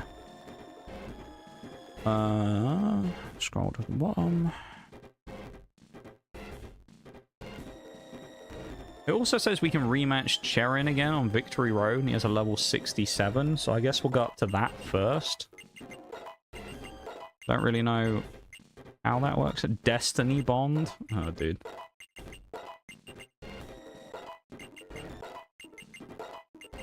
It's gonna take a while to level up Scizor, isn't it? Sheer Cold? Nope. Terrible move. It's a 30% chance to hit, it's just not worth it.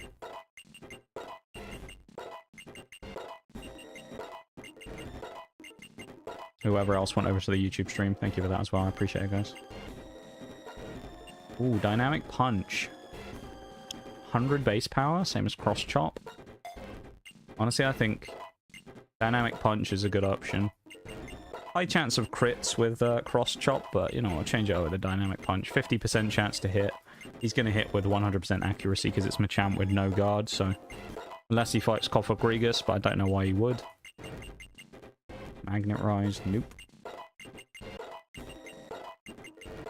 Magnezone might try and learn Thunder, I don't know, but we'll see. Gyro Ball, no. He didn't use... Actually, I think he used Flash Cannon, like, once, maybe twice in that entire Elite Four run. Zap Cannon's bad as well, I don't like that. Bad move.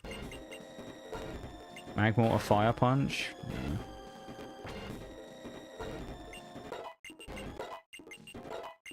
This is like my team that I would, I think, pick for this. I mean, you could make an argument for, Garchomp. You can make quite a strong argument for Garchomp, I think. But... I don't know, I feel like just, I like this team as it is. You could potentially switch the Machamp out, but, like, he's pretty... I think he deserves to be there. He survived through everything else. He deserves to be there at the end, you know, at the pinnacle. To see the top of the mountain, our boy.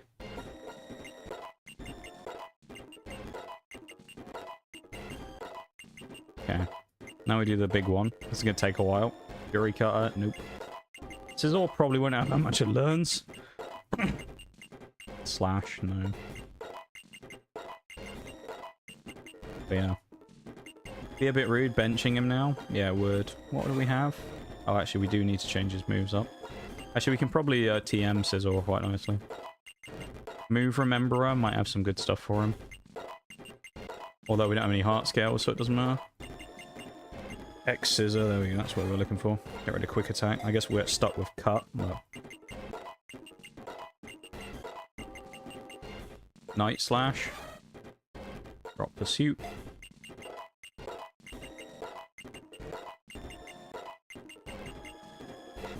Double hit, nope. Iron Head, ooh. Do we want to get rid of cut and learn Iron Head? I don't want to drop Bullet Punch. Oh, that's so disappointing.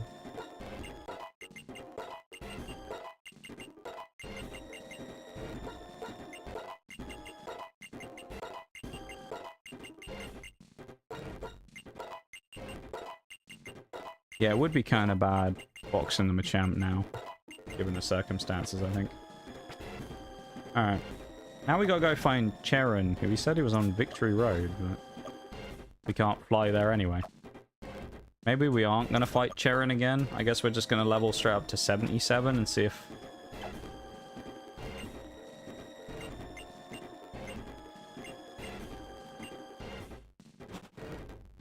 I guess we'll go straight into the Elite Four then.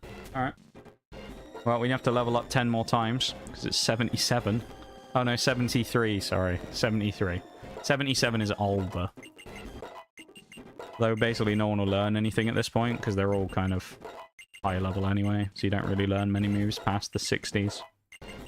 Unless it's a really niche thing, but... Actually, I should have grabbed items, I just realized, because I have some probably on the stuff I switched out. Hyper Beam, no.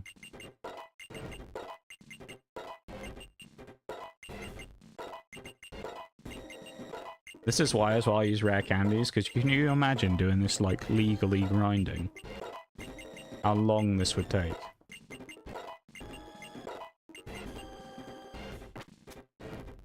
Okay.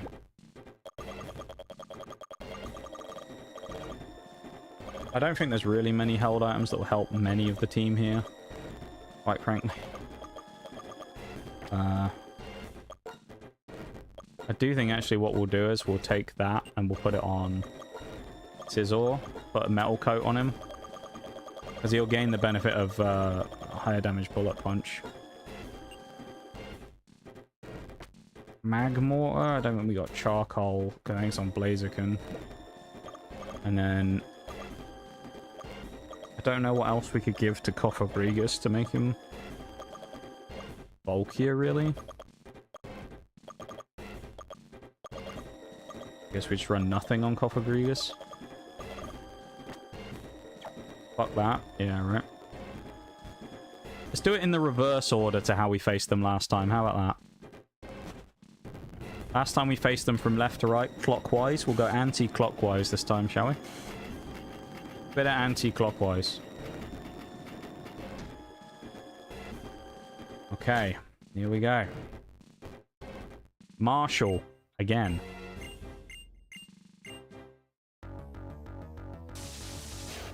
See how round 2 fares. I wonder if he's got the same team as well. That'll be curious to see.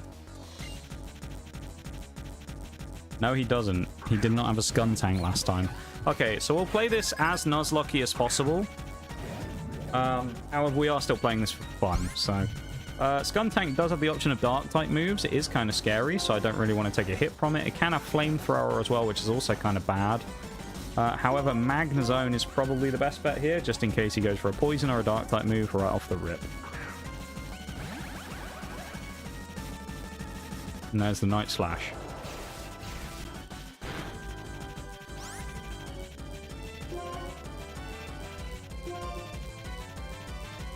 And there's the Flamethrower I said about.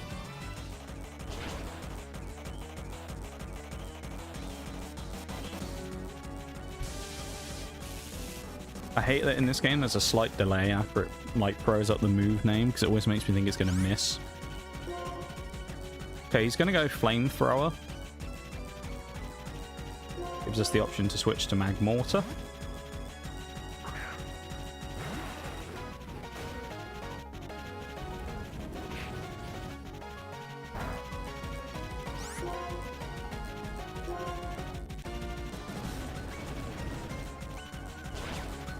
Super effective.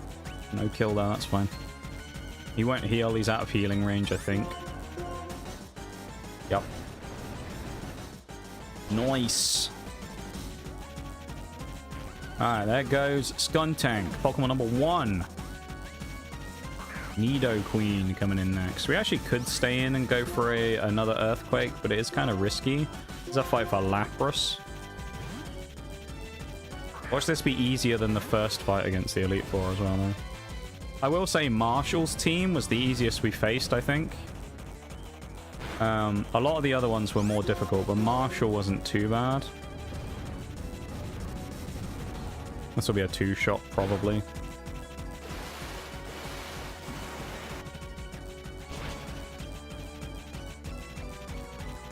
So the next time we see this game... actually, we'll do this as well. Yeah, the next time we see this game... I should have done this the other way around, actually. I just realized this is bad. I should have surfed again, then ice sharded, rather than ice sharding and then surfing. It depends how much damage this does, but it won't be enough to kill in 2 hits, probably. Yeah, that's annoying. Yeah, the next time we see this fight against Marshall, obviously we'll see him in... Oh, that's scary. Why didn't you use that before? We don't bolt that, I don't think. Oh, we do! Lapras! Okay. To finish the sentence that I've tried to finish about 4 times now before the game rudely interrupts me. When we next face this after Pokemon Black and White 2, we'll actually face the regular team that Marshall would have. So for the eventual run of the... what are we going to call it? The Generations Challenge thing, where we run through all of the games back to back. When we do that, we're going to use... Our team is going to be randomized for that. However, the opposition is going to be their normal teams to add some semblance of normality to it. Because otherwise, as well, it becomes really difficult because my team's fully randomized, the opposition's fully randomized, and it would be very, very difficult, I think, for us to get through every game back to back. And then if we lose, of course, we go back to the beginning, and it's like, it's just... I think it's just an absolute no-go if we do it with full randomization, because I just don't think we make it. So I think what we'll end up doing is we'll end up randomizing... Oh, that's an interesting strat. But we'll end up randomizing our team, and the AI's CPU Pokemon will be the normal ones they would get. So we'll have some semblance of knowing what we're dealing with. I think that would be a fair and also quite interesting situation scenario, call it what you will. There's no heal here, I don't think, so we go for the protect, and then he dies to burn, and I think that's his last mon, right? But just so everybody knows, that's kind of what we're doing with this, is we're going to have a run where they're going to be we're going to be randomized, they won't be, and then we'll go from there. Snorlax may have crunch. We go Will-O-Wisp, although we're not a ghost type anymore, are we? Oh boy.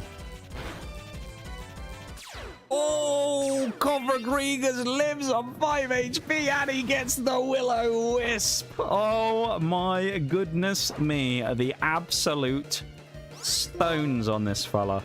Stood in front of a big old Snorlax and tanked the hit like it was nothing. It wasn't actually like it was nothing, but we'll say that for, you know, the reality, you know, we'll make it more interesting. Boom. Fair, otherwise you're gonna get through. You're never gonna get through all of them. Yeah, because I mean, you know, all you need is just one of those horrible fights like Platinum was. You know, with just fight after fight after fight being rammed full of legendaries, and it's like it just makes it impossible for us to really get consistency. Versus this, it's like if we do it where we're randomized, we still have, you know, our team that we have to work with, but we know what we're facing, so it just. What? Oh, we've been hit by Mummy. Bollocks. Alright, switch then. Our ability got changed because we hit the frickin' Snorlax who'd been mummied by Cofagrigus. So we get Mummy stuck on us as well. Now Scizor probably wins this though. Double nasty plot from Zoroark. He better hope he's outside of one-shot kill range because Scizor's going to punch him in the face after this round if he survives. This might even kill itself. And X-Scizor kills. Zoroark goes down. See, Scizor would have been useful if we'd had him. Elite Four Marshall goes down. No deaths. Clean fight. Wasn't perfect, but, you know. They rarely are, these runs. 2 in the red, 1 in the yellow. 2 that basically didn't even really have the fight. Yeah, I think it adds a level of strategic challenge. Because the thing is, because our Pokemon are still randomized in that special run that we're going to do, it doesn't mean it's easy. I think that's the important thing to remember. Because I suspect some people will think, well, that's going to be a bit easy. It won't. Because if we get a terrible randomized team, we know what we're facing. And if we have the type matchups that don't work with what we know we're going to fight, we don't have the benefit or the advantage that you might get in a randomizer of facing Pokemon very luckily that you match up well against. We'll know if we match up well against a team, and we'll also know that we won't match up well against some teams. The other interesting thing is, there are some teams who will be stronger unrandomized than randomized. People like Cynthia, for example, will have her notoriously difficult to deal with Garchomp and things like that. So it will actually create an interesting scenario where some fights will become easier, some fights will become harder, and a lot of them will stay probably at a fairly medium level difficulty. But it'll be interesting because it's more the longevity of how long, you know, how many games can we beat in a row, rather than like, can we do all of them on maximum difficulty? You know, I'm not the best player in the world, I don't claim to be, so I'm not going to sit here and go like for the hardest possible run ever, because it's like, I'd just rather not do that. You know? I'd rather try and have some fun with it. Which I know is crazy. That's a crazy statement to make, that I'd like to have fun while doing it as well, but yeah. This is a Scizor fight, I think, really. I need Leaf Stormed though. Let's go Magmortar. Why not? Little Magmortar. That's already minus special attack, so that's not going to do a lot of damage. That's -4 special attack now on that thing. So we spew flames in his face. Magmortar with another one. What we should have done, actually, I know it's kind of preserved. Ooh, Crocodile. It's kind of preserved via the, what's it called? The YouTube VODs. But it would have been nice, actually, if we'd screenshotted the final teams of every run as they were, just to kind of, like, see, you know? And have, like, a representation somewhere of, like, this is what the team did. This is really tight on this as well. I don't know if we live this. This is going to be a damage roll. Alright, Machamp went down. Probably should have just switched, honestly. Probably Scizor is a better option here than Machamp anyway, but oh well. See, Machamp survived the actual run. In the fun run, he went down. Scizor got outsped as well by Crocodile, which is kind of crazy. He's also in damage range, like of a damage roll. We have to hope the Bullet Punch knocks out here. I think it may do. Okay, that's fine. Actually, it's not. It's the same thing as before. If we'd priorityed the other way around, we'd have been fine. I should have predicted the heal. Because Bullet Punch hit him like a truck. Now we have to survive a hit on the Earthquake to take the X-Scissor on again. Okay, we do. We're fine. Sweet. Crocodile is probably the most dangerous of the team, I would guess. Simisear. Right. Lapras, we need you, my boy.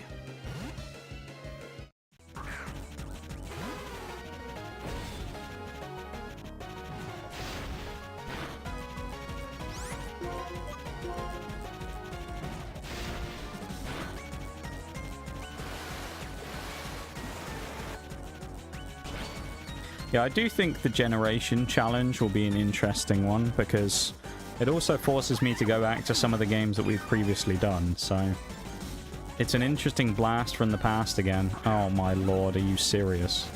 Wobbuffet in the Elite Four is crazy. No way.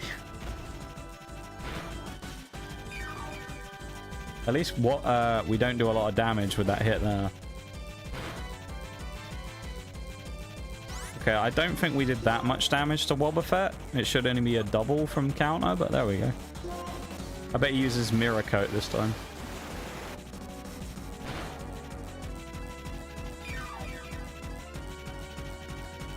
Right, you went counter.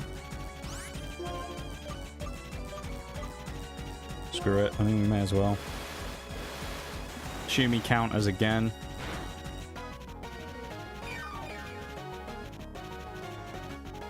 Nice, we get the Wobbuffet out of there pretty easily.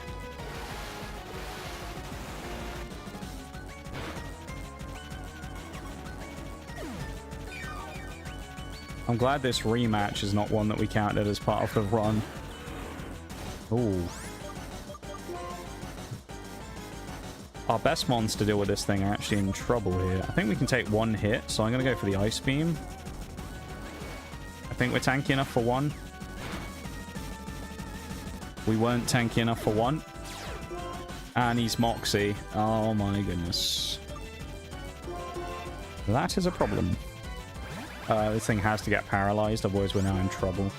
I mean, we're already in trouble, quite frankly, but Moxie Salamence is terrifying.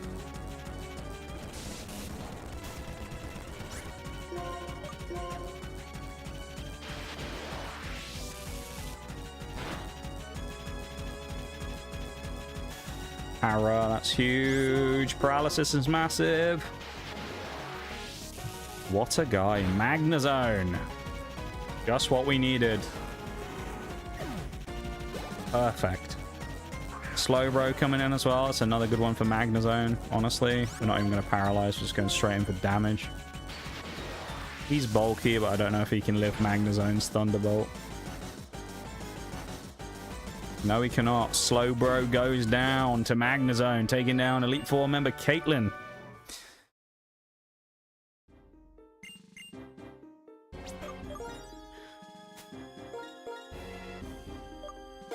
Do I heal the other two, though? That's the question. Do I revive them? I mean, we are just playing for fun now. It's more of just like a, can we beat it? We aren't necessarily trying to do it again, like Nuzlocke rules, while we're doing kind of Nuzlocke light. So, you know, fuck it, I'm just going to res them. I want them to have a chance to fight in the final fights. These two are like the OG survivors. I mean, they deserve to go again, quite frankly. I think. We did what we set out to achieve. We won, you know, in the hardcore Nuzlocke randomizer rule set. Now we can have our fun. I think that's a fair assessment of things. Bucket runs done. Yeah, exactly. We don't have to play seriously now. We can take the risks and kind of meme about, because that's, you know, at the end of the day, it's got to be about having fun, isn't it? Some of these runs suck and they're really difficult, but you got to try and have some fun here and there. Oh, nice. I'm glad that repel wore off. Right, Grimsley. Again, not Mr. Grimsley. Maybe this is why we haven't seen him today. Maybe he's here in the gym or in the Elite Four.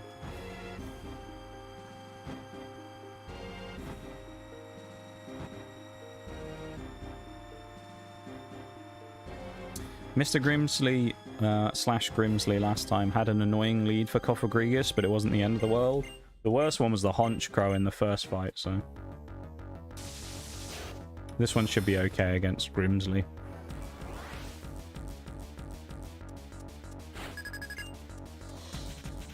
Oh, that's so good for a lead. Corsola, that's such a shit mon. Kofagrigus. The Coffin of Despair. I don't really think Corsola's much of a generally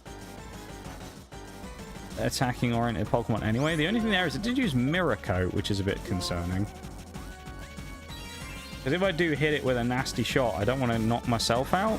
So we might have to juggle burning it and just watching it die, or I just switch to a physical attacker and blow it away. E for the hype in... the hype button or whatever it is in YouTube. Thank you, guys. I think Magnezone wins this, actually, doesn't he?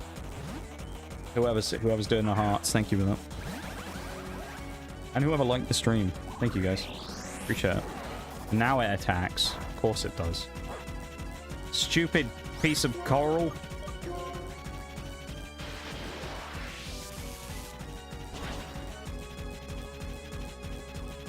What a pain in the ass, man. Ooh, this is a good one for us to stay in on. Although it does have access to Aura Sphere, so... And it will use it. Will it hit us with a crit?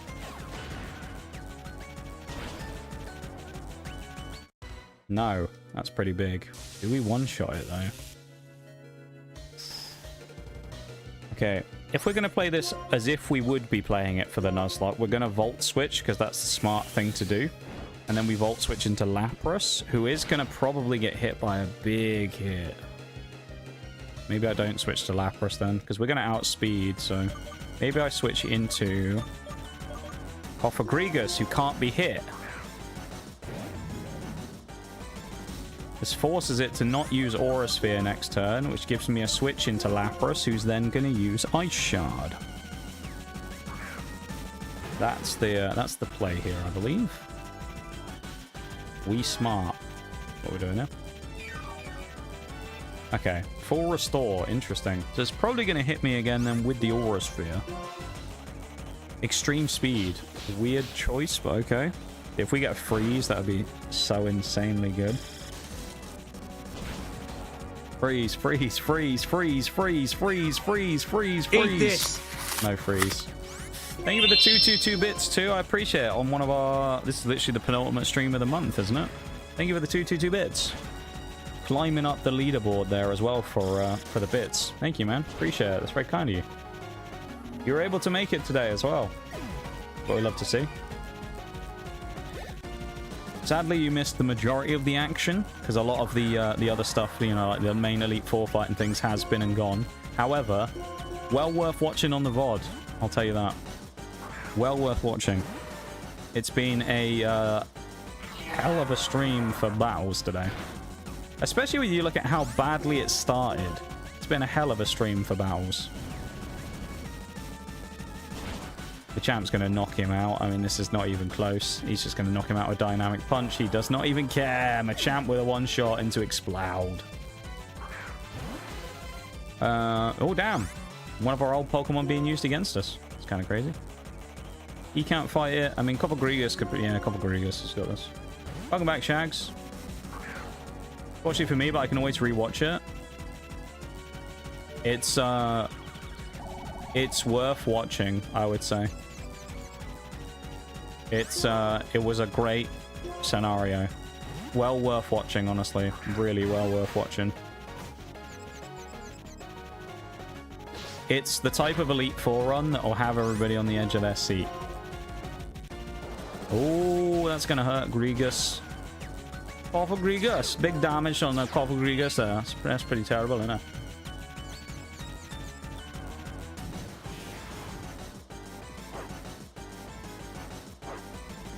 Okay, we're going to protect. We shouldn't have done that because we were confused.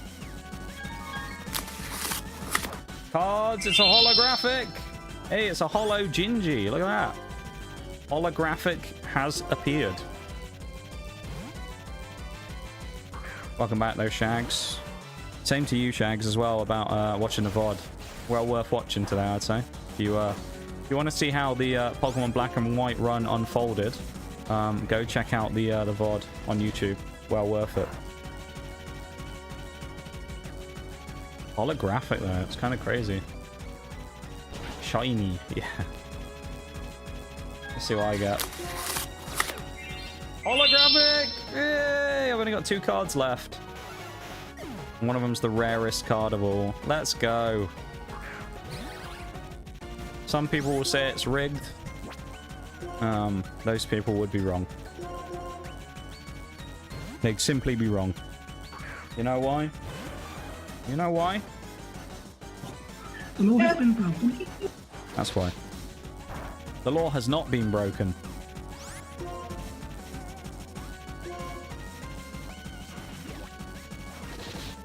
Have been known to hit the YouTube VODs. Well, I appreciate that, Shags. I'm glad that you do. At the end of it, it's what they're there for at the end of the day, right? I'm glad someone watches them. Oh, Rosa Ray goes down to Scizor with a critical hit with X Scissor, taking out the next Elite Four member. Not quite. Never mind. We've got Starmie coming back in, who is not going to live against Scizor.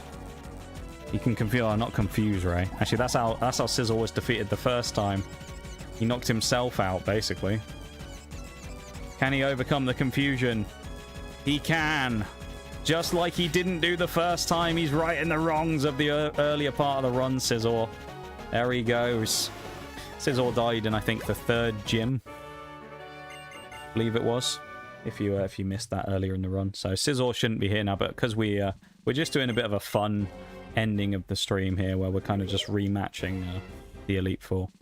Slight spoiler there, but you probably gathered that we were doing that, considering I mentioned that all the Elite Four and stuff was already done, but we're fighting them at level 70. You probably would have assumed that we'd beaten them, but there you go. The rarest has still not been seen. It has not. The rarest card, a regular version of it, has been pulled once. The holo version has never been pulled. That's the... Them's is the stats on it. It's got a 0.25% pull rate.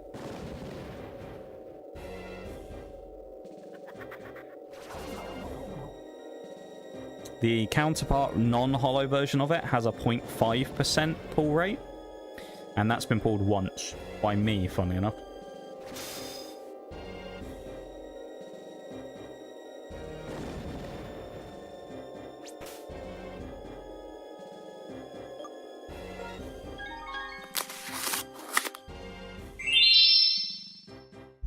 Crazy. Ball going for a pull right there. Unfortunately, not quite the card he was looking for.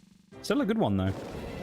All of the artwork in here is great. So, I mean, no one can complain about the artwork in there. Some good quality stuff. Whatever card you get, it's going to be good. You know that much.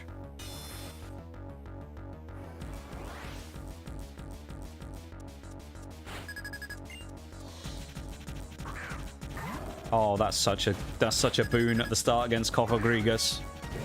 I mean, he might flash cannon me, but... Or Dragon Pulse, but we can Will-O-Wisp him. He'll still hit us with a special move, but, you know, it is what it is. Critical hit. Of course he gets a critical hit, doesn't he? Of course he gets a bloody critical hit. Burn. We protect. And for Dragon Pulse again. Dragon Pulse is not going to have its power drop down. It did double damage. He did 106, meaning it would be about 50 damage normally. So we're going to go for a Hex because we should be able to live one. Yep, there you go.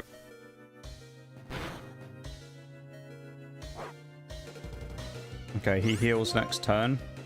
Means we could get a free switch or we burn it again. Honestly, I think I'd rather take the free switch into Machamp, who's going to one-shot him with Dynamic Punch next turn. Just keep that in mind. As the full restore, he is now powerless to stop us because we have 4 arms. He only has 2. And Machamp, the absolute Chad, is going to knock him out. This furry is about to get sent to the Shadow Realm. The furry bait Pokemon. And he's even decreased his own defense. So, good night, Lucario. We've dispatched of the furry. Pelipper. That's a perfect mon for one of our mons, isn't it? Magnezone. GG easy. For the hydrate too. I've actually been drinking when people haven't been doing hydrates today because I've just been thirsty, so I actually just had a drink, but I'll have another one anyway. Why not?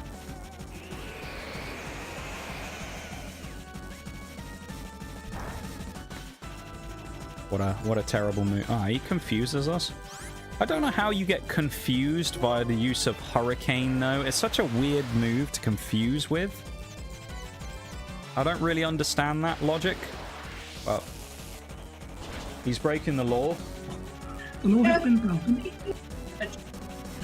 Here comes the Sapina! Sapina inbound. And the Fun Police are after us as well. All of them are out. They're out to get us right now. They've all converged just to get us.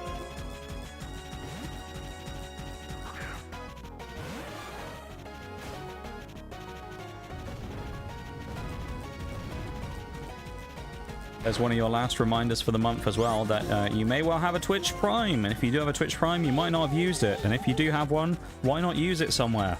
Normally, I would say something like, well, you should use it wherever. Don't normally use it here. No, you should use it here. Why not? Use your Prime here. If you enjoy the stream, use your Prime here. Why the hell not? Okay, he's just giving us our attack back again. I think. Either the YT shags as well. Also, yeah, I guess if you want to go over and drop a like on the YouTube stream, go over there and do that as well. Help out support for free if you want to. Oh, he's stolen my Magnezone. That's a bit cheeky, isn't it? That's not on. He's nicked me Pokemon. But yeah, if you would like to go and help out and support on the YouTube, I would very much appreciate it. He lands the Zap Cannon. That's crazy. It's like a 50-50, I think. Oh my lord, are you serious? Wow.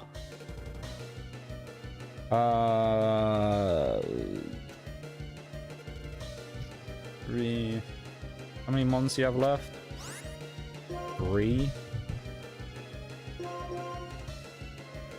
Magnezone, I guess. He lands 2 Zap Cannons in a row. Are you joking me? And he... Alright, buddy. Oh, and we have parried and he missed. Great. He lands 3 out of 4 Zap Cannons.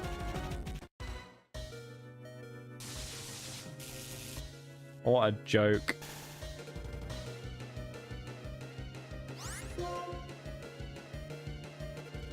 We have to bank on the fact he misses, and then Machamp can hit him with Earthquake. Or he gets parried. Naturally, he hits Zap Cannon again. What the... I need to double check this, make sure I got this right, but... Zap Cannon has a terrible accuracy, if I'm correct. It's a 50-50 chance to hit. And he hit 4 out of 5. Yikes. Yikes, dude. 4 out of 5 hits on a 50-50. Mmm, tasty. Don't you just love it? Well, at least he should have run out by now.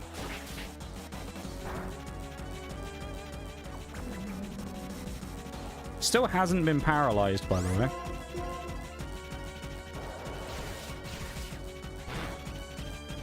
That did nothing either. Jeez, man.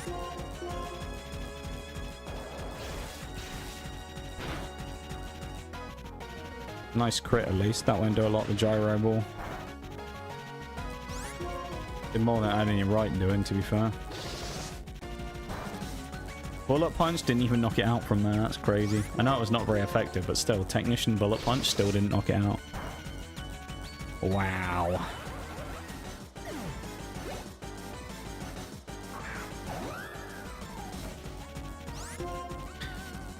This is kind of free. Yeah, Mr. Hurricane, GG. That's dead to one hit. There's no way it lives another. Even if it does, it gets bullet punched. Goodbye. The sweeper has gone sweeping. He didn't even need Swords Dance to get going. Once he revved up, Scizor was going places. Honestly, I might even stand against the Kangaskhan as well. Endure's fine. We weren't going to one-shot him anyway, probably. Okay. Do this. Believe you can do this.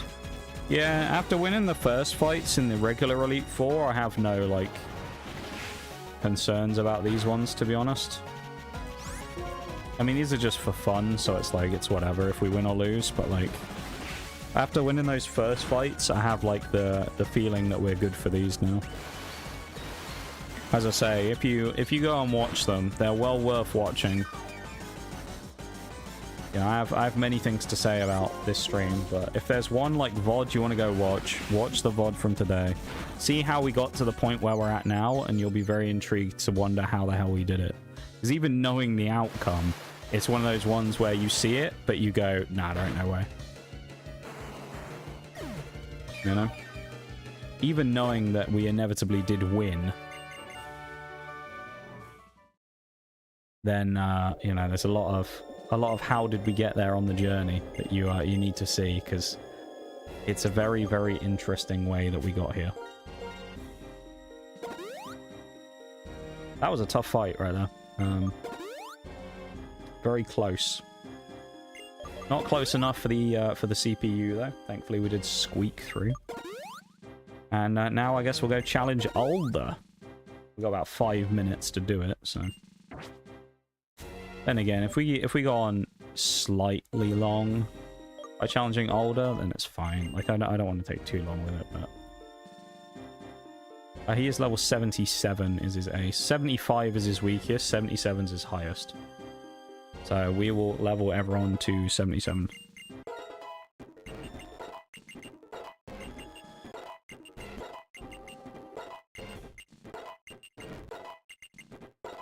We also need to, on the champ, give him some dynamic punch PP back.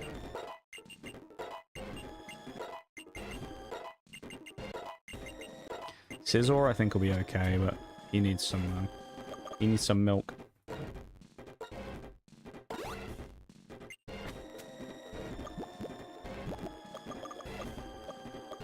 Elixir. That's what we want. Nah, that's good enough. Magmortar, I don't need it. It'll be fine. Okay. Alder. What do you reckon against Alder, everybody? You think I beat him?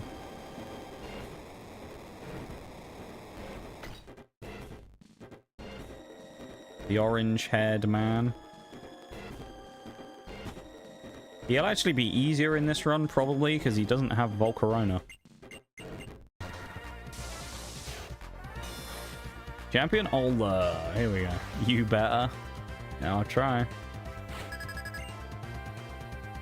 Ditto. That's kind of annoying. He's going to steal my Copper Grigus. Okay.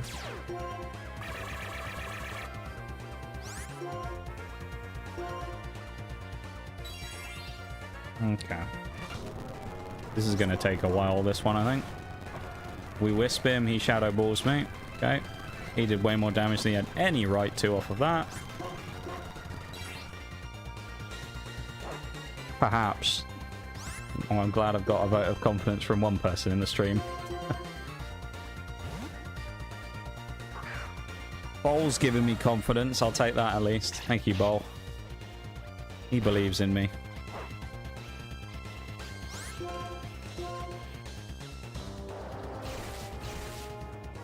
This actually could be the most annoying thing to... That didn't do enough damage to knock out. Really? And he burns me? Oh, you son of a bitch.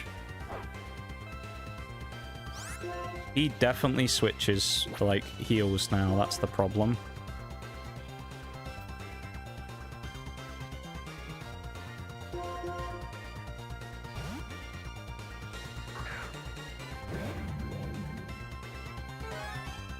As expected.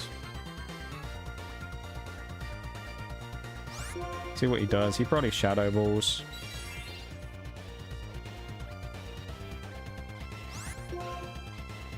Fuck it, why not?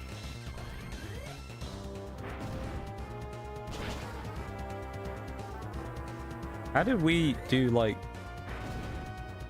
I guess it was about the same. Damn.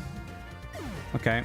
The Scizor burn is really bad because of he's now lacking damage, but and his loss of Magmor's gonna he'll lose Flame Body, but that's fine. Go for Feint Attack. More of a threat, but fuck it, I got you.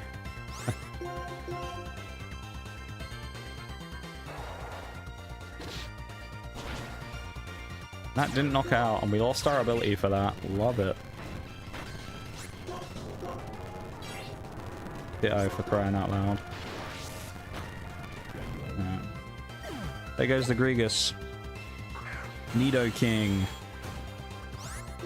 versus Lapras. That's a fight for us here.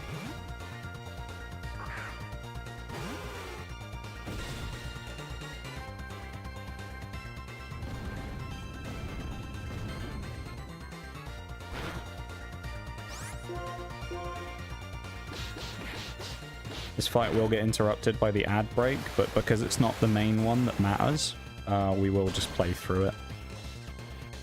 Just so everybody knows, right?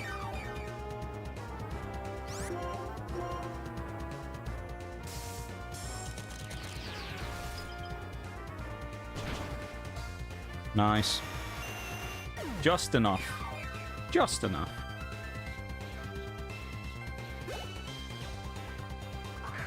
Cherum. Okay, this is kind of scary to stay in against, but we can also Ice Beam it, but then Magmortar is a... Go Magmortar. It might use Sunny Day on turn 1 and actually boost us as well, which would be nice.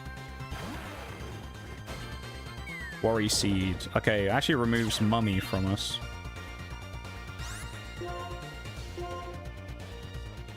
Insomnia is actually kind of good because it means we can't be slept anymore. Although, of course, it means we couldn't use Rest if we were looking to use that as a strat, but we aren't, so... There goes Magmortar. That's 2 down, right? Grumpig. Oh, boy. Haven't we had a few scuffles with Grumpig? Actually, it's 3 down. But we've had a few scuffles with Grumpig. This is going to hurt because it's Power Gem. It's a Rock-type move. It's super effective. Magmortar lives. It's a feint. It's not going to do a huge amount of damage, is it? Okay, not quite half. Magmortar could switch. We could switch into Scizor and go for basically a sack here. I think that's what we'll do. Because Magmortar might be useful later in the fight. Burn Scizor is just not that useful. He also has better matchups against Grumpig's typings anyway. If he gets lucky and gets a crit, it probably mitigates the loss of his attack as well.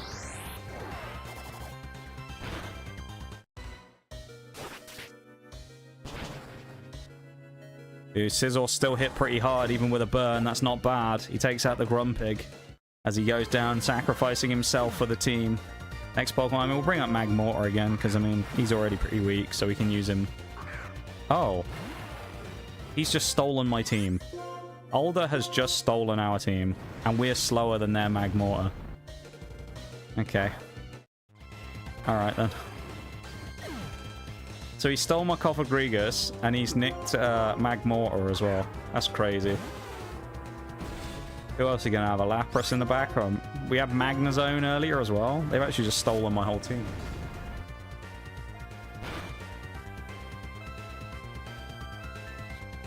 Probably need a one-shot. I mean, Magmortar's powerful, but he's not that bulky, so... This could well one-shot. Ooh, it doesn't. That does leave us in a bit of a predicament. There's only one Mon left, though, so honestly... I was banking on the fact he missed on the Fire Blast. That's okay. Alright, we have to use Machamp purely just because Magnezone just gets one-shotted. So, oh, he can't move. He can't move this turn because he used Thingy. Earthquake comes in, knocks out the Magnezone. I could have brought in Magnezone in as well. What's his last Mon going to be? Is it going to be something good? There's the break as well, right before the last Mon comes in. It's Frostlass, which is a ghost type. However, Mr. Machamp has Stone Edge. And this thing will not survive unless one condition happens. A freeze. And it does not. Frostlass will go down to this. There's no way it tanks a hit from Machamp's Stone Edge. And it goes down. It's not quite as impressive as the last one, of course, because of the nature of the way it went. But that's a double win today. Both champions defeated. N gets this. And then we defeated Alder as well. Albeit in a slightly more fun battle, but... GG.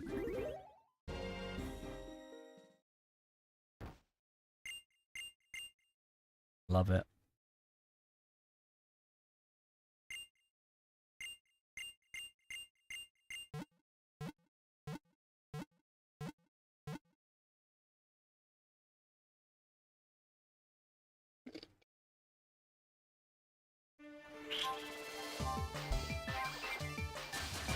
Cofagrigus, level 77.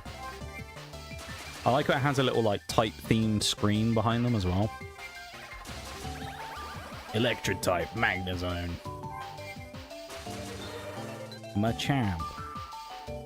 Machamp double Hall of Famer now. Same with Magnezone, same with Cofagrigus and Lapras.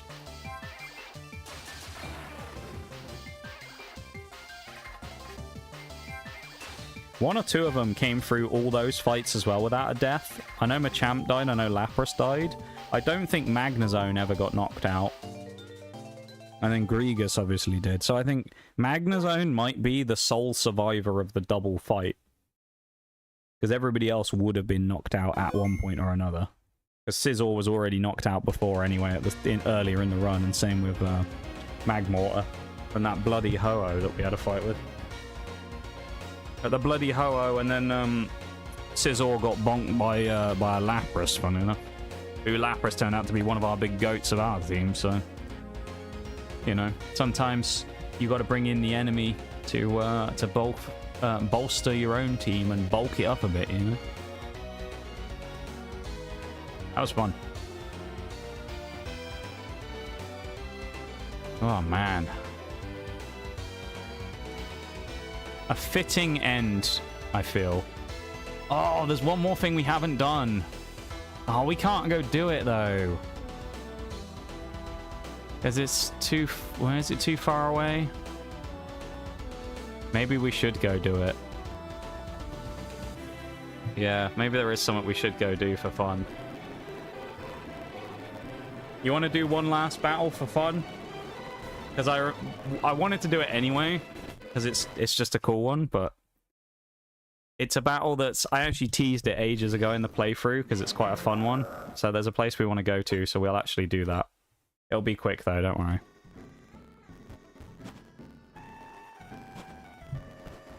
Except we can't fly, can we? Because we don't have bloody thingy. Grigus got killed, Sag. Yeah, he died in the fight against the champion, though, Shag, so it was pretty sick. A pretty sick run for him. Let's Swallow. We need you, because we need to fly. Do it? Alright, I'll do one more. I've got something to do a little bit after stream, though, so I don't want to keep the person I'm doing it with waiting. I'm playing some stuff with Chili today. Okay.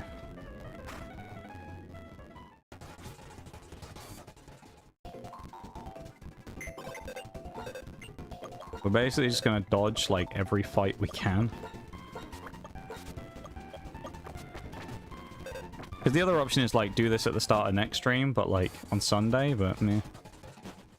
It's just one fight, so I don't really want to do that. Just, man, we surfed around this person before, didn't we? Bloody thing.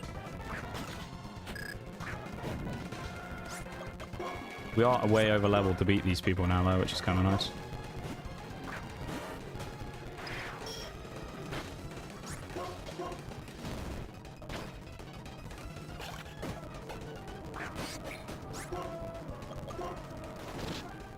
Damn, he outsped me.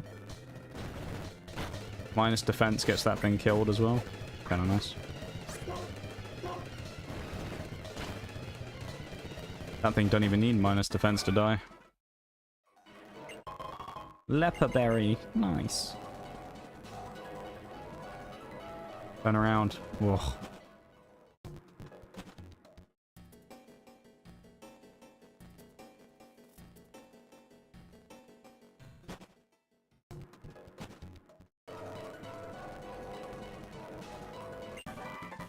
TM Rock Tomb. Nice. Grab a repel as well while we're at it. Just so we can run away from the wild encounters. We don't want them really.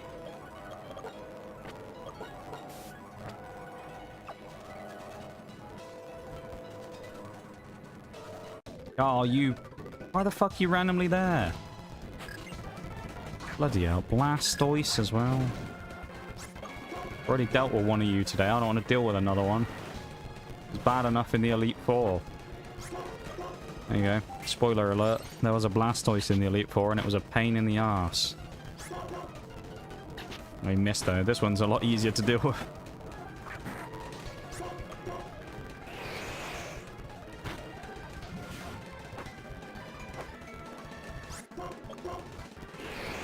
Oh, it's raining. That's why he's hitting these hurricanes, of course. Critical hit on the Hex as well. Huge. Jump Fluff stays in. We'll go for a burn again. Worry Seed hits me. Can we get a triple burn? Yeah, we can. Regus one shot again. Not quite. Copper Grigus with a triple kill. Huge. Thanks for the berry, bruv. This fight will be worth it. Alright. I'm telling you. It'll be worth it. That's why we're doing it. If it wasn't worth it, we wouldn't bother, but it is worth it for what it is. It's just a fun little, like, post-game thing. This is not the town we need to be in. We need to go further.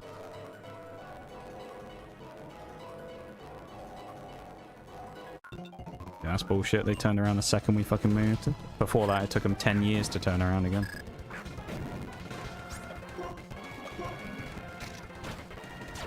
Bruv.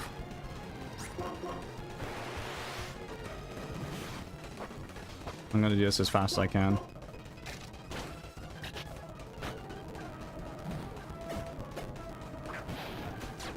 Definite switch out against that thing. We ain't staying on all that. We'll just die. Crocodile would have been such a nice pickup actually for us. If we'd gotten one, I would have been very happy with that. Because he's really strong. He'd be great in another run. If we get him in a future game, or we get him in like Black and White 2, he'd be really nice. I should have used Thunder Shock. What the hell? Level 63 Raichu just hit us with Thunder Shock.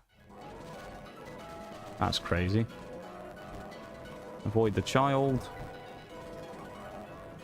Yeah, they aren't going to battle me. Avoid the old man. Okay, I think we're in basically the right place. We just need to get down there. I don't know how we get down there. I think we're in the right... We're in the seaside town, though, which I think is where we need to be.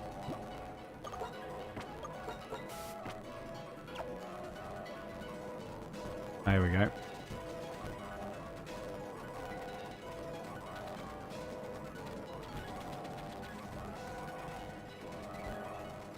Oh, it's just a house.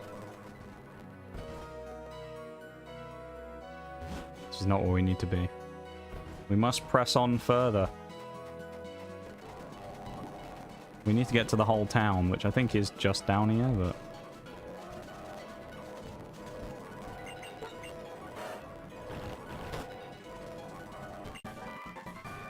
TM Focus Blast. Interesting. Any minute now, guys. Any minute now. No, there's an old... Why you stood in the middle of the fucking road, old man? Why? Why you just stood there in the middle? Why can't you be off to the side so I can try and see you coming and avoid you?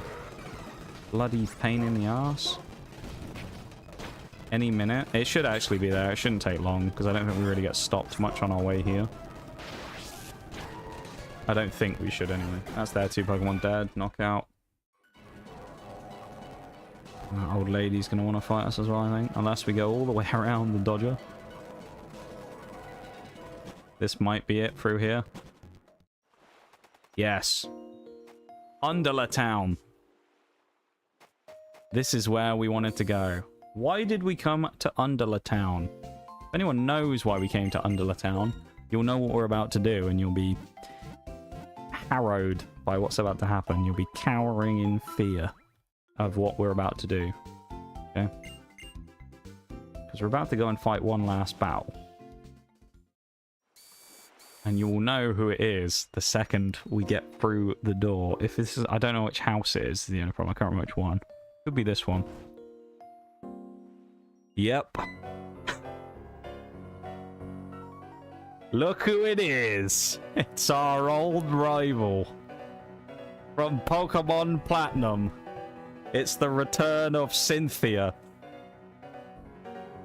I love how, like, the best part of this is, after just, like, a couple of years after being beaten the shit out of in Pokemon Platinum, they release this, and she's just in an unsuspecting house.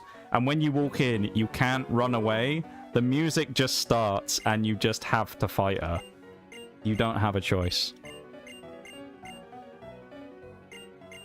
The Cynthia fight. Well, that was randomized, but normally she'd have an even stronger version of her old team, so it'd be kind of gnarly. But we get to rematch Cynthia in this game.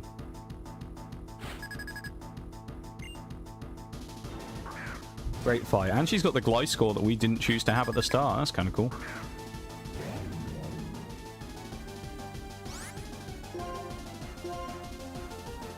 Sword stance. Dude, this thing's... If this thing does boost up, we're in trouble. So actually hitting a Will-O-Wisp here, which we missed, would have been really nice. Double sword stance. Uh-oh.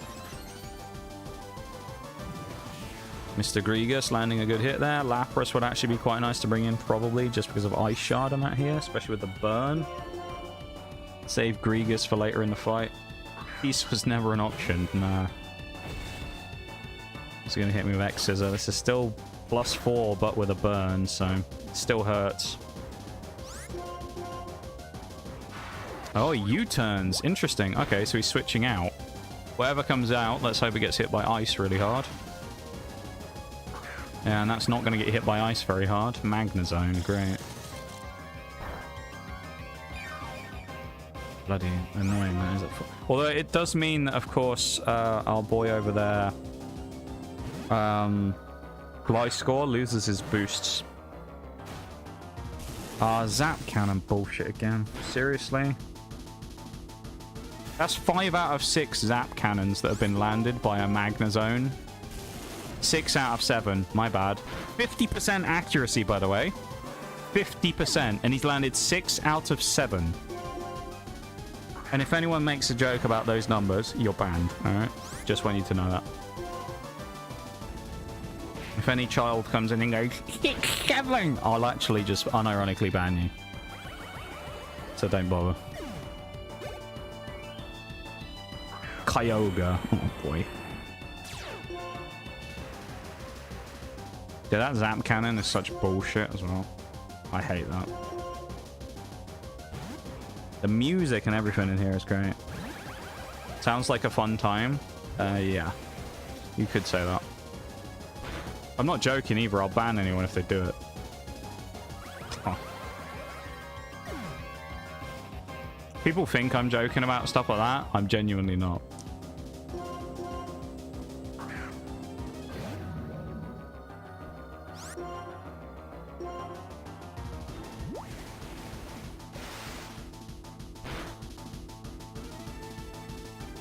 Yeah, we just straight up lose because Kyogre's just going to water spout my entire team. Nice. We can't actually win this. This is impossible. Oh, yeah, Aqua Tailed. Nice. We're still going to die because it's rain boosted. Dude, what a shit fight. Just spam Kyogre. Like, what the fuck is this? This is so dumb. After all the fights we've been through, and then we get to fight Cynthia, who's just spamming Water Spout and Aqua Tail with rain-boosted Kyogre in permanent weather. I mean, it's just one one-shot 3 of my team, including one who was a resist, so GG, I guess. Well, that was fun. That was not worth a while us actually bothering to fight. What a terrible fight. Now he boosts his special attack even more. Great. Just what we needed. Well, I mean, we just lose. There's no... double boost. Yeah, just because you needed it, don't you, Kyogre? Good for you.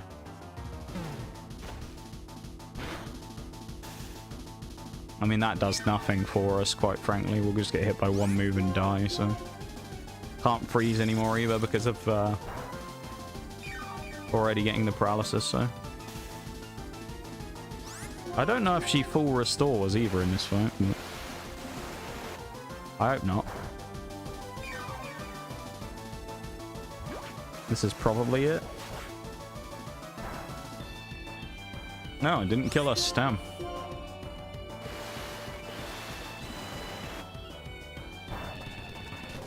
Critical hit. Damn. If he gets full restored now, I'm going to lose my mind.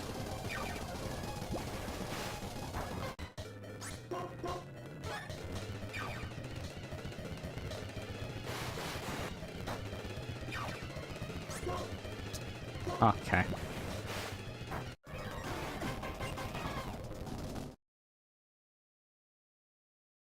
Alright, Cynthia. Next time I see you when you come out of that house in Underla Town, I'm going to drown you in the ocean. Alright? What's going to happen? She's going to get thrown off the pier. Well... It doesn't go out with a bang, it goes out with a whimper. But we didn't have to take that fight anyway, it was just for memes. But that Kyogre, there's nothing we can do against that shit. This is the interesting thing about the randomizer, though. Imagine if that was in the champions team. We got all the way to the champion against Getsus and lost to that. A Kyogre spamming Water Spout.